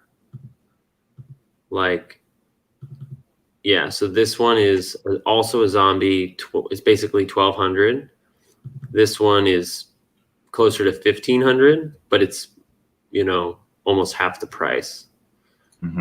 So I feel like that's the one I'm going to go for. Oh, the whole reason I told you that, a long tangent, was I haven't bought it yet because, number one, I'm still converting my Ethereum back to ETH, but also I gave the dude, so the guy doesn't have the crown in his wallet. Clearly he's got a lot of stuff hidden. Like, he has a lot of stuff hidden. And hide that crown, though? That's the other question. Can you hide that crown? So when you go on the crowns, you go on crowns.famelady squad, can they, and it shows they haven't. It shows that they have minted it, and here it is. So he mints it. He minted it and he holds it, but it's hidden from his wallet. So I went in and I made him an offer on it because I'm hesitant. I mean, I think I still want the lady without the crown, but I'd love to get the crown and the lady. So yeah, that's what's going on. But I also don't have enough to buy it right now. Yeah, 0.01. I'm gonna be up till 2 in the morning looking at all these on Rarity and stuff. Yeah, it's definitely nonstop. Like the there is this is the crown that came with the lady I have. Nice. I don't know if Rarity Tools has crowns. I wonder if I'm looking on there right now, and there's one for 0.067 Ethereum to buy it now, and she's lady number 90. I always wondered, like, if getting the first 100 ever means anything. Sometimes it does. What's the number? Number 90? Yeah, I just pulled it up. It's a 60 or an 84 rarity score. That's pretty low, right? Like, what's Wait, is 00090? It's not coming up for me. Just 90. You just had it up, I think. Oh, is that it? That's it, yeah. It says number 7910. Oh, that's the rarity rank. Oh, I got it. Got it. 1,000, right? Yeah, I see. ID 90 rarity rank. You know what I mean? But like, to have one of the first 100, I guess it doesn't really matter when you're minting them all at the same time. It depends. I saw somebody on Twitter today posting that their Bored Ape is the least rare. It's on Rarity Tools. It is number 10,000 of the entire Bored Apes, and they were like, I guess I just found out I have the least rare ape in the whole collection, and people were like, that makes it very rare. Like, that makes it extreme. That makes it just as rare or second to rarest next to the number one. You know what I mean? Yeah, it's true. In like that weird way. First and the last, right? Oh, what's up? Folks are here. Oh, the devs are. Oh, I didn't realize that. What's that? Jacob's saying that minting on Polygon is down. But I guess so purchasing, so like ETH on Polygon isn't down, and the Polygon as it is okay, but you can't mint new tokens on Polygon, and that's why Gotcha. That's why I couldn't change the blockchain for that collection. That's good to know, because I was actually going to mint something else in the next day or so. Hopefully it comes back soon, but tomorrow they're going to shut down part of that function with the hard fork. I don't actually know about that. I just saw when I converted this that they were like, up here you can see, due to upcoming London hard fork will temporarily disable all deposits withdrawals to this Polygon wallet. So that means that if you wanted to buy something on Polygon, you know, don't, for the couple of people listening, like, don't look at it, or don't do it after 11:30 UTC today, which is in 6 hours, because your assets could get lost. Really? Yeah, I'm kind of bringing it down to the wire, but I think it'll be fine. I do really like this lady, but I don't have a lot to play with right now. Oh, that's it too. Crazy, man. Well, I should let you get some sleep, man. It's late there. Yeah, that's not a bad idea. Yeah. You can't be up all night. You got to work tomorrow? It's 1:37 a.m. No, I worked for like the last 5 days. I've got, well, except for today, I have the next 2 days off. Nice. And then I work the weekend, and then I actually just got my schedule while we were chatting.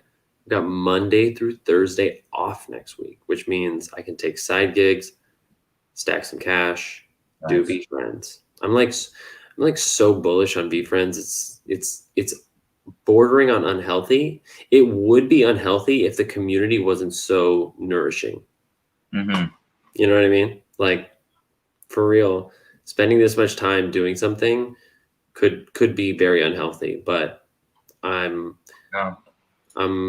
getting better at the balance. I had to slow down a bit to find the balance, and then I want to speed up again and slow down. So yeah, I'm figuring it out, but it's just so much fun. Like, there actually feels like a possibility that whether it's through NFTs or through just communicating VeeFriends news and being a community liaison to the project, that like I could actually, you know, substitute a big portion of my income. Like, over time, I could maybe be doing this.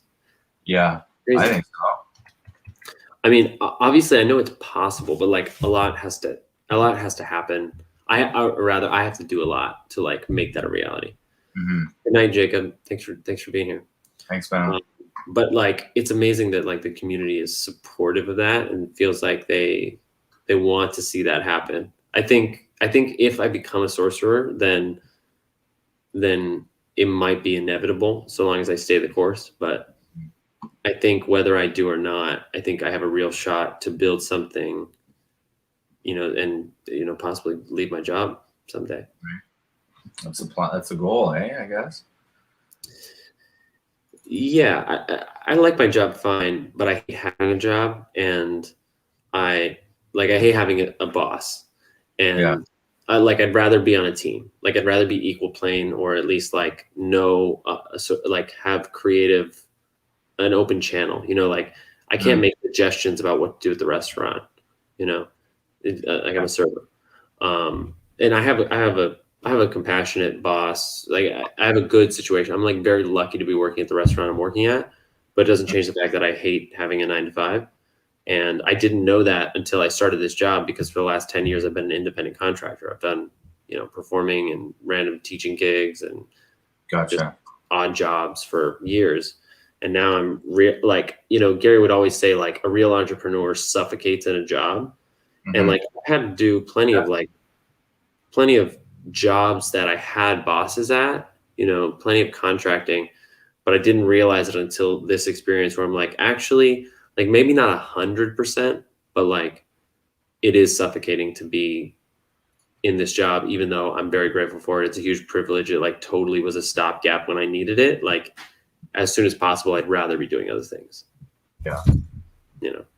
Well, dude, I don't know. I'm sure Gary sees all the stuff that you're doing though, right?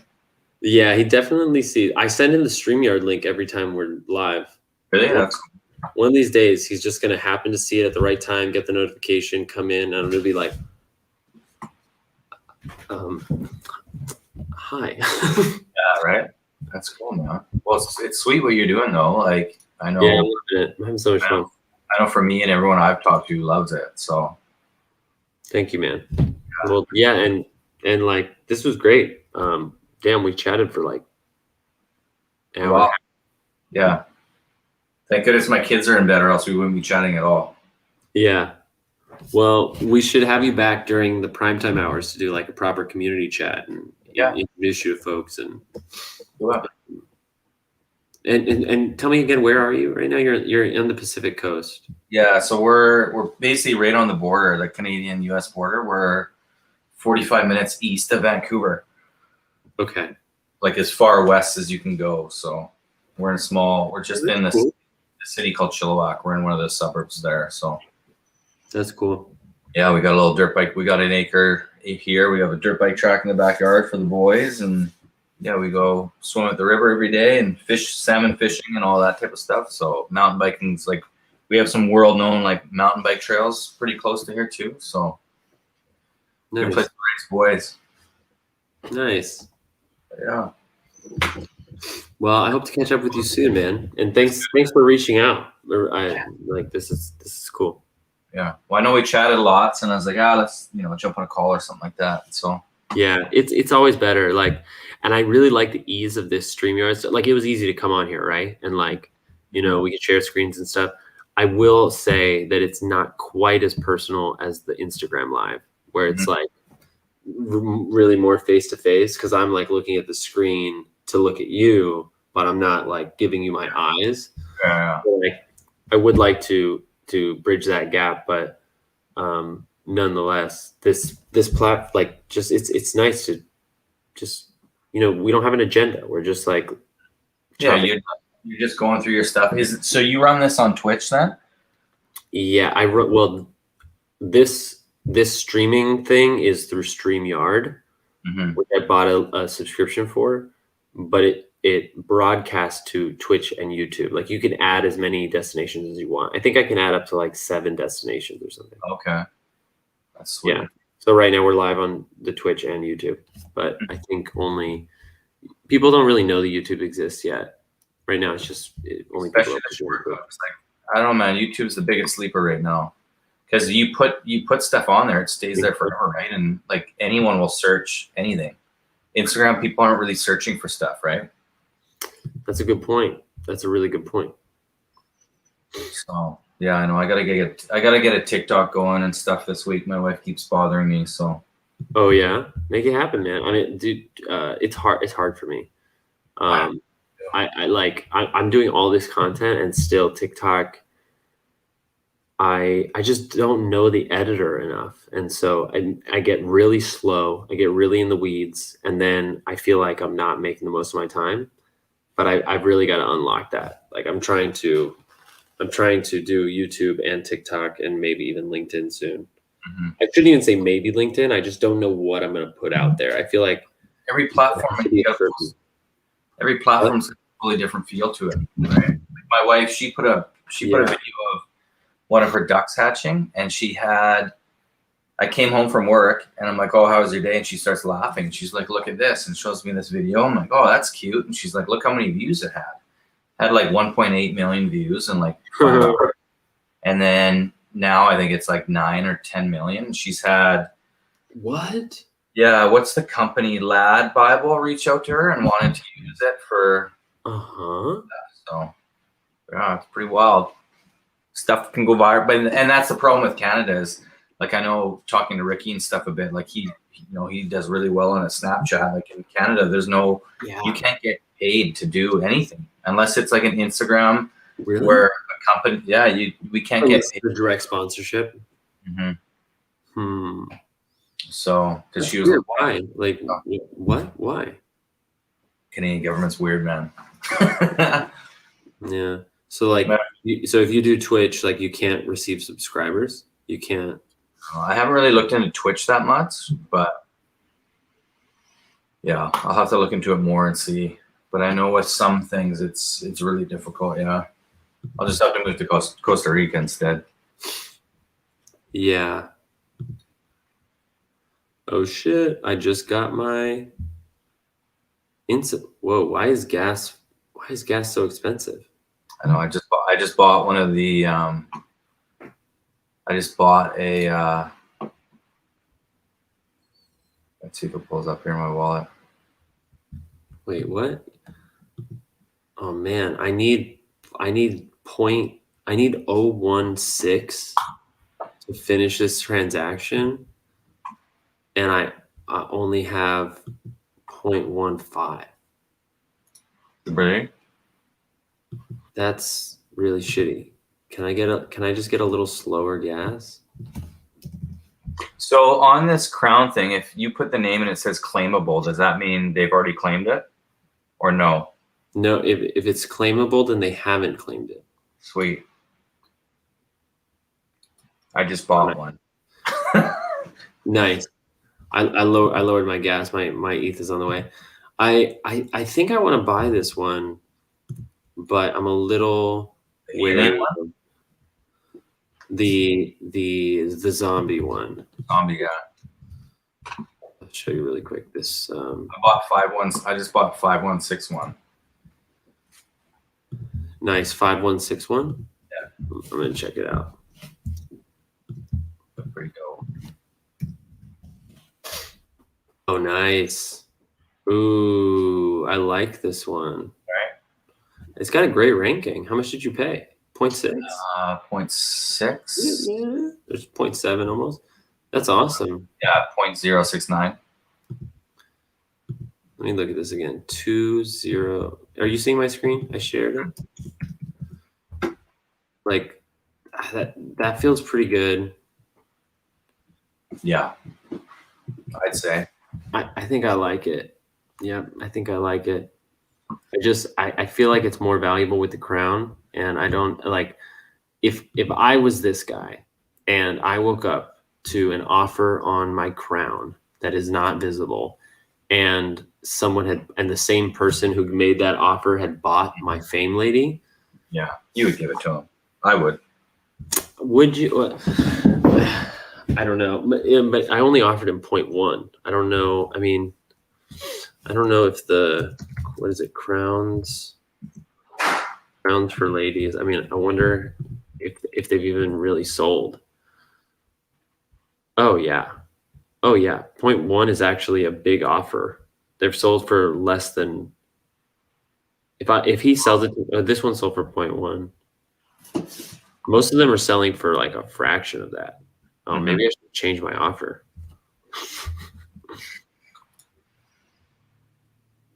Text me in the morning if you get it or not. Okay. Okay, I will. Okay. I'm gonna crash. I gotta get up early tomorrow. I gotta redo my first date at work, so it's gonna be a full-on day. Good call, man. It was good chatting with you. I'll see you. I'll see you down the road and on the gram and everything else. All right, buddy. Cheers. Well. And with that, the super stream has come to its conclusion. I want to thank the 4 folks who are here. I know Jacob went to bed. Letter N is in the house. I think Marcelo's got us on in the background.